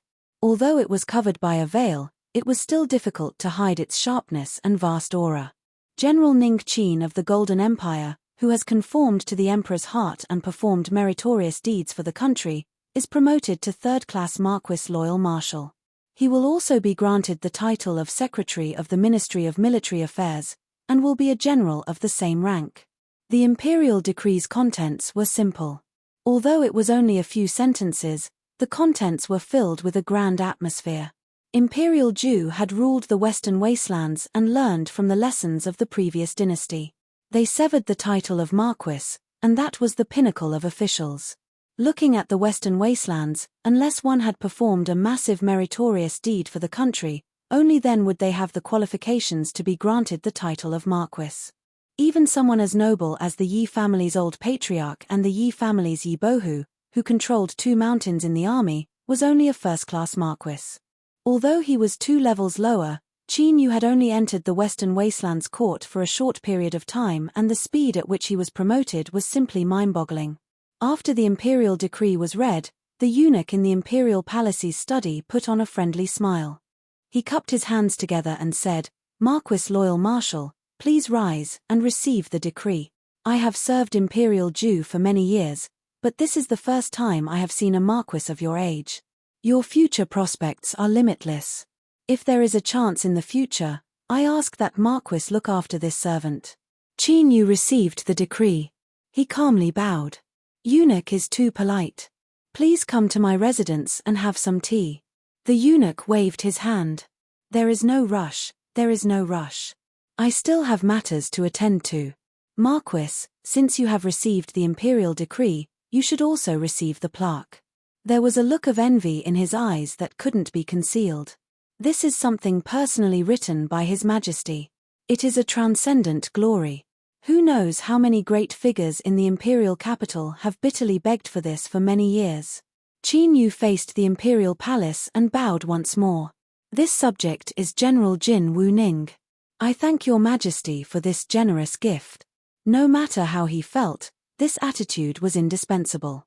The veil was lifted to reveal a pure black plaque with golden cloud patterns. The words written on it were, "General Jin Wu." In the lower right corner, in a seemingly unremarkable place, there was a line of small golden characters.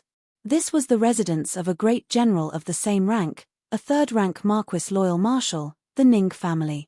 An imperial decree, a Marquis of 3 ranks. The imperial capital's attention was shaken. Chapter 1567. When Heaven's Inquisition descended, the insignia General Ning Qin was safe and sound. This alone was enough to prove that there was nothing wrong with his actions. Since this turmoil couldn't harm him in the slightest, whether it was out of appeasement or the revenge of His Majesty in the imperial palace against the various forces in the imperial capital, the storm that was stirred up would naturally become a boost that would push Jin Wu to the next step.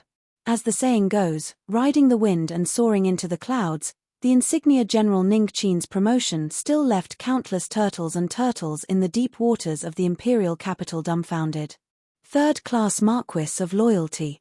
Moreover, he was a great general of the same rank, a great general with military power. Looking at the court, how many officials could suppress him? Of course, there were definitely some. For example, the 2 great Yi families, Prime Minister Han of the imperial court, the secretary of the military department, and the several powerful princes of the emperor clans. But thinking of this, no one felt relaxed. Instead, the bitter smiles on their faces became even deeper. This was because these people were the true big shots of the imperial court. They were the indisputable super thighs of the Western Wasteland Empire. Suddenly, they discovered that the insignia General Ning Qin, who came from the broken world and had an ordinary cultivation, was now a high official. This caused those who worked hard in the court to grind their teeth and their eyes to turn red. But now, those who were still envious were the lucky ones in the court.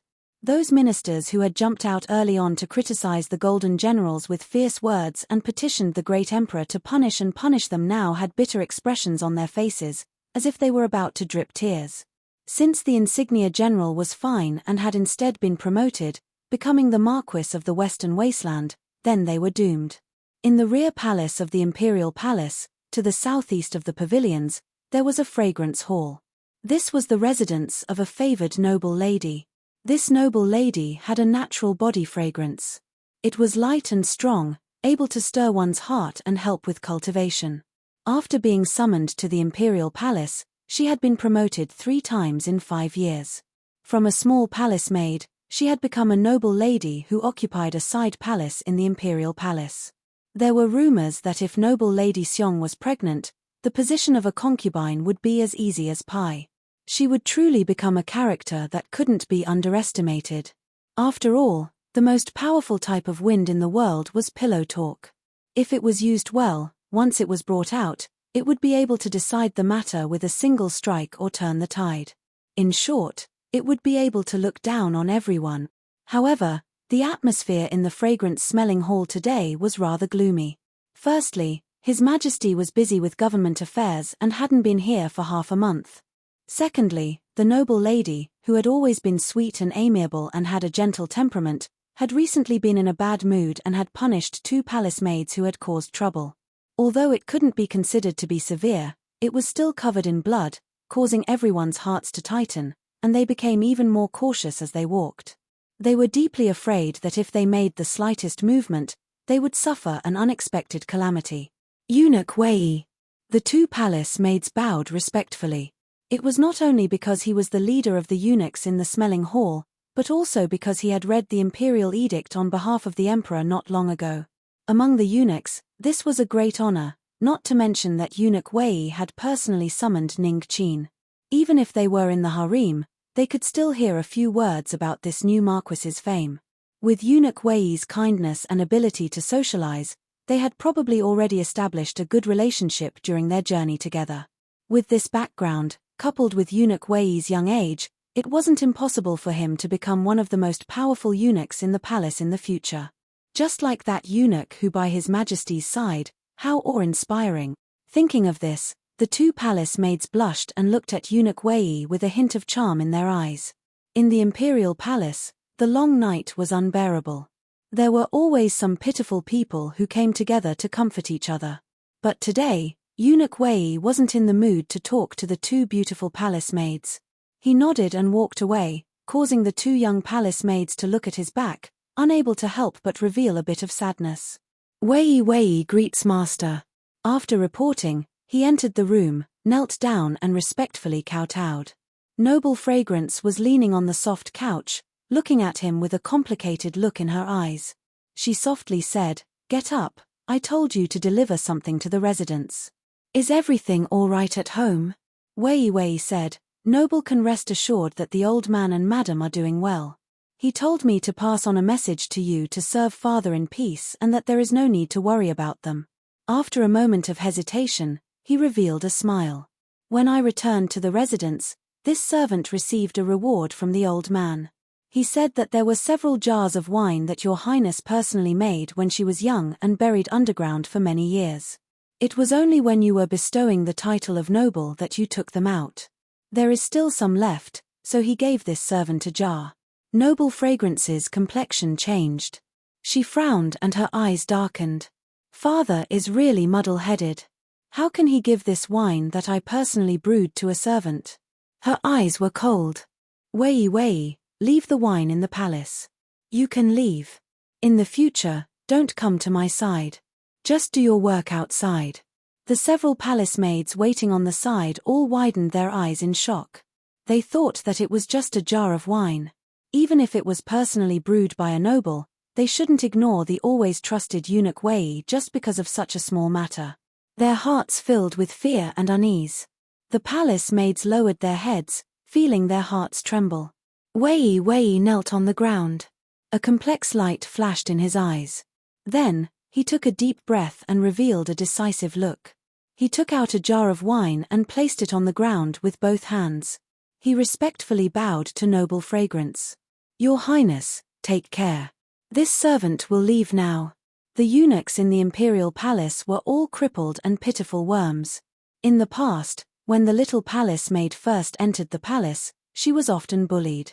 One day, the pitiful worm took a beating for the little palace maid and the two became closer. Then, after some years, the little palace maid obtained His Majesty's favor and was slowly bestowed the title of noble. The pitiful worm also became a moderate character in this imperial palace. At the very least, he was no longer bullied by others and now had the qualifications to bully others. As Wei walked out of the fragrance hall, he turned his head and revealed a gratified look. "Even if you have become a high and lofty noble now, you are still that timid little palace maid to me." This was good, this was enough.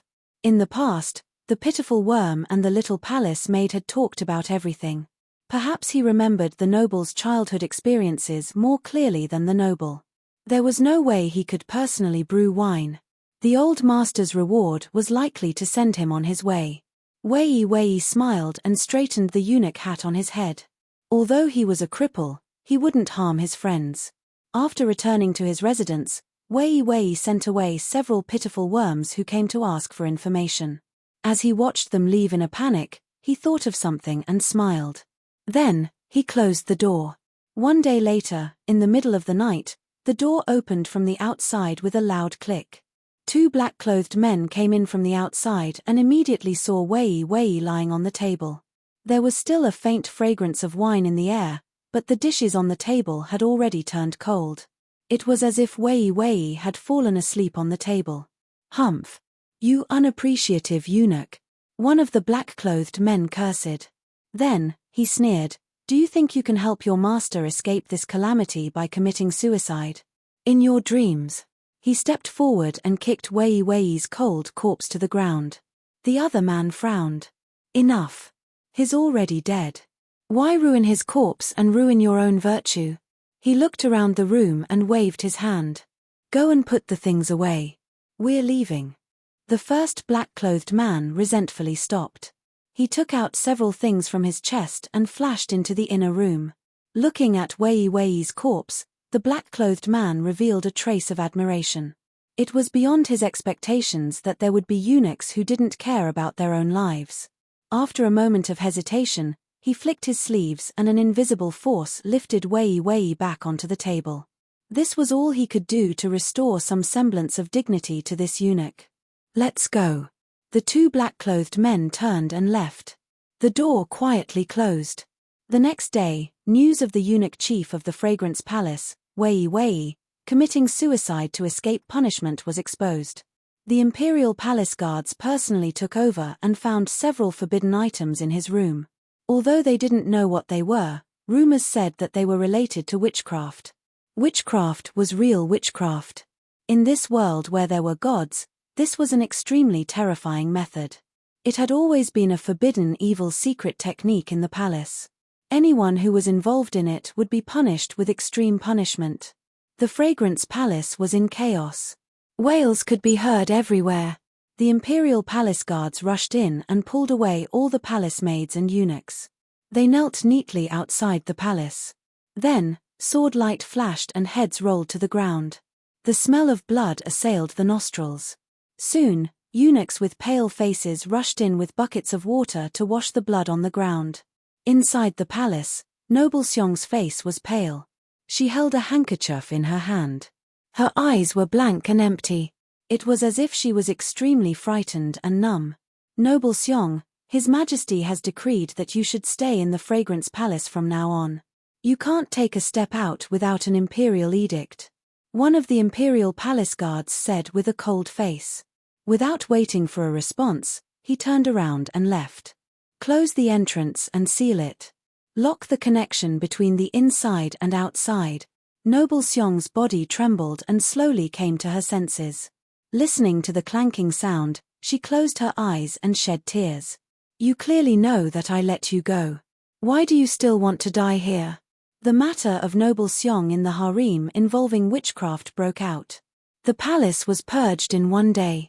Heads were killed and the smell of blood assailed the nostrils. Outside the imperial palace, the action had begun.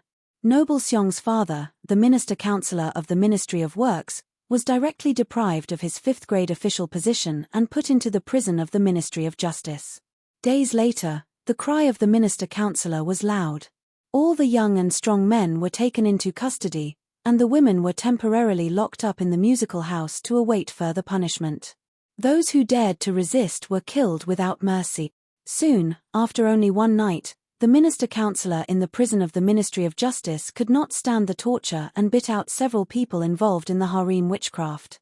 Their official positions were not high, but they were very clever. They were almost everywhere in the imperial court. This time, everyone smelled a strange aura. Another 2 days later, a deputy general in the army was involved in this matter. Before the Ministry of Justice came, the deputy general committed suicide at home, which seemed to cut off the clue. However, only half a day later, a high-ranking official in the military, who had a high position and was given the title of deputy privy general, was deprived of his official position and put into prison. It seemed to be earth-shattering, but also like a stone coming to the bottom of the river. All the people in the capital had been searching for so long, and finally found the direction of the knife. This deputy privy general was quite influential in the military. The reason why he could be popular was that he had an extremely powerful background. The Empress Yi family. Yi Bohu had personally given him the position of deputy privy general, which was not a secret in the capital. Thinking of the dead head of the eunuchs in the smelling hall, not long ago, it happened to be the person who read the emperor's decree to recall General Jin. The meaning of this was profound. For a time, everyone in the capital was in a panic. Even the old bastards in the deepest part of the pond could not help but open their eyes. They thought, after Heaven's Inquisition, our emperor has finally won some time for himself. What is he doing now? Mount Hung in the military, the old and the Empress Yi family were all the cornerstones of the empire. To waver without permission was to harm the foundation of the empire. How could the elders of the emperor clans allow such a thing to happen? But the imperial palace was silent. It was clear that they tacitly approved of what was happening in the outside world. As for the Minister of Justice, when he first entered officialdom, he married a woman surnamed Yi. She was not beautiful, but she was actually quite virtuous.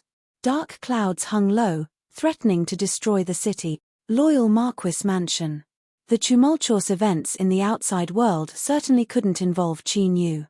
But everyone knew that he was the one who started this storm. Upon hearing that the young eunuch had died, Qin Yu had a calm expression. This was because on that day outside the capital region, when he saw this person leave, Qin Yu had sensed death energy lingering around his body. It was clear that from that time onwards, Wei already knew his fate. Within the capital, as the deputy privy general of the military was imprisoned, the turmoil that began with the witchcraft insect incident in the imperial palace had completely transformed into a storm that swept through the western wasteland court. Waves. Private deals, forming cliques for private gain, disregarding the laws of the nation, corruption and bribery. This was a massive attack that involved countless high officials of the court. But anyone with a discerning eye could see that those who were unlucky today were the ones who charged to the front during the impeachment of General Jin. But it was impossible for His Majesty to set off such a great storm in the court just to help General Jin vent his anger. Then, if one continued to think about it, they would arrive at the root cause that even the old bastards in the deep waters found incomparably thorny. These people, whether they were in the open or in the dark, directly or indirectly, most of them had inextricably linked relationships with the later Yi family. Qin Yu was happy to see the later Yi family suffer misfortune. He didn't even mind throwing a large stone down when he had the chance. Hitting someone while they were down didn't sound good, but if you want to kill me, do you still want to be a gentleman? That would be foolish. But as he thought about it again and again, Qin Yu bitterly smiled. He couldn't help but rub his eyebrows. The later Yi family, even if they were only a dog chained up in the hands of the Western Wasteland's imperial family, this dog was far too strong. It had lived for countless years and its roots were spread throughout the entire Western Wasteland. In the army, it had countless trusted aides that held great authority. So, even if the master wanted to kill this dog and eat its meat, this wasn't something that could be done casually.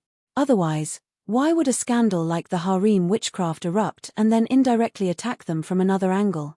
Simply put, the later Yi family would likely find it hard to escape this calamity. But this absolutely wasn't something that could be accomplished overnight. In order to prevent a dog from jumping over a wall and suffering a backlash, the chains around the later Yi family's neck would become tighter and tighter. The chain around the neck of the Yi family would definitely be pulled tighter and tighter, but until the very last moment, they would be given a chance to breathe. This caused Qin Yu to worry about his own safety. No one was a fool. He didn't believe that the dignified later Yi family wouldn't be able to sense the little secret between him and the old Yi family. So, as long as he killed him, he could ruin the chess game in front of him. It was a simple matter. To the later Yi family, they wouldn't hesitate to pay any price to do this. The more he thought about it, the more bitter his smile became. Qin Yu took a deep breath and left. He felt that for the next few days, he should temporarily go rest in the madam's courtyard. Later Yi family. Tiger Quarrying Hall. The imperial capital was in a precarious situation. As the target of public criticism, everyone in the hall had a heavy expression. The atmosphere was suffocating. As a direct descendant of the family, they naturally knew that their family was different from others. They also thought that someday in the future, a great calamity would descend upon them. But no one imagined that this day would come so quickly and so suddenly. With the sound of footsteps, everyone subconsciously lowered their heads and straightened their backs. Yi Bohu stepped forwards. His expression was calm and his face was as firm as a rock. Patriarch. Everyone bowed in unison. Yi Bohu walked to the master seat across from them and sat down. His eyes swept over everyone. Rise. Yes. Without any hesitation, Yi Bohu went straight to the point. The current storm in the imperial capital is not a fluke. It is indeed aimed at us. The Tiger Quarrying Hall fell deathly silent. Everyone gnashed their teeth, some revealed looks of anger, and some were as still as a lake. Does the Western Wasteland's emperor family really want to betray us? Aren't they afraid that my later Yi family will revolt and turn the world upside down? Yi Bohu looked at the person who spoke and coldly sneered, "Idiot. Our family has been chained from the start. As dogs, we must have the awareness of a dog. Rebelling against the Western Wasteland is the worst possible move, but it is still too early to speak of it." Another person said, "Patriarch, the Emperor family and the old Yi family have clearly joined forces. If we do not resist, then even if we have a deep foundation we will still be killed off bit by bit." Yi Bohu said, "As long as a great tree lives for a long time, its roots will drill into the rock and spread through every corner. If we do not want to leave behind a disaster in the future, we must uproot it. This is a matter that takes time. If we are too hasty, then the result will be a landslide." He let out a deep breath and lightly said, "Our Majesty does not wish to see this happen, so there is still time. Patriarch, this general requests for the execution of General Jinwu Ningqin." At the entrance to the Tiger Quarrying Hall, a person stood up from the last seat on the right. His voice was calm, but it was filled with sharp killing intent. Although he was seated at the end of the table, that didn't mean he was the weakest. This fellow came from a side branch of the later Yi family but had managed to cultivate the true body of the Goliath. When he went crazy in the past, the strength he erupted with was astonishing. In these past years, he had stayed in the imperial capital and hadn't taken half a step out of the later Yi family's residence. No one had seen him personally fight, but no one dared to underestimate him in the least. A sharp light flashed in Yi Bohu's eyes. He lifted a hand and pointed at Yi Gui. If you can see the crux of the problem, then His Majesty in the Imperial Palace, that old tiger of the later Yi family, will naturally have a response. I fear he is just waiting for us to take action. We must kill Qin Yu, but we cannot be the ones to do it. He paused for a moment and then said, "At the very least, we must maintain our silence in the imperial capital." Yi Gui furrowed his eyebrows. He turned and sat down. He had always been quiet and had a cold temperament. Everyone was used to his rude actions. "The reason I have gathered you here today is to tell you that you cannot rely on luck in your hearts. My later Yi family has indeed reached a moment of life and death. But there is one more point. I want you to know that the roots of my later Yi family are deep and long enough. It won't be so easy to exterminate them. Leave. Do not act rashly and do what you are supposed to do. Although the storm has arrived, it won't reach Tiger Quarrying Hall for some time." His calmness was filled with confidence. "Yes, we will take our leave." Everyone stood up and bowed before leaving in a single file. Yi Gui didn't move. He stayed behind. Yi Bohu glanced at him and furrowed his eyebrows. "When I need you to help, I will naturally ask." Yi Gui lightly said, "I have already waited for many years." He stood up and left, his back like a mountain.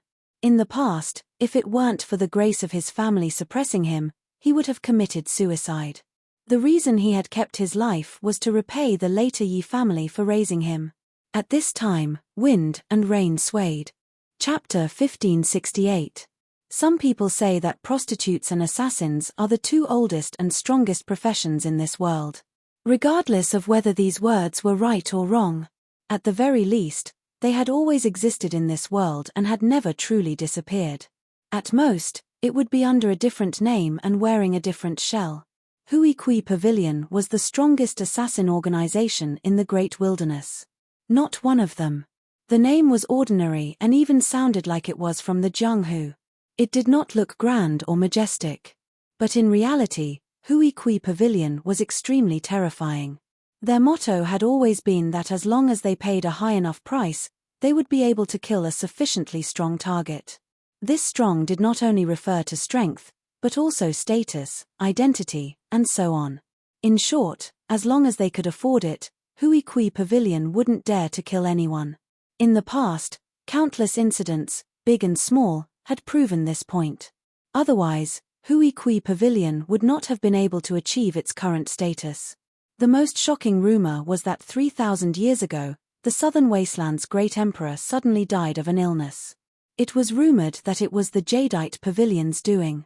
Regarding this matter, the Southern Wasteland naturally did not admit to it.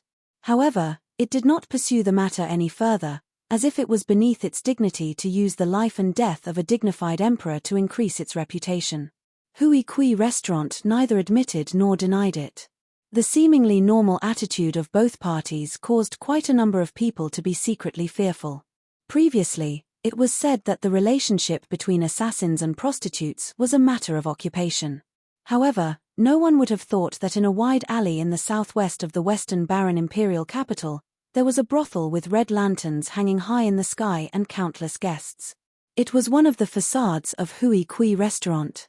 After a long while, when the panting gradually calmed down, the guest who had been tormented in the middle of the night turned over and got up. Drenched in sweat, the woman's face was flushed red. Her eyes were tender and charming as she propped up her sore body and helped the guest dress up. The guest who had been intimate with her on the bed a moment ago had an indifferent expression on his face as he pushed open the door and left. The woman wiped the sweat from her forehead and turned around to sit on the bed. She gently stroked her palm and caught a green jade cicada. The carving was exquisite and lifelike, as if it would flap its wings and fly in the next moment. The woman got up and walked behind the screen at the end of the bed. She sat on the toilet and peed.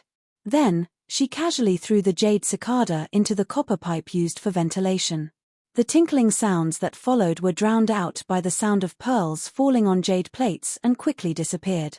Old Yi's family. On the night of Heaven's questions, the old clan head, who had shown off his brilliance, returned to his old, doddering appearance. However, in the depths of his eyes, there would occasionally be a glimmer of light that caused one's heart to tremble. Yi Bohu is the one with the most potential, strategy, and wisdom among the later generations of the Yi family. This old man also has many unfathomable things about him. Therefore, even though the imperial capital is in a precarious situation, it will remain stable for a short period of time. Picking up the kettle and watering the flowers and plants, the old patriarch's expression was calm. "Send out 10 of our iron guards to guard General Jin."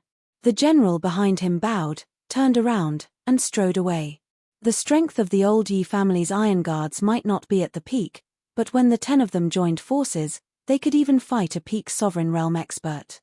Even if they couldn't kill him, they definitely wouldn't be able to stop him for a while. In the imperial capital, as long as they hindered him a little, no one would be able to touch General Jinwu. The old patriarch's arrangements were just right. The imperial palace. Behind the bead curtain, the great emperor was handling government affairs. He had always been diligent, never slacking off for a day since ascending to the throne. The sky-bearing monarch bowed, "Your Majesty, the Yi family has sent out 10 iron guards. They are already outside the Zhongwu manor." The corner of the great emperor's mouth curved into a smile. He stopped writing and muttered, "Yi Bohu will assess the situation and not cause a big commotion. However, with his murderous nature, he will definitely make a move. Success or failure isn't important. What's important is that the Yi family wants to use this matter to send some messages to the outside world. For example, although it's good to kill a dog and eat its meat, a little carelessness can lead to big problems." The great emperor leaned back, his smile growing. "Simply put, it's to give me a warning." The sky-bearing monarch thought for a moment, "Your Majesty is wise. It's such a simple matter." "Sky-bearing monarch, your flattery isn't very sincere." The great emperor laughed a few times. "Go to the secluded pavilion and pass on my edict. Choose Ding and Wu and appoint them to General Jinwu. They will be by his side in the future." Yi Bohu's action was indeed a warning, but it was necessary to be cautious to avoid trouble. Wearing thick robes and having 4 claws under his abdomen was the origin of the 4th claw. As the lowliest eunuch in the imperial palace, it was amazing that he wasn't purged after the change of dynasties and instead wore the robes of an official. Therefore, according to the martial monarchs, the seemingly ordinary 4th claw was actually an impressive figure. They cultivated an extremely secretive technique of the imperial palace called the heavenly silkworm scripture. Their incomplete bodies were actually the most suitable for cultivating. Of course, not all eunuchs in the imperial palace had this qualification. For example, Wei, who tried to kill himself but still couldn't save his master, was far from being qualified to receive this inheritance. The sky-bearing monarch personally came to visit. Behind him, the 2 stooped 4th claw had their heads lowered as if they would fall asleep at any moment. "Greetings, sky-bearing monarch." Qin Yu cupped his hands together and bowed. Beside him, True Saint Bai Tu was even more respectful. Zhu Chengtian smiled, "Marquis Zhongwu, I came here today on His Majesty's orders to send the 2 4th claw here." "Greetings, Marquis." The 2 4th claws opened their eyes a slit and cupped their hands casually with an attitude that could not be considered respectful. Qin Yu frowned, "Sky-bearing monarch, this is..." Zhu Chengtian said, "There have been many storms in the imperial capital recently and His Majesty is worried about Marquis Zhongwu's safety. The 2 4th claw are trusted aides of the imperial palace and can be trusted. Marquis Zhongwu can order them around without worry. Subordinate Ning Qin thanks Your Majesty." Qin Yu bowed towards the direction of the imperial palace. He stood up, a smile on his face. "I am indebted to Marquis's care in the past. How about staying here as a guest?" Zhu Chengtian smiled. "It's not that I don't want to, it's that I can't. I still have some matters to attend to, so I can't leave. I will definitely bother you next time." The sky-bearing monarch, who was deeply trusted by the Western Wasteland Great Emperor, bid his farewells and left. After Qin Yu bid his farewells, he looked at the 2 4th claw behind him, a thoughtful expression on his face. As if sensing his awkwardness, one of them opened his eyes and chuckled. "Marquis, there is no need to bother with us. We 2 old fellows only need to arrange a place for us to stay. We will take care of everything else." Qin Yu smiled and nodded. "Good. Bai Su, you personally lead the 2 4th claw to a place to settle them down. Make sure everything is appropriate." Bai Su nodded. He respectfully reached out a hand. "2 old sirs, please follow me." "Humph." There was a cold sneer behind him. Qin Yu turned and saw little Meaty. He wasn't surprised by her elusive movements. "I've stayed here long enough. When do I leave?" Qin Yu thought for a moment. "In several days, there will be a great court meeting. After I ascend the throne, I will likely be allowed to return to the border army." In a place like the imperial capital, little Meaty wasn't used to it. Her hands and feet were bound everywhere. In truth, Qin Yu didn't like it either. Staying here, although it seemed like he had infinite glory, the truth was that he was a chess piece. His life and death weren't in his control. Little Meaty looked at him. "Be careful. Don't fail to fish and end up digging yourself in." Qin Yu smiled. "Don't worry. A brothel was a brothel. Even if it had a nicer name, it couldn't change the nature of this business." It was as if there were some people who, even though they were in the dark, could still clearly feel the terrifying aura being emitted from them. Like a blazing sun in the skies, illuminating the world. It was so dazzling that one couldn't look straight at it. "General Golden Ning Qin," he said in a soft voice. His tone was calm, but there was a bit of solemnity and dignity in it. "Mister, this is a transaction and the price is very high. According to your rules, the other party has already agreed to our request." After a brief silence, the man with the terrifying aura and blazing sun in the skies nodded. "Very well, I will accept this business." He turned and walked away. The darkness parted like a tide, not daring to touch him at all. After several breaths of time, the scene in front of him suddenly brightened. The one who had appeared in the corner was a handsome middle-aged man with a calm demeanor. He wore blue clothes and his sleeves were like a bright moon in the clear sky. Anyone who saw him would have a favorable impression of him. Cough, cough. A light cough came from behind the screen. The middle-aged man frowned, worry in his eyes. He took a few steps forward and turned around the screen. His eyes met with the skinny woman on the bed. She smiled and covered her nose and mouth with a quilt. Her face was flushed red, but her eyes were still filled with warmth and gentleness. The middle-aged man walked to the bedside and pulled down the quilt. He reached out a hand and stroked her face. "If you want to cough, then cough. It's not good to hold it in." The woman shook her head. "I'm fine." As soon as she finished speaking, there was a burst of violent coughing. Her skinny chest violently shook up and down, and specks of scarlet blood splashed out. A trace of panic flashed in her eyes. She covered her mouth. "I'm fine, I'm really fine." Blood flowed out from between her fingers. The middle-aged man had a pained expression. The woman lying on the sickbed weeping blood was once a fairy maiden that countless people yearned for in the past. If it weren't for him, how could she have fallen to such a state? Thus, the middle-aged man had already made a great vow that he would make her whole in this life. But this matter was difficult, far too difficult. Luckily, the heavens didn't disappoint those who persevered. After suffering with her for so long, they finally saw a glimmer of hope for survival. Without caring about the bloodstains, the middle-aged man bent down and held the woman in his arms, carefully holding her like a cicada. "Ying, don't worry. I have already found a way to save you. Once I complete a task, I will be able to obtain it." As he spoke to her, the middle-aged man smiled. "Once you recover, we will leave this land of trouble. We will find a place with verdant hills and clear waters, establish a cave dwelling and live in seclusion, becoming a pair of immortal companions." The woman in his arms finally stopped coughing. But, she still tightly covered her mouth, not willing to let blood flow out from her nose and mouth. Hearing this, her eyes brightened, revealing a look of longing. But soon, she realized something. She stared at the middle-aged man. They had been like one body for many years and their thoughts were already connected.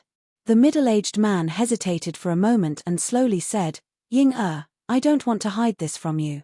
There are some risks, but you should know my cultivation. As long as I am careful, there won't be any problems." Seeing the woman still staring at him, the middle-aged man smiled. "Good. I promise you that I will come back alive to see you." The woman revealed a smile. The day before the Grand Court Conference, a master and a servant arrived outside the Zhongwu mansion. Although there was a light veil covering them, the faint outline and slim figure were enough to show the beauty of the master and the servant. So, when the servant came forward and bowed, saying that an old friend was here to see the Marquis. The gatekeeper felt awkward. Now, everyone knows that the Marquis has brought his wife with him. Although she looks young and cute, she is actually very scheming. The servant girls in the mansion who originally had some thoughts about the Marquis had long extinguished those thoughts. If they sent a letter, they would be hated by his wife. But if they didn't, hiss, as the saying goes, the flowers at home are not as fragrant as the wild flowers. Who knows if they would bring even greater trouble to themselves in the future. Just as the gatekeeper's head was like a drum and he was in a dilemma, a servant girl pushed open the door and came out. She looked at the master and servant pair in front of her and said, "Madam invites the two of you in." The gatekeeper let out a long breath and hurriedly retreated to the side. He wished he could be a coward and pretend that he didn't see any of this. The master and servant pair were Yun Qing and Dai Er. In truth, the reason they appeared here today was because of some twists and turns. When Qin Yu left the imperial capital and went to the Western Border Army, the two of them had been escorted by Li Ju's people to give Qin Yu a pleasant surprise. But they never imagined that there would be some accidents on the way. By the time the delay was over, there would be news that Ning Qin was stationed in the mine.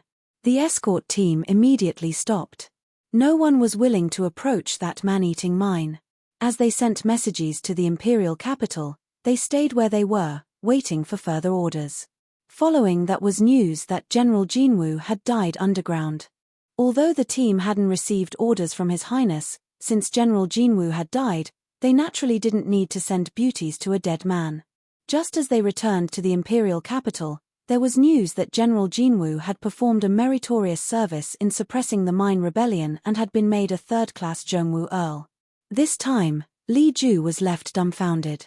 After ruthlessly punishing the subordinate responsible for escorting them, he temporarily placed Yun Qing and Dai Er in a courtyard in the imperial capital.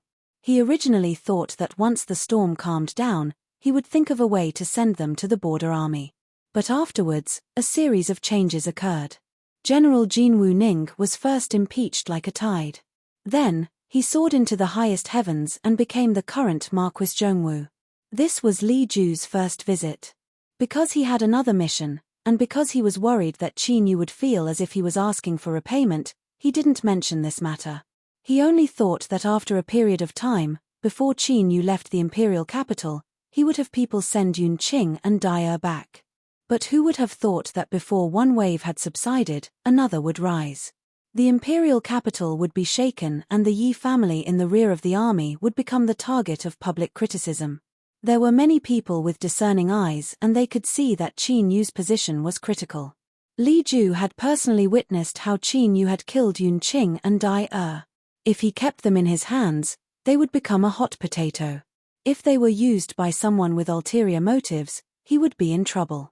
Without thinking too much, Li Ju sent people to escort Yun Qing and Dai Er outside the Zhongwu Marquis's mansion. As for how General Jinwu would arrange things and whether or not the rear residence would be safe, that would depend on himself. Seeing Yun Qing and Dai Er brought into the Marquis's mansion by a maid, the carriage driver who had been hiding in the shadows hurriedly left to report. Back residence of the Marquis's mansion. Little Meaty rubbed her chin, her eyes filled with uncertainty. To her, this was a rare situation. She took several steps back and forth, a fidgety look on her face.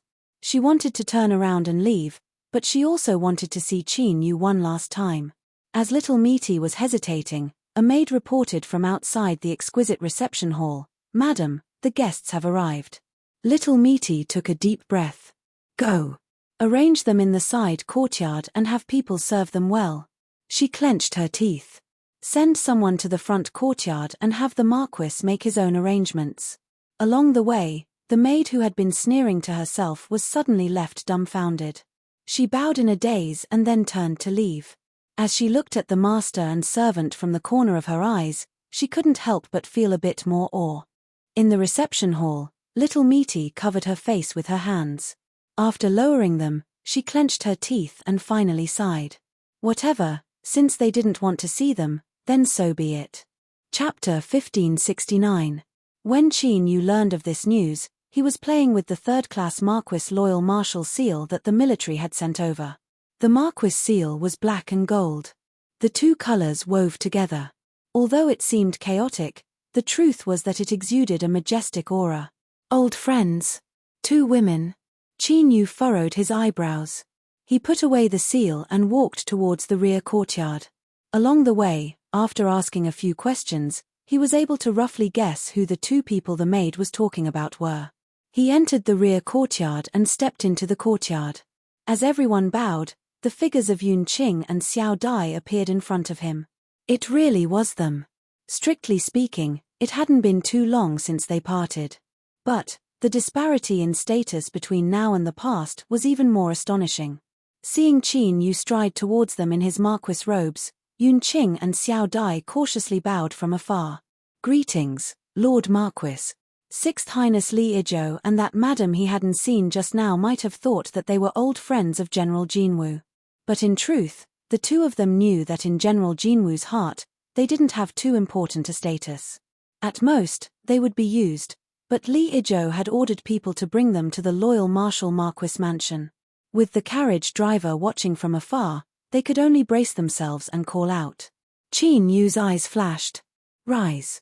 His eyes swept over the two. Then, he looked at the maid with a respectful expression. Did the madam invite them in and arrange for them to stay here? Yes. The maid said in a soft voice. Subconsciously, her eyes began to shine.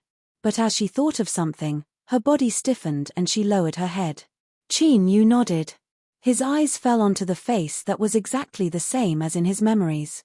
A dazed feeling rose in his heart, but it quickly vanished. He lightly said, Since you've come, you may stay in the mansion. I have other matters to attend to, so I will be leaving first.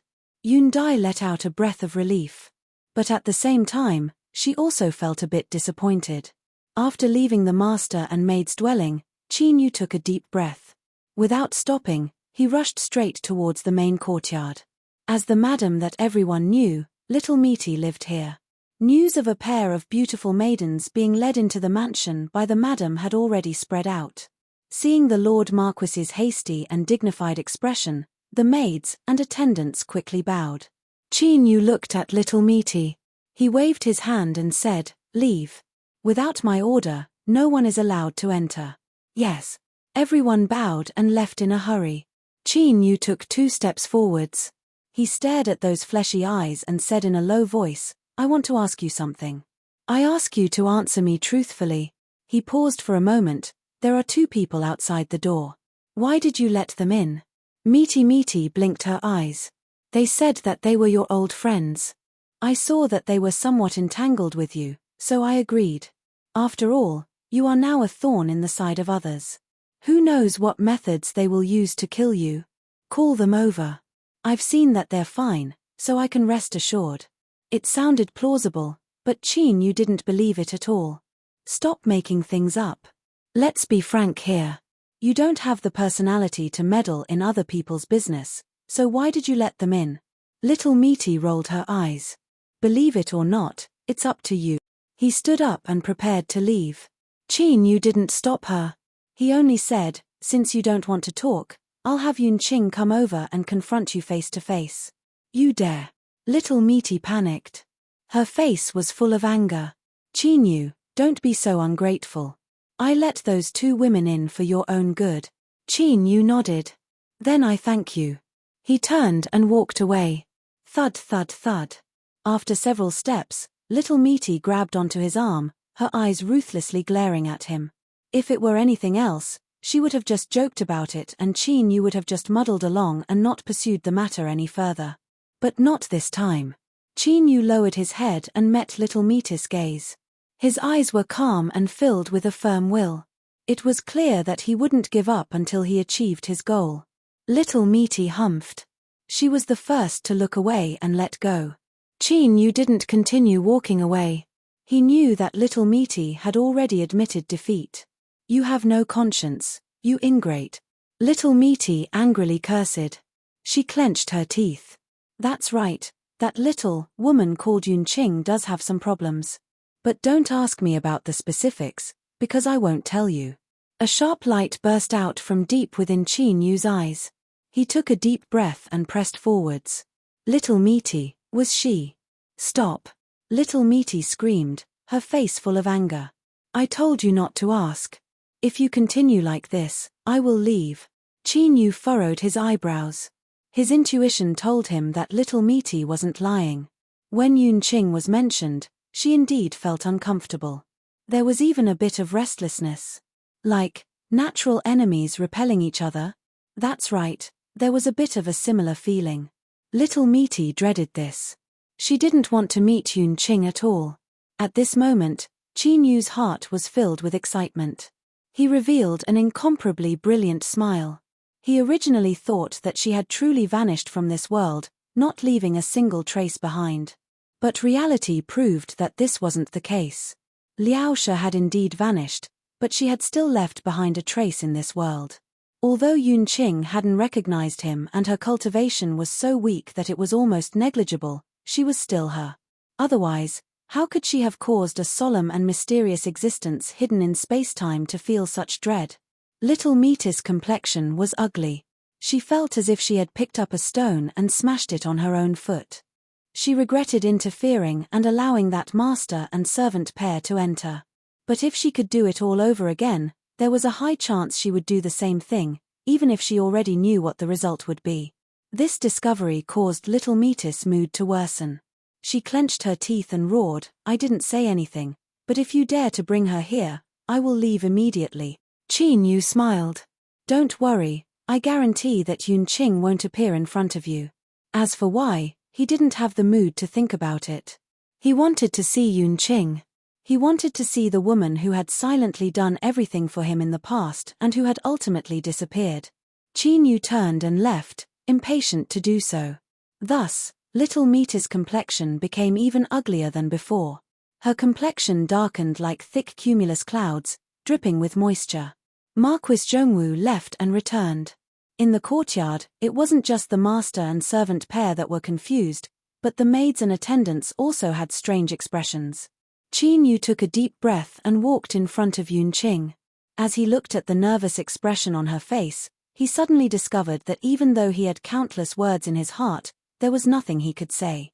This was because even though the current Yunqing was the Liao She of the past, she didn't know him. Qin Yu let out a deep breath and tried to make his expression as gentle as possible. Yunqing, in the imperial capital, did anyone bully you? Yunqing's eyes widened. She looked at the Qin Yu in front of her with shock.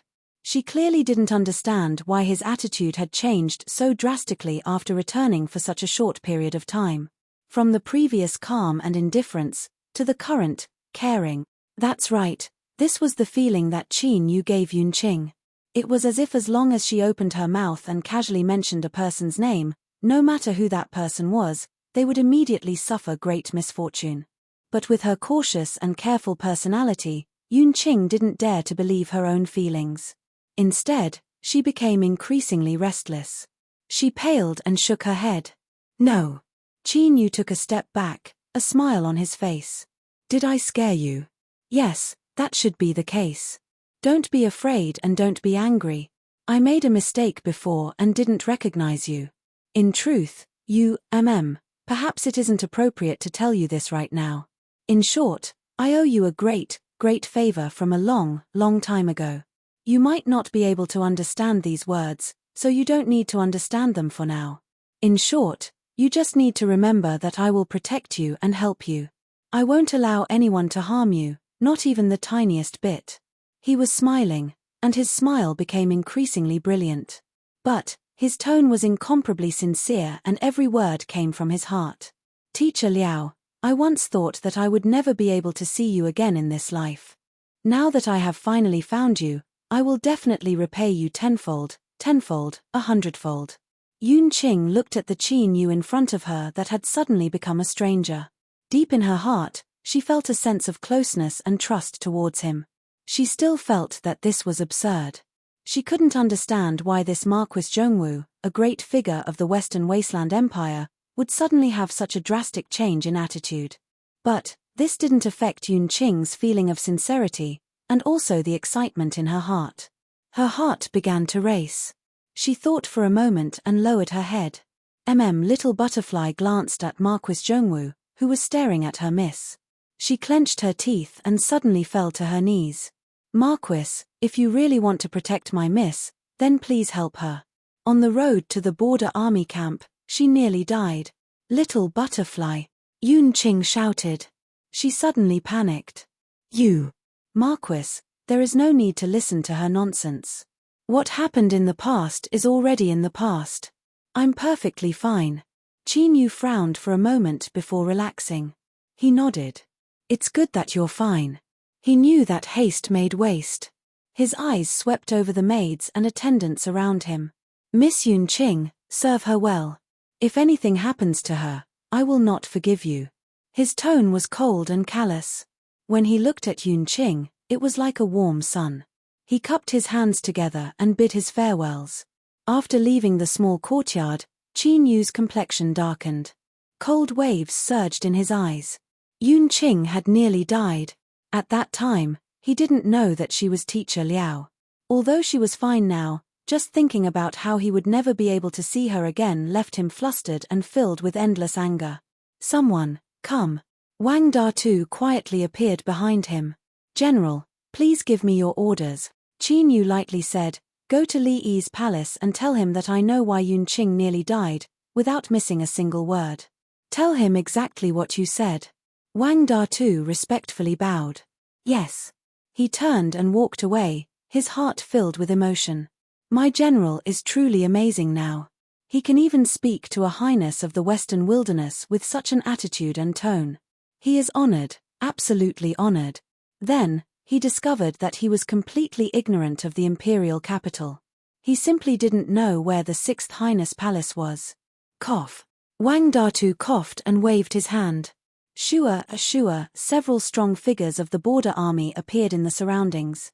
Although they had followed the general's orders and were resting in the side courtyard, it was impossible for them to just lie down and wait for death.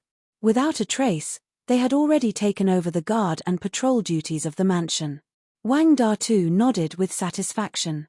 He thought that they were truly worthy of being under his command, they were truly excellent. When he saw his nephew Wang San, his mood became even better. He pointed a finger. Wang San, that's right, I'm calling you. Immediately go to 6th Highness Li Yi's palace and pass on a message for the general. He straightened his back and subconsciously crossed his hands behind his back, repeating Qin Yu's words. Wang San shrunk his neck back, a nervous expression on his face. Uncle, cough, this isn't a military camp. Who doesn't know of our relationship? I'm just calling you. Uncle, I am the only child of my generation in our Wang family. In the future, I will have to take care of you until you die, so please don't harm me. He had a sad face, he really was about to cry. He was kicked by Big Head Wang, who scolded him for being a good-for-nothing. Our general is one of the best in the capital right now. He gave him a thumbs up and shouted, if I tell you to go, then go. What's with all the nonsense? Hurry up.